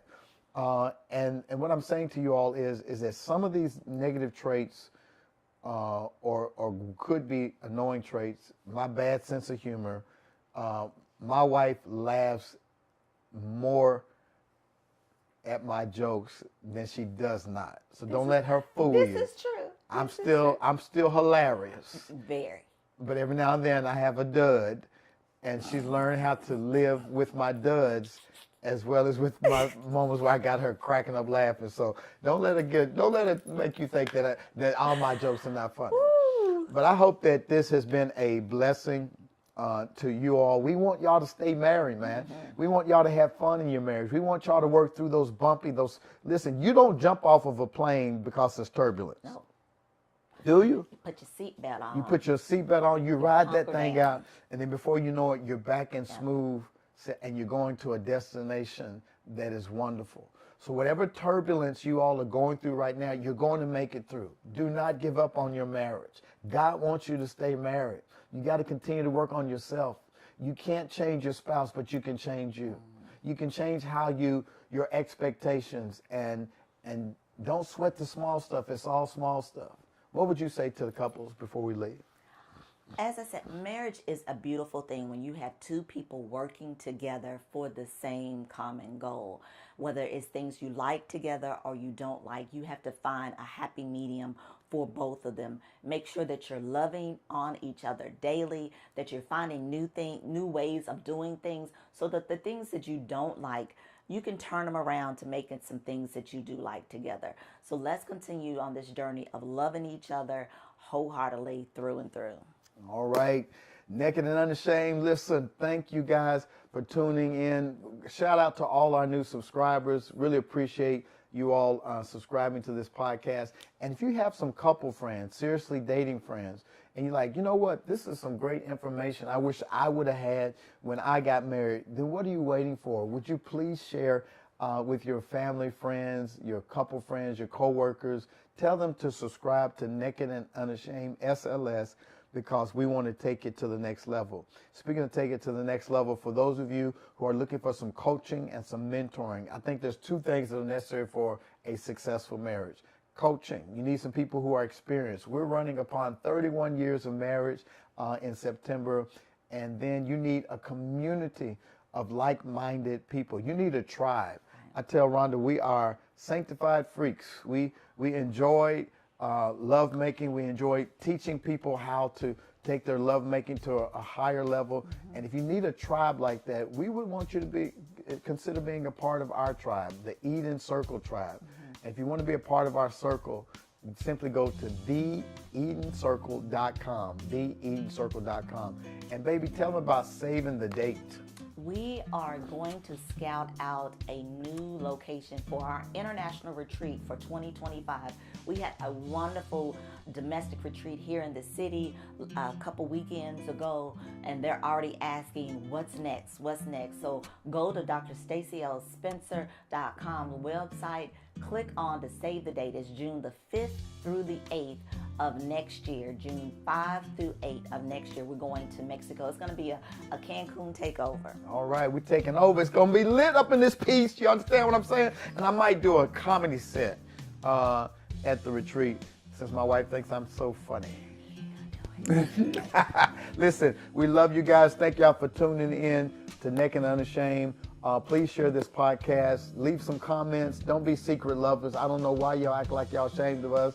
Don't be ashamed of us. Don't let anybody make you ashamed of loving your spouse, making love, because God created sex for you to enjoy as a married couple. We love you guys, and we'll see you next time on Naked and Unashamed.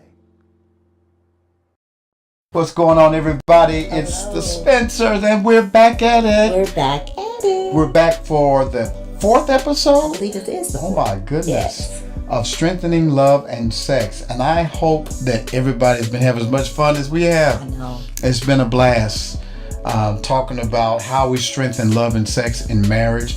And we've even opened it up for seriously dating couples, right, babe? Absolutely. So if you're seriously dating and you're in this committed relationship, we want you to follow us as well. Yes, we want you to make sure that you know we have a free master's class coming up on September the 15th at 7 p.m. and it's called what? It is called Make It Last Forever and ever. Don't let your love fade. Yeah, Keith Sweat can have said it better. Listen, we're excited about it because we want to make sure you build a relationship and a love life and a marriage that lasts forever. Absolutely. And speaking of that, tonight we want to dive into something pretty deep. Ooh, Song of Songs has just blessed my life. We've been talking so much in it. So much. It's pregnant with possibilities. Absolutely. If you really read this with an open mind, I think the Holy Spirit and God will open up your mind to possibilities that you never even thought about in marriage and in your relationship. It's a really wonderful erotic literature right there in the Old Testament. And so we want to jump into it, but I want to ask this question. Have y'all ever had some rooms in your house that you don't use? Ron, I think you know what I'm talking about. I do. Especially in every African American family, there's one room in the house, especially in grandmama's house, that you didn't go in. Tell them about that room. Oh, that room in Granny's house was the living room. What was in the living room? Describe it. The living room, let's see. Mm-hmm. So you had probably a flower pattern type couch with possibly plastic on it. And then probably some kind of plush, light colored carpet that you were not allowed to walk on. And if you did, you had to re-vacuum it and put the lines back in it. That plastic, I had this visual of my skin sticking to the couch in the summertime. In the summertime, yes. But grandmama would not let you go in that room. We had one. We had one of those rooms. We had a all-white living room. And did we ever sit in it? We did.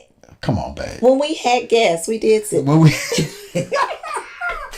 we had guests, okay. It was like 4 times a year. Possibly. So recently, I went in that room and I took out all the furniture in that room and gave it away, sold it, because I reimagined that space to be a studio. And so we're sitting in what used to be that living room because we wanted to help married people all across the world with our podcast. And so we had to repurpose that room. My God, somebody needs to understand that in order to really fully enjoy your marriage, you've got to make sure you're utilizing every room in the house of your love life. You understand what I'm saying? Yes. There's some rooms I think that people have not accessed yet. And we've heard couples say, you know, I appreciate y'all's podcasts and everything, but we're good in the sex department. And my response to that is, I'm glad you're good. But wouldn't you like for it to be great? Be great. You can take it to the next level. And I got a feeling that some of y'all have not actualized all your rooms. Tell them about that dog tag necklace that my mom found at the estate sale and gave to us as a joke. So my mother-in-law, you have to understand her. She has that very Spencer-like personality, sense of humor. But at any rate, she was at an estate sale and she found this necklace and she thought it would be a good gag gift to give us this necklace. And on the dog tag of this particular necklace was a couple. And they were in a sexual position. Doggy style position. And the words on that dog tag said, "Do not enter." It says no entry. And I think in a lot of relationships, people have that sign in their head, maybe not on a dog tag, but in their head, there's some things that y'all have not tried. Some rooms you have not entered. Not because it's bad, but you just haven't utilized that room. Or maybe there's an accumulation of stuff, bad information from your parents, or there's some resentment or some hurt or some inhibitions that prevent you from going to every room of your house. Tonight, we want to help clear out the clutter in the rooms of your house and get y'all to a place where you're naked and unashamed and move you from what? From good to great. Come on, somebody. Baby, let's catch back up on these lovers in Song of Songs. Okay. This particular scripture, the man is telling the woman what he wants to do. Can you read that? Okay. It's in Song of Songs, chapter 7 through 9 from the New Living Translation version. And it reads, "You are slender like a palm tree, and your breasts are like its clusters of fruit." Oh, wow. I said, "I will climb the palm tree." Climb the palm tree. "And take hold of its fruit." Take hold of its fruit, y'all. "May your breasts be like grape May your what? clusters. May your breast be like grape clusters, and the fragrance of your breath like apples." Breath like cinnamon. It said apples. Oh, apples. "May your kisses be as exciting as the best wine. Yes, Wine that goes down smoothly from my lover, flowing gently over lips and teeth. Lips and teeth. My goodness. A lot That of is in Song of Songs. Song of Songs. And he's talking about you are like a palm tree and your breasts are like pomegranates. I want to climb you and taste your fruits. Your breath smell like apples. That's amazing. Maybe I'm reading too much into it, Okay. but there's a lot of different type of fruits in this. This Okay, one. what kind of fruits do you say? So we're talking about grape clusters, Clusters of fruit. Your Okay. breasts are like clusters of fruit. and then apples. And then apples. So those are the two, And then grapes. and grapes, Your breasts are like grape clusters. And the fragrance of your Breath breath like apples. You know, I know you said this time and time before in different workshops that it's important for what we eat is what we taste like.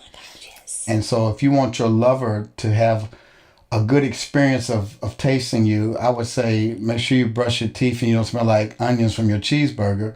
You rather smell like apples and onions, right? Absolutely. And then if there's some oral play going on, you want to make sure you eat plenty of fruits, like especially like pineapples, because your body tastes like what you eat. But this man says, I want to climb your tree and I want to taste your fruit. If we tell the truth about it, no matter how long you've been married, you have some rooms you have not explored. And we want you to explore every room in your house. And guess what? We have a name for those rooms. Y'all ready for this? Erogenous zones. We want to tell you about 3 zones tonight that you may have overlooked because of the clutter or because of the no entry signs in your mind. Erogenous zones are parts of the body that excite sexual feelings when touched or stimulated. They may be genital or extragenital. Breasts, lips, buttocks. Extragenital erogenous zone stimulation during foreplay is important for women to reach orgasm. Babe, we said, I believe a couple of episodes ago, that the majority of women do not climax from just penetration. Exactly. It takes a lot of touch, foreplay, Intentionality. intentionality with the clitoris because of all of the multiple nerve endings in that area, and it's just not going to happen with penetration.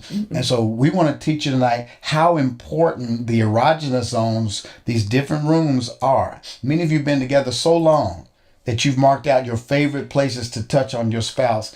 But babe, I got a feeling that a lot of women and some men are laying in the bed when their spouses are touching them, and what are they thinking in their head? Move to a different spot. Move to a different spot. You've been touching me in the same spot for 10 years. I got more spots than just my breasts. I got more spots than just my genital areas. I got this whole body. I got this whole house. And we stay in one room the whole time we've been married. That's pretty boring, right? It's very boring. I have a feeling, you help me if I'm wrong, Okay. that a lot of people who entertain the thought of an affair or stepping out on their marriage do so because what they're missing is not so much being with another person, but experiencing something new. Yes. You understand what I'm saying? We get bored. We want to know, do I still have it, or can somebody touch me a different way? And you can have the best of both worlds. I'm going to get in trouble because somebody's going to try to soundbite this and make it sound like I'm saying something I ain't saying. You can have the best of both worlds by staying married and experiencing something new. How so? Tell. You can have somebody new in the person you already with. Tell them. When we learn how to touch each other in new ways, and maybe get a new wig or something. I mean, no, you can experience newness by being touched in different ways. You tell me a lot, like babe, I need extra sensories. I need you to touch me in different spots. And you said it confuses your brain. What does that mean? To me, what it means is that if you are just honed in on one spot, then my brain is there in that one spot. And so it's like, okay, I need to not pay attention. I want to be able to fully, because I'm not fully engaged, but I'm concentrating on that one spot. But if I have multiple touches, if you're moving your hands around and I'm confused by where you're going next, that's exciting to me. Especially when we talked about earlier in some earlier episodes of going north before you go south. Go north before you go south. What's that mean? Meaning, let's start at the top and work our way down. From the top to the bottom, bottom to the top. I'm going to rock them while I still got... Okay. You have a song for I know I do. I'm sorry. It's a bad habit I have. Speaking of song, oh goodness, there's a song by Mary J. Blige that speaks to this. She says, "I never been touched like this. I never been kissed like this. Okay. I've never been. I never knew it felt like this. I never knew a love like this. Believe me when I say there is no one, I mean no one, that can do the things you do, the things you did, and get done." Don't you want your spouse to say that about you? I never knew a love like this. I never knew a touch like this. I never knew a feeling like this. And that's what we want to leave with our spouses. Baby, I want your spouse at work thinking about you while they're in a boardroom meeting. They sitting there getting wet or getting aroused, just think about the way you touched them last night. That's what marriage should be about. And I think it doesn't matter how long you've been married, right? When you learn how to touch each other in new ways, try new things, go in new rooms, I'm telling you, it can be fantastic. Many of you, again, have told us, we good on that, but we good. You're comfortable with your sex life as it is. That's good, but wouldn't you like to move from good to great? You're good companions, having fun, playing with each other. You've had kids together. You've been married. You traveled the world together. That's good. But have you experienced the newness in every room of your house? Overall, both of you like your bodies and trust that the other will enjoy what is seen and touched. You may not need sex therapy, but what you could use is some education about sexual reflexes and erogenous zones. So baby, let's talk a little bit about making love and stimulating erogenous zones and how simple it is and how it can help in the arousal. So can you talk to them about the foundation of enjoying erogenous zones? Why do we experience a sexual touch and begin to get an erection or vaginal lubrication? What is that all about? So, God has designed our bodies. If you think about it, our bodies are miraculous. We can do so many things with our bodies because God has created it. So we have our hormones, our nerve endings, and in our mind with that, we can create sexual arousal when we incorporate all that. So our anatomic nervous system has two branches, and one is called the sympathetic nervous system, or SNS, and the other is called the parasympathetic nervous system, which is the PNS. So the PNS and the SNS, they operate in opposite manners. So the parasympathetic is operative when we are relaxed. So if you are in a relaxed state, you are more in tune with what's going on around it. Your senses are all awake. And it's when you have this creative building effect on the body. Let's talk about that for a minute. You said you're in a relaxed state. And you tell me a lot of times when you got a lot on your list and you're cleaning up or we got guests coming and I want to make love. And you look at me like I got 3 heads and you're like, boy, I got so much to do tonight. I ain't got time for that. And what you're saying to me is that I'm not going to be in a relaxed state. But I've seen you when you don't have a list and you relax. Woo, what a time we had last night. Why is it important for a woman to be relaxed for the sexual experience to be optimal? It's important because we have so many things going on. And if our attention is placed on multiple things, then we can't be fully present with our spouse. So that's what we want to do, is to be fully present so that we can engage with our spouse. You said the parasympathetic is operative when we're relaxed and has a creative building effect on the body. And the sympathetic springs into action when we are intensely aroused to trigger orgasm. Or it can also be triggered when we're threatened. And the sympathetic can shut down the parasympathetic and ruin the whole moment. So anxiety, anger, boredom, and resentment trigger the SNS, and the SNS can shut down the PNS. Did y'all hear what I just said? I said anxiety, anger, boredom. Let's talk about boredom. So for all those people say, we good, we don't need no help. Now, if you thinking you killing it and your spouse is sitting there bored because you keep touching them in the same spot that you have since 1988, it's going to shut down the parasympathetic nervous system and you're going to have a lousy time. And so it's important that we do everything we can to shut down, to keep that SNS from shutting down the PNS. And I would also say this, make sure you lock your bedroom. Because when them kids come busting in... Oh, yeah, that's a good shutdown method. It'll shut it down real quick. Automatic.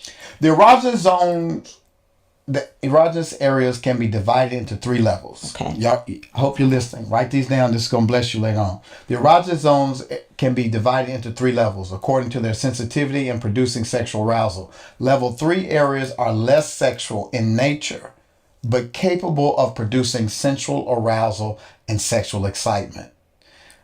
Did you hear what I just said? I said the level 3 is less sensual, but is able to arouse, to sensual arouse and create sexual excitement.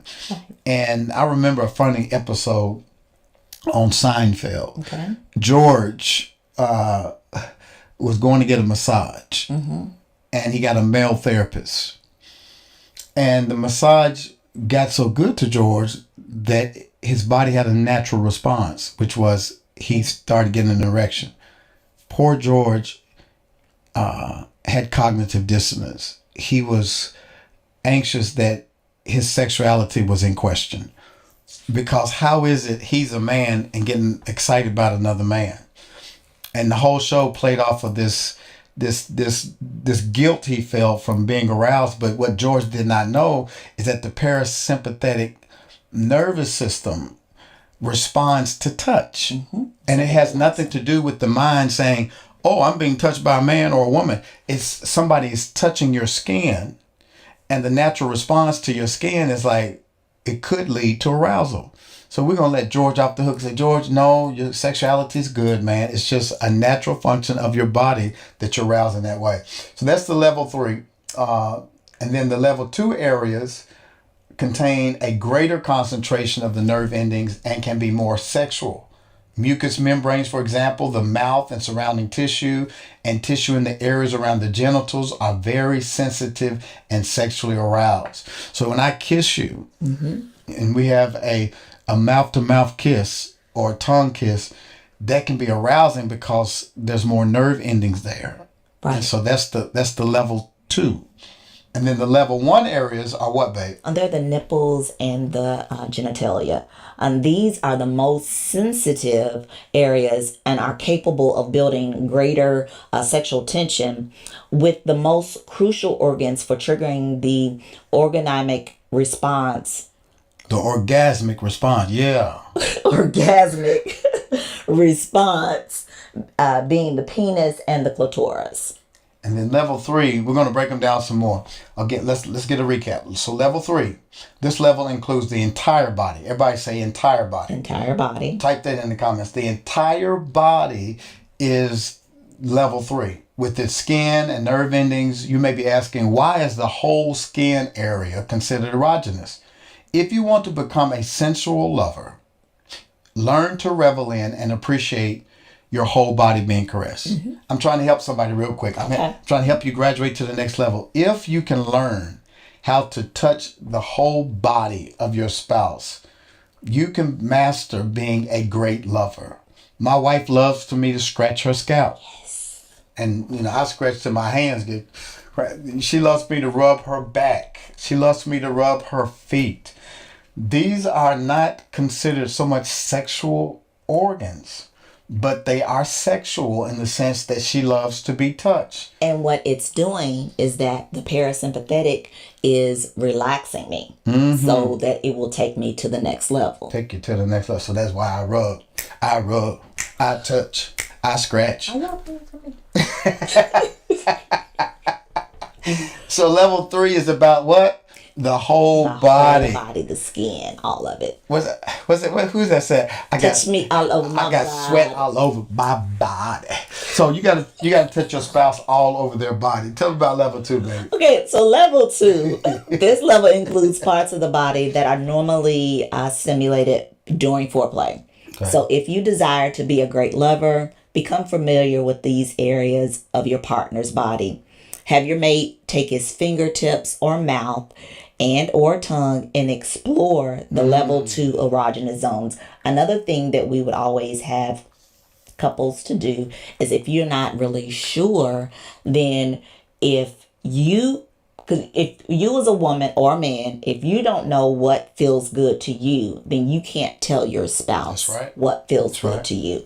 So a good exercise is, if you have some chocolate syrup or even an ice cube or something you could use to show, hey, this feels good. Thank God for the left nipple. Thank God for the right nipple. Or just circling different places or putting X's on your body of what feels good. Like, I'm now enjoying the top of my ear to be massaged while I have She's not letting me mess with her ears. Well, that was when you wanted to put your tongue in my ear. That's like me being wet in my clothes, and I don't like that. So that's a conversation for another day. But you have to know what feels good so that you can tell your spouse, your significant other, what feels good. Yeah, we got to take some time to prospect the body, inspect the body. Stimulate the sensory nerve endings as you experience the pleasurable feelings of, watch this, the back of the knees. Wow, the back of the knees. Yeah. When's the last time you kissed your spouse on the back of their knees or rubbed your finger on the back of the knees just slightly? It's like, oh, wait a minute, what's that? And then the inner thighs. There's a lot of nerve endings in those thighs. Like when you're sitting at the dinner table, out in public, and nobody can see you, slide your hand underneath the table and rub them on the end of their thighs, and they're gonna be like, wait a minute, what you doing? And then the armpits and the breast area, those are erogenous zones. My wife knows I love me some of her armpits. I got issues. But her armpits and breast area, the abdomen area, and the navel, the stomach, rubbing the stomach, kissing the stomach. The small of the back and the buttocks. What else we have? The neck, from the back to the front. My neck and my back and my neck. Yes. Your neck. What else? The edges of the nose, over the sinus cavities. That is the palms of your hands, the bottom of your feet. Talk about that, because you love me rubbing your feet. Okay, so if you know anything about massage, that every organ can be massaged from your feet. So if you are having your foot massaged, then that is relaxing your entire, if they're doing it right, then it's relaxing your entire body. There's some pressure points in the bottom of the feet. If you go and get a pressure point massage, you can impact the kidneys, the stomach, all that. And so you may not be a master of hitting those points, those acupuncture points, but there's so much sensation that people receive from getting, especially a woman that's been in shoes longer than 2 hours a day, 2-hour shoes. It's nothing better than propping up on the couch, putting your feet in your lover's lap, and letting them massage the bottom of those feet. The face is also in the erogenous zone. So when we touch each other's face, when I'm kissing you, it's just something so relaxing about that. When you touch somebody's face, eyelids. Oh, that's so sensual. If you kiss, the eyelids, that's really sensual. Yeah, I like when you do that. The edges of the nose, you said that already. The temples. My wife, she was a migraine sufferer and not as bad anymore, but when she does, I massage her temples and relieve some of that tension. The mouth and the tongue, again, are erogenous. So these areas are rich in sensory nerve endings, Allow these gentle touches and nuzzling to be a sensual treat and to become arousing sexually too. Y'all, there's a whole house that God has blessed you with. Our house is our body, right? It's our temple. And the Lord has ordained somebody to come in and take care of your temple. And so there should be no shame associated with being touched. And you got to be okay knowing where your spots are so you can communicate to your spouse what you like. As you play with your mate and focus on sensual feelings, you relax. Like you said, babe, right? It ignites the PNS when you relax. Absolutely. And a sense of companionship emerges. You experience a connection and stimulate your sensory nerve endings for more fulfilling sexual arousal. So let's do a little exercise real quick. I know a lot of y'all are listening to this podcast. You may be listening together with your spouse. You may be listening by yourself. But if you are, pause this and go get your spouse and tell them, come here, baby. Come, I want you to hear this. So imagine that you're in your bedroom now, hopefully, or maybe in the car parked somewhere. I don't know. But y'all are together and we want you to do this exercise. So tell them about this exercise. As you are listening to this podcast, we want you to, well, we already said go get your spouse. So we want you to set aside at least 30 minutes for this, at least 30 minutes. One partner will be the passive receiver and the other will be the active giver for 15 minutes. Then you exchange roles. So one person for 15, then the other person for 15 minutes. Okay? So both partners should be nude for this experience. Take your clothes off. You cannot be in your car. Unless you're in your garage or something. Unless you're in your garage. We don't want nobody in trouble. Right. We don't want that. So this exercise focuses on level 3 and level 2 erogenous zones. There should be no touching of the genital area or the who? The genitalia area or the nipples. Hush. Do not go on to making love. This is about touch. And it takes discipline. Fellas, I know it's hard because when you start touching your wife and she starts moaning and her nipples become erect or she gets wet, it's very tempting to just jump in there. But we're trying to build you up so that both of you can reach that orgasm together. And sometimes it takes some delayed gratification and some discipline to touch each other without jumping straight into the sex act, right? Right. And how important to you as a woman is that touch, that foreplay? The foreplay is everything. So the foreplay relaxes you. It helps release extra endorphins. It helps you to connect better with your partner so that you can totally enjoy that experience. Yeah. So we talked about level 3 is what room is that in the house? It's the entire body. It's the entire, all the skin. Level 2? It's some of those areas that are close to like the breast, the back, some that are not underarms, so much, back of the knees, known eyelids, stuff that we don't consider. Think about. And here's level 1, right? What everybody goes to and what you fuss at me about all the time as a man, like, baby, don't go straight there. I don't say it like that. Okay, you don't say that. So level 1 is what then? What is level 1? Level 1 is that I'm sorry, my eyes are watering. But level 1 is the most sensitive and sexually stimulating erogenous zones, which again are the nipples and your genitals. That's when you will simulate most sexual arousal. The nipples are mainly sometimes the most favorite spot for both men and women for stimulating sexual excitement. But sometimes as a woman, the breast can be tender if you are not in a relaxed state. Or if you're on your cycle. This is true. Yeah. If you're breastfeeding. Or if you, yes, there are a number of ways that your breast could be sensitive, but in order to get relaxed, again, more foreplay, and don't go straight for the nipples or the vagina. And it's hard. I'm going to tell you the truth. I'm keeping 100. It's hard as a man. So why is it hard? Why is it hard? Go back to what the writer in Song of Songs says. He says, "You are like a palm tree. Your breasts are like clusters of grapes. I want to climb and taste your fruit." When I see you in some of your outfits and you looking good, you know what I'm talking about? And your breasts are... The Bible says in Proverbs chapter 5 that a husband ought to enjoy his wife's breasts, right? And so in my mind, it's like, that's my prize. I want to go straight there.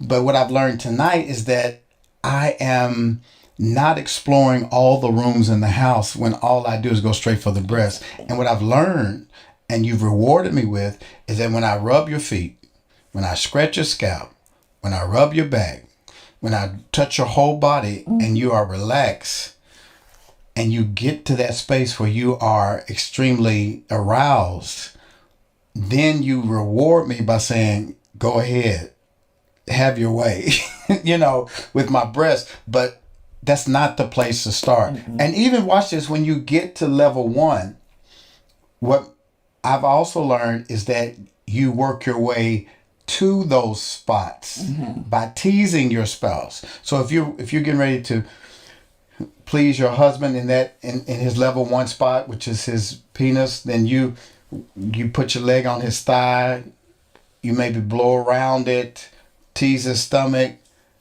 and before you know it, you're down there and he's like, finally. But also some men are stimulated by their nipples as well. That's so true. So that's another place to go as opposed to just directly going to the What beach. about these old school guys that say stuff like, I don't want nobody messing my nipples, that'll make me gay?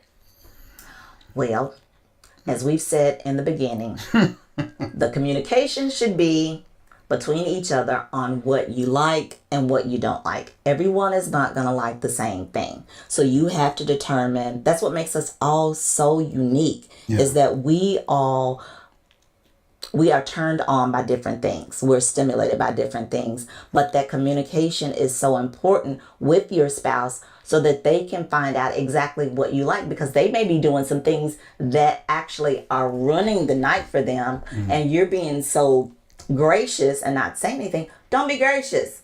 Tell them the truth. Yeah.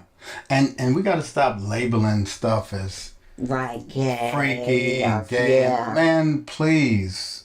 God gave you your body To be loved by your spouse. And anyway y'all choose, the Bible says that the marriage bed is undefiled. That means that whatever you agree upon, it's okay. And so y'all got to openly communicate, because of all the bad information that's been stored up in your head, and you've labeled something as freaky or something a good girl wouldn't do, or does this question my sexuality because I like this? Y'all have to be open enough to talk about what you like, and there be a spirit of no judgment, so that you can explore these different rooms, right? What did the lover say he wanted to do in his fiance? He said, I will climb the palm tree and take hold of its fruit. May your breasts be like grape clusters, and the fragrance of your breath like apples. May your kisses, hallelujah, be as exciting as the best wine. Beyonce she had a song, Drunk in Love. And I believe that when we master the art of touch, master the art of all 3 of those erogenous zones, we can be drunk on each other's love. It's ecstasy. It's heaven when it is that we are able to reach orgasm. It's heaven when we're able to make that connection. It's heaven. The Bible says that for this reason, a man shall leave his mother and father and cleave to his wife, and the two shall become one. That oneness comes through sexual union. We become one in body and in spirit. And sometimes when people reach orgasm, you hear them say, oh God, because it's a heavenly, ecstatic moment when we finally make that connection, and God wants you to enjoy all of it. Can you tell me again about level 1? So remember, we're going to recap. Level 1 erogenous zones should not be the immediate focus of your love play. So we remember level 1, the breasts, the genitals, Tease. I know I can't say that word today. Let's say it 3 times. Genitals. Genitals. Genitals. Genitalia. Genitalia. I can say genitalia. Okay, say that one. Genitalia. I don't know what's going on with that, but genitalia. Okay, that's what we got now. And so men need to learn to go for general arousal to specific locations. So we want to start general and then hone in specifically. Because a woman what? Because a woman needs to have more varied stroking and techniques. Women, have you ever been on, you're in this upward climb and you're almost at arousal and the strokes have been just perfect, and you may even say, "You are so dramatic."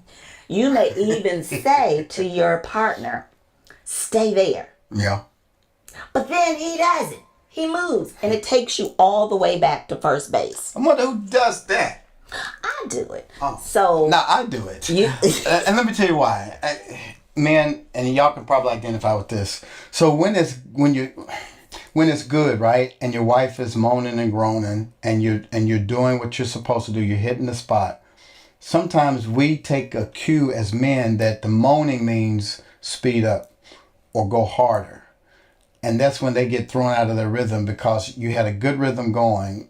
And because there's so many nerve endings in the clitoris, we have to go light before hard, right? And I'm talking about extremely, like feathery touches, rhythmic touches, and stay with it. Your tendency is, let me go harder because she's moaning. No. You got to fight against that tendency and stay light, because she's in her rhythm, and you don't want to take out of it, because the S in S overrides the P in S, and you ain't gonna get no SEX.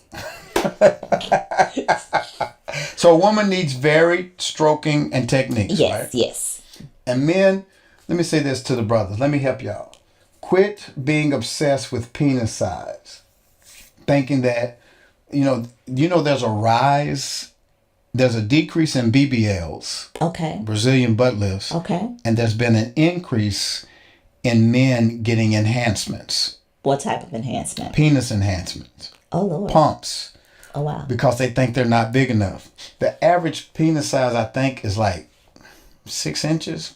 Maybe less than that. 6 inches. Not that big. 3 to 6. And the vaginal opening, I think, can only comfortably hold like 9. And so we stress over so much that doesn't even matter. I've heard people say it's not the size of the boat. It's the motion in the ocean. It's the motion in the ocean. If you can please your wife by touching her sensually in erogenous zone 3, if you can please your wife in erogenous zone 2, if you can get her where she needs to be in erogenous zone 1, then by the time you get to the act itself, she's already there. And you please her by what you've already done, and the orgasm is just icing on the cake. So you don't need to do that. You don't need, excuse that phone ringing. I think that's somebody calling me telling me I need to hurry up and get off here and deal with my spouse. You got to make sure, watch this, you got to make sure that you don't overstress about things that are irrelevant, right? Don't be distracted by phones ringing or by what size you are, because you are the size God intended you to be. And right here, baby, it's also important for what? It's also wise to understand that women, more than a man, will vary in what feels stimulating or irritating from one lovemaking session to the next. We got to talk about this before we get off here tonight. Okay. We've been married how many years? 29 years. 29 years on 9/11. And what I've discovered, man, about my wife, maybe yours is different, but what worked last year, or maybe even what worked last week, is not going to work this week. And men, sometimes we get this Pavlovian tendency where we want to be rewarded for the same thing we did last time. The Pavlovian experience is when they rung the bell and gave the dog something to eat. So every time he hears the bell ring, he starts salivating, even though there's no meat. Right. And so whenever it's time to love, we remember that last time, like, ooh, we tore it up when we did such and such and such. And you're like, baby, can we do it? And you're like, I don't want to do that again. It may not be that you don't want to do it again, but you may not be able to replicate. That's like going to the same restaurant 2 days in a row. You don't order the same thing because it's not going to be as good as it was that you had the day before. Try something. So you got to try something new. Try something new. So I hope tonight we have helped you to realize that there's more to explore. You got more rooms in your house than the ones you've been doing. You got more ways to touch your spouse than what you've been doing. And if your sex life is good, I'm glad. But don't you want to make sure that your sex life is great? Yes, you do. And so I hope that you take these tips tonight. And we want to remind you, we have a free master class coming up on September 15th at 7 p.m. Right. How can they go register? You can go register 2 ways. You can go to drstacyelspencer.com and register there, or you can go to www.strengtheningloveandsex.com. Again, that's strengtheningloveandsex.com. It's going to be amazing. We have so much more we want to share. Y'all thought the podcast was juicy. Wait till you come to our master's class, and we've already got 50 couples registered, and we're anticipating about 100 couples. We want you and your spouse to be one of those couples so we can take it to the next level.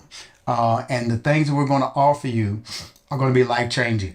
So tune in on September the 15th. Go register now. It's right now, baby, right? Right now. Right now. Go register. It's free. And do me a favor. Share with some of your friends, your couple friends who need what we've been sharing. I hope this has been good for you.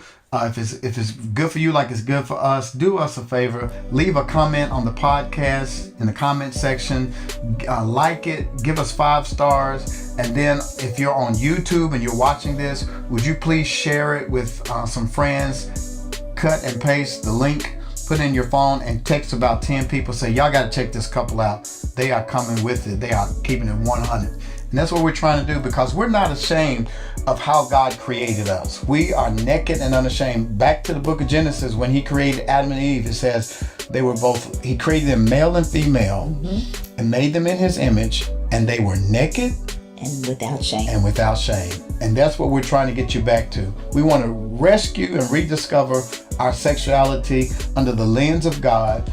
And let you know that God's got many more rooms for you to enjoy. So please go share this. We appreciate y'all being on tonight, and we'll see you on the next episode. See you then.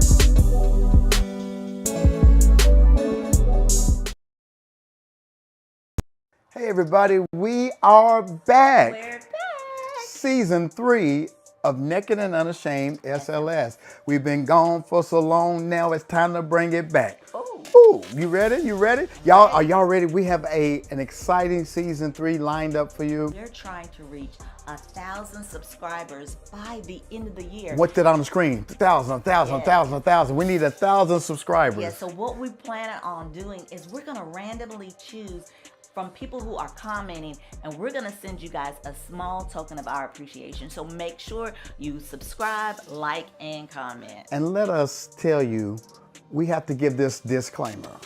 We are certified sex doulas, and that simply means we have been educated and trained on how to guide you on a journey towards sexual fulfillment in a Christian marriage. So therefore, we will be using clinical language around sexuality. So we don't want you to be surprised or offended, but we do want you to be enlightened and educated. Yes, so for all of you seriously dating couples and married couples, please tune in to Naked and Unashamed SLS.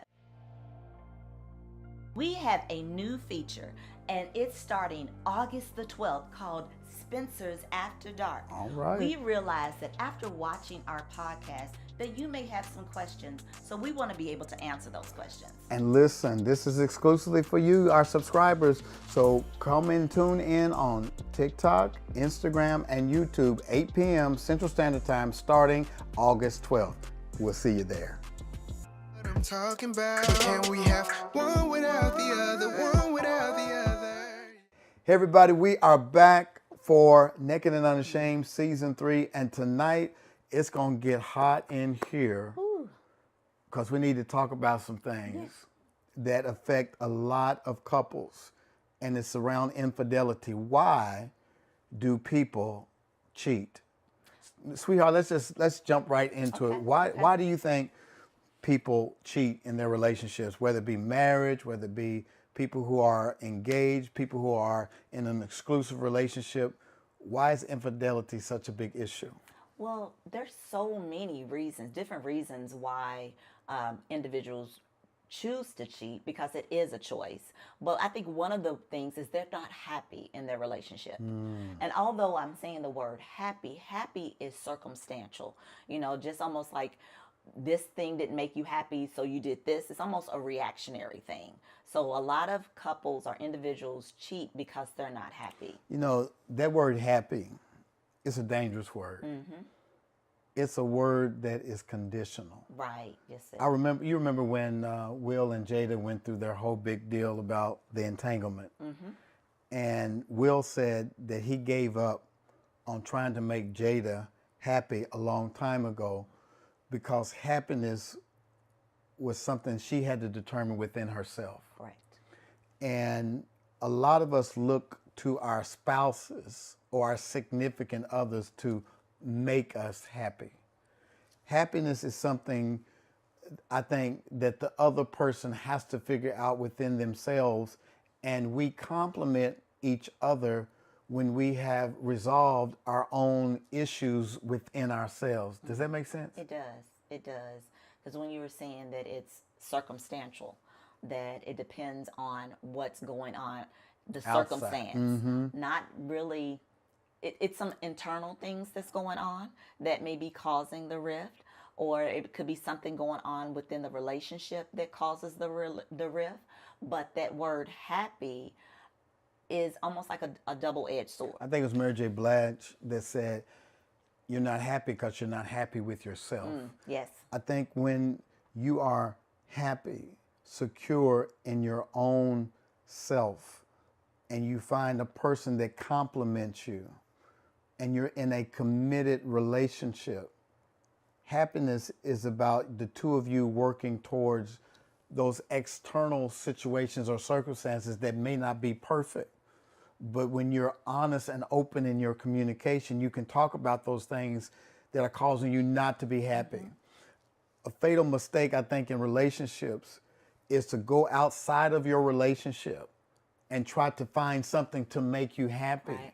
When everything you needed to make you happy is really within your relationship, but it's what you put in it in terms of what you get out of it. Correct. And I believe that in every relationship, whether you're seriously dating or you married, there are going to be times that you're not going to be happy.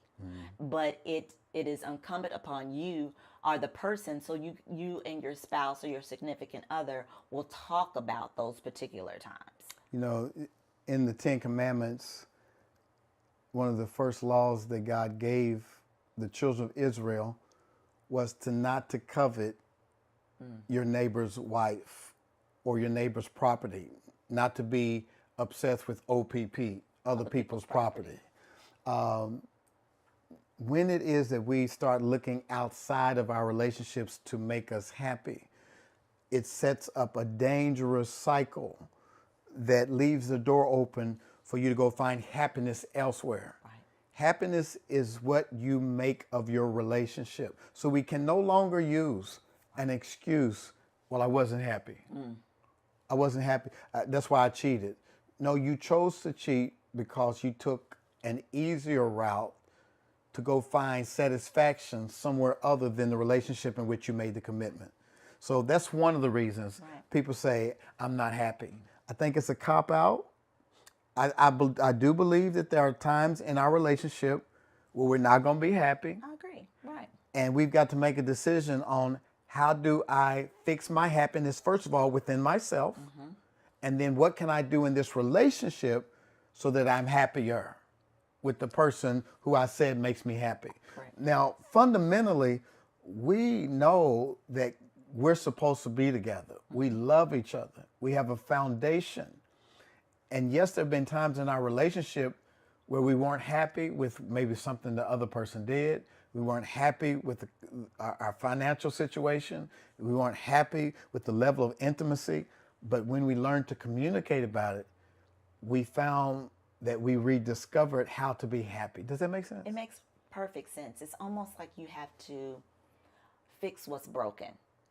And whether that glue that fix what's broken is the communication, spending more time together, really delving into what is going on in your own person and within the relationship. I think once those conversations take place, then that healing can begin. Yeah. Another reason, the second reason, y'all ready for number 2? The second reason people cheat in a relationship is because some people find it exciting. There's something they feel that's missing in their relationship. They find this affair, this rendezvous exciting. It gets the adrenaline pumping because they may suffer with narcissistic tendencies or they may have poor self-esteem. They may have some mental issues. You never know when you're entering, especially when you're entering to a new relationship, what people are bringing into that relationship. Yeah. And some people have used as a default mode chasing new relationships for a dopamine rush. Yeah, I can see that. And also there could be where there was some past trauma that has led them down this road where they're trying to fix or find that immediate fix, but that trauma is something that they need to work on. And I think some people are addicted to romance. You know, it's like that new car smell. It's like, I've been in this relationship for a while. It's not exciting anymore. And I need to go out and find something exciting. Question for y'all. Why can't we make our current relationship exciting? Why can't your mistress be your wife? Your wife, your girlfriend, your lover, everything, your best, all of it, all in one. What does it take for a woman to be all those things to her man, though?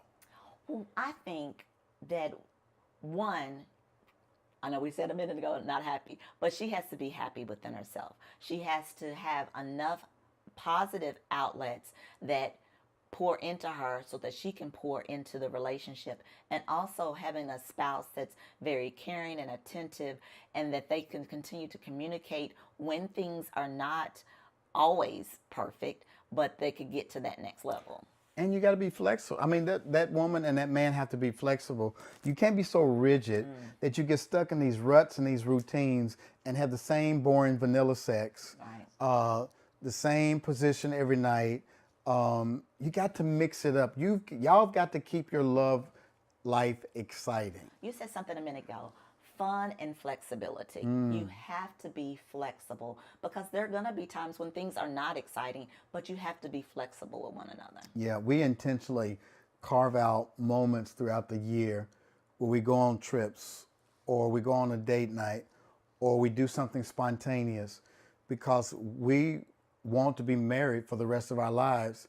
And when you think about being married 31 years this year, That's right. 31 years, and we want to be married 31 more years and longer than that, that could get boring. But we choose to be intentional about adding new things to our love life.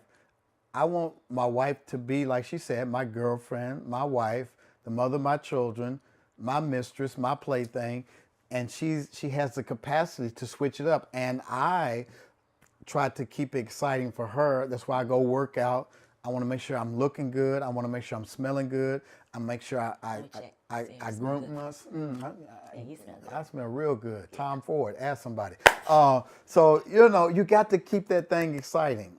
And if there are some narcissistic tendencies, if there's some unresolved issues, you might want to seek out counseling to deal with the things that you brought into the relationship that have nothing, Lord, thank you for that, they have nothing to do with your spouse. Let me help somebody real quick. Some of y'all are beating yourselves up because you're like, I did everything I could for this man to remain faithful to me.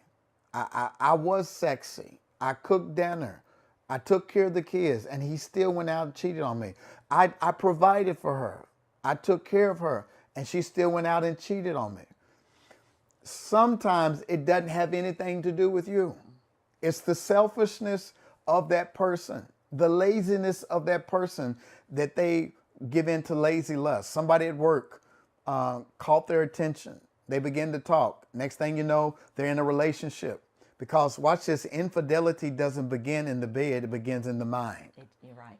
It begins with conversations, loose conversations, flirting. And if you're not perceptive, not self-aware of your own inner proclivities, your own inner dynamics, you could give leeway to the woman, as they say in Proverbs. It says, son, beware of the adulteress, her lips drip with honey. There are going to be people who know what to say. They can smell when you're vulnerable. You've got to know your own self. You've got to be able to discern when somebody is setting a trap for you. You cannot entertain foolishness, especially when there's a vulnerability in your relationship. And that's another thing, sweetheart. I think people need to be careful about talking to people about what's going on in their marriage. Oh, absolutely. We teach all the time for new couples, or even older couples, that you need to keep what's between your husband, your wife, as sacred, and not let friends, relatives in, because if you're able to work something out and you've already told girlfriends or family, they're not going to be so quick to forgive. And you can't tell culture vultures or people who are preying on you like, I see a door open. He don't look happy. Going back to happy. She doesn't look happy. And so let me go, ooh, your hair looks good. Oh, you look nice. What's going on? Who's there for you? Yeah, all those little things eat away. But this whole, what if a couple or a person doesn't recognize that there are some proclivities, that there's a narcissistic trait, or if there's been some trauma?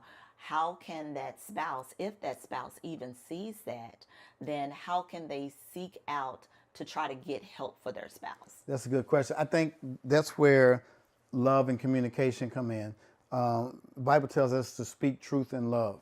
So if your spouse is noticing a pattern where you're being selfish, where you have some kind of proclivity that is damaging to your relationship, they ought to be able to come and say, baby, I noticed that you didn't bring me anything to eat, or I noticed that you didn't ask me about this decision, and you've done that 2 or 3 times.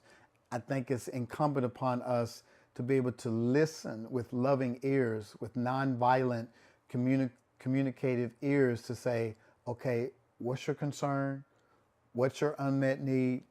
I didn't realize I was doing that. Thank you for sharing. I think it's all about bring it to the attention. Okay. What's the third reason? The third reason why some people may cheat is that they have unfulfilled sexual desires. Wow. And I would think those unfulfilled sexual desires, where those unmet needs sexually, they need to be communicated. Like if you are desiring to have sex in another room, or if you're desiring to bring fantasy into your lovemaking, they need to be communicated, as opposed to, well, he's or she's not going to do it, so I'm going to seek this elsewhere. I'm gonna be a little transparent and just share something that happened the other night. Not real juicy, but it's gonna give you the point that she's trying to make. The other night we were laying in the bed. I was rubbing my wife's back, and she said, "What's that doing?" You remember that? I do. What's that doing? And my little ego took a little ding. What do you mean what I'm doing? But I have to admit, I had a lot of going on in my mind about some things I needed to take care of at work, and I wasn't 100% present.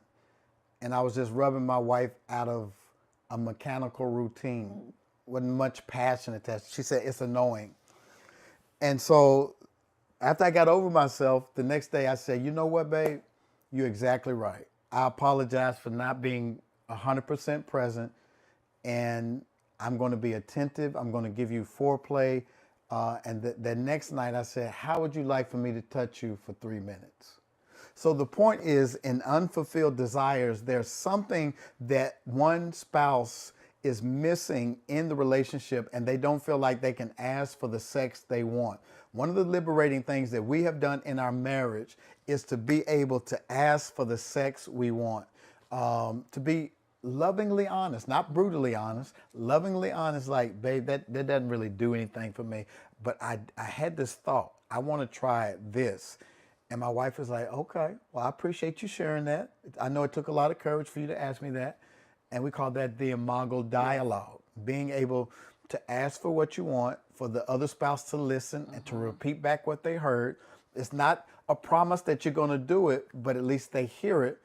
And sometimes you don't have because you don't ask. And I want to add to that, sometimes sexual desires are not met because every day, every second, we're aging. So things go on with our bodies that we may be aware of or may not be aware of. So I keep saying communication. So talk to your doctor, like women going through menopause, men going through menopause. We have to make sure that we're staying on top of our doctor's appointments, that we're communicating if sex is painful, if you've taken a lot of cold medicine that can dry out your vagina. And so if you're not communicating those things with your spouse, then you're setting up where your spouse may feel dejected because of something that's internally going on with your body. Yeah. So when something is going on with your spouse's body and you're not getting the desires fulfilled, it may cause you to want to check out and go to somebody who's not having those issues. That's lazy. It's not thoughtful. Because when we got married, we said what? In sickness And in health. And in health. So that unconditional vow and commitment you made was that I'm going to stick with you even when you're going through these issues. And there's been times in our lives that we've had to deal with each other, with you going through menopause, with me going through menopause, that we had to go to the doctor and make some adjustments. But we stuck with each other through those adjustments, and here we are. Another thing, number 4, another thing that causes people to cheat is sexual addiction. Sexual addiction happens when there's some kind of trauma or interruption that happens early in life that is unresolved and follows people into their relationships. For example, if somebody's molested when they're a child, their brain gets rewired to think that the act of sex is actually intimacy, and it's not. And so a lot of people will grow up going to chase physical intimacy to give them that feeling that they were not ready to receive when they were a child. Or they were introduced to sex too early. You know, the Bible tells us, do not awaken sexual desires before it's time. And when we are introduced to sex too early, it can become something negative that follows us the rest of life. And so if you find yourself having a obsession with watching pornography or something that is not normative, then you need to seek out some counseling to deal with those issues that have consumed your life and have interrupted your relationship. It's too much of anything is not good for you. I know a lot of men were like, too much sex is not, yeah, I want too much sex, but too much of anything is not good for you. Everything is better in moderation. But if you find yourself that's your waking hours, you're overly consumed with sex, then that will be a good indicator. And really, I'm very reluctant to use the word sexual addiction because it's all about a proper balance of being passionate and erotic. There is nothing wrong with liking sex, nothing wrong with wanting sex, but when it becomes an interruption to your life, you're bordering on addiction. And when you have those compulsive issues that you can't control and you feel like you're out of control, the first step of acknowledging addiction is to admit that your life is out of control.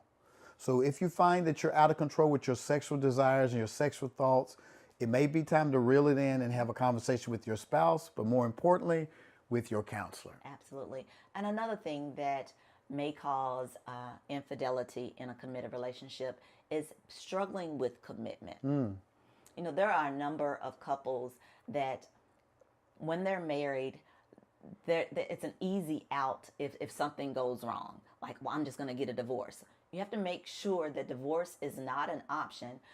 But secondly, if the person is finding that they have commitment issues, not only in their marriage, whether it's at work, with children, committing to go to brunch and then pull out, then there is an issue there. And so you have to look at it differently. Like, okay, why am I so easy to run? It's almost like the fight or flight mode that's constantly interplay. So you have to look at, why am I so eager or so willing to leave this committed relationship? And when you have not grown up seeing a stable, committed relationship, because a lot of us are products of single family homes.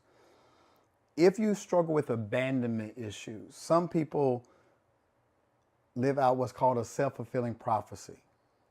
Well, I'm not going to be able to stay married because nobody stayed married on my side of the family. So I'm going to do something to self-sabotage this relationship because it's too good to be true that it's going to last. Or you've never seen commitment, so you don't know how to follow through on the intentionality of being committed. But those things can be overcome if you can be self-aware enough to say, you know what? My family history has played a role in how I've approached my relationship. I never saw my dad faithful to my mom, and so I have normalized infidelity. And listen, there are a lot of people that I've talked to in marriage counseling, you have too, on how they normalize adultery. Well, my daddy had a chick on the side. Right. There's even little parodies on TikTok that I've seen about side chicks and that kind of thing. Or even now, girls are talking about, we hear our sons talk about a lot, girls, they're like, Dad, girls are not like they were back in the day. They say to me, girls are like men. Women have an extra dude on the side. So commitment has taken a hard hit in our culture, in our society, because people don't see the value in being committed, especially in a monogamous relationship. Later on this season, we're going to be talking about monogamy and polygamy. When did polygamy become illegal or sinful? Because it was practiced in the Bible. I'm jumping ahead of myself. It's going to be a whole nother episode. But what I'm talking about today is that people struggle with commitment. Why do you think folks struggle with commitment? Well, one, you just said it, is that some people have not seen it. So they cannot imitate or emulate what they haven't seen. And if they are not surrounded by strong-minded people, like when we were dating before we got married, all of our couple friends, we were all doing the same thing. We were keeping each other accountable. I mean, we're getting married, buying houses, having children, but the foundation of all of our relationships was that commitment that we had to our significant other. You know, while we're talking about what we're talking about, I just think people struggle, period, in general, with being loyal. I think it was Trey Songz years ago had a song, "These Girls Ain't Loyal," or Chris Brown.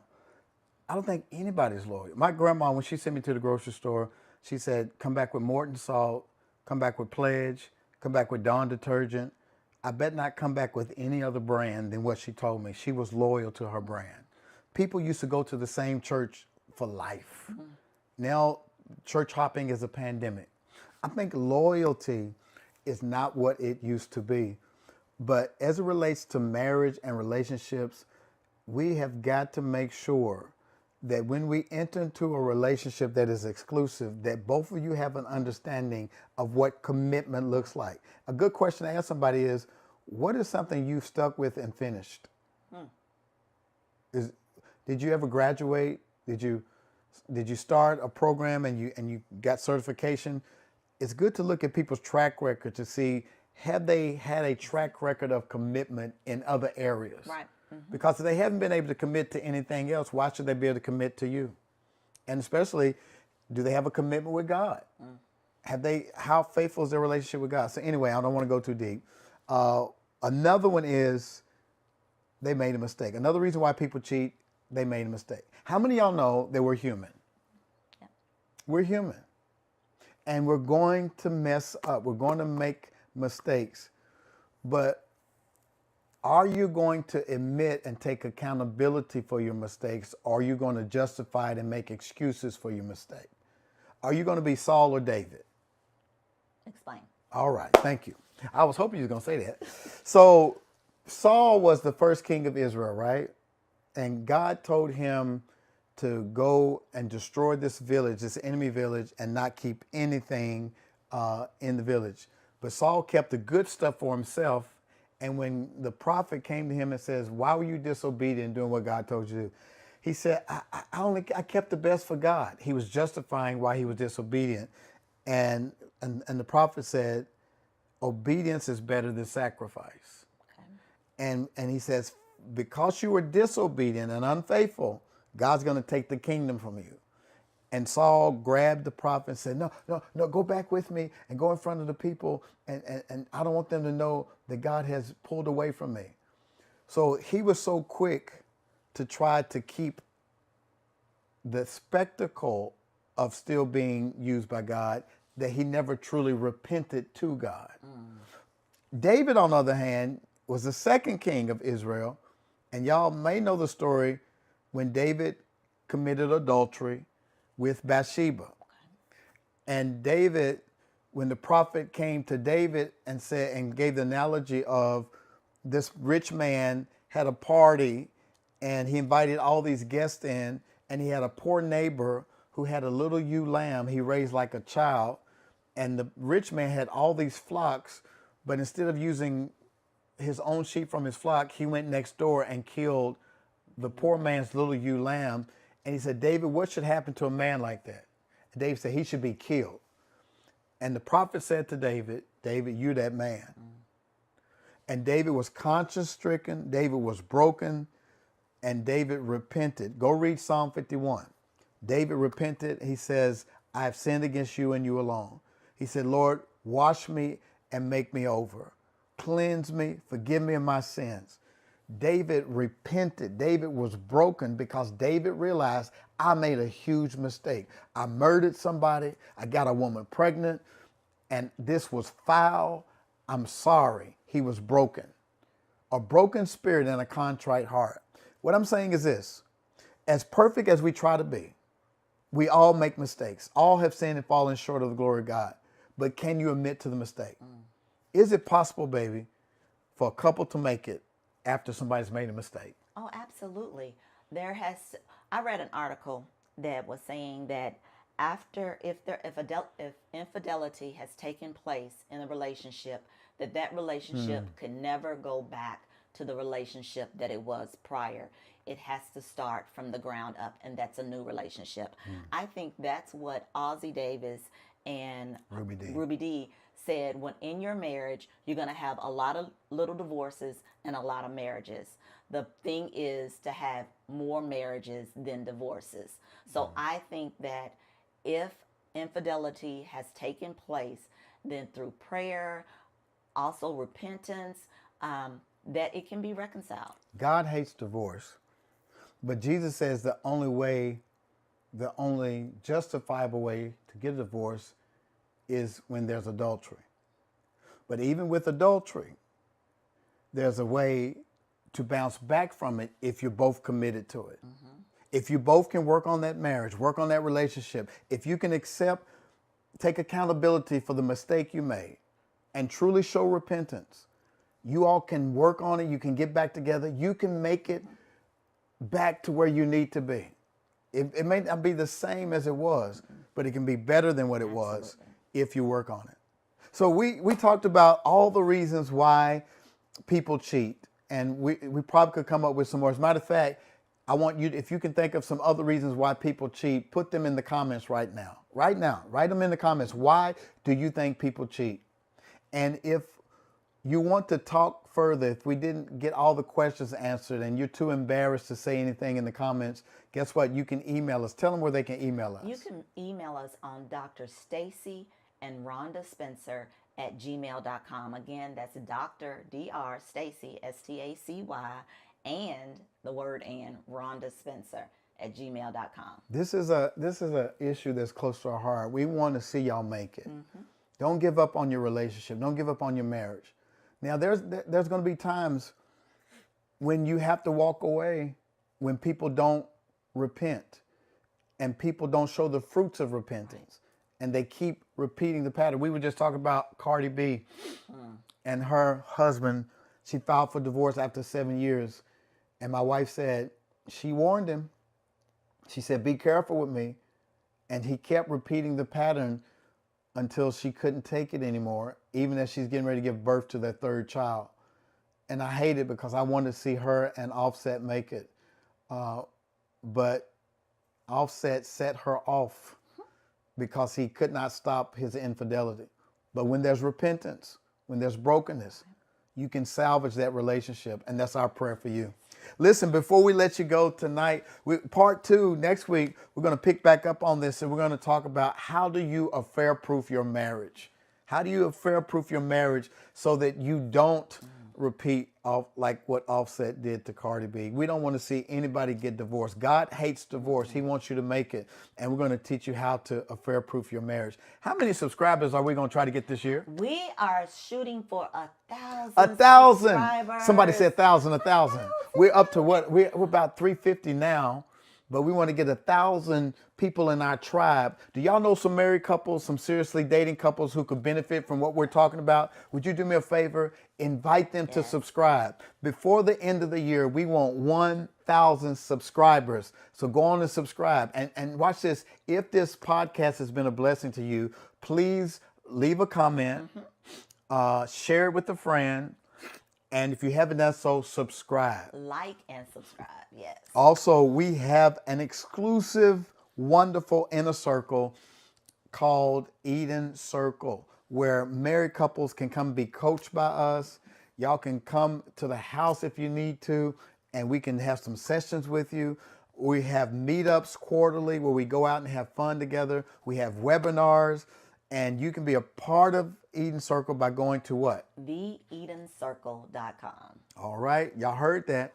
Listen, we love you guys. We missed you so much. We're glad we're back. And stay tuned for next week. And then on August the 12th, yes, we're going to have Spencer's After Dark. And we're going to be talking about, watch this, answering all your questions. Like right now, y'all like, well, what if they cheat again? Or what if they said they sorry and that we can talk about that, and we're going to talk about it live on Instagram, TikTok, and YouTube on August the 12th, 8 p.m. Central Standard Time. Every night after our podcast, we're coming back live to answer your questions. Is that good? All right. Listen, we love you guys so much. Thank you for being on. And next time, we're going to be talking about how to affair-proof your marriage. We love you, and we'll see you soon.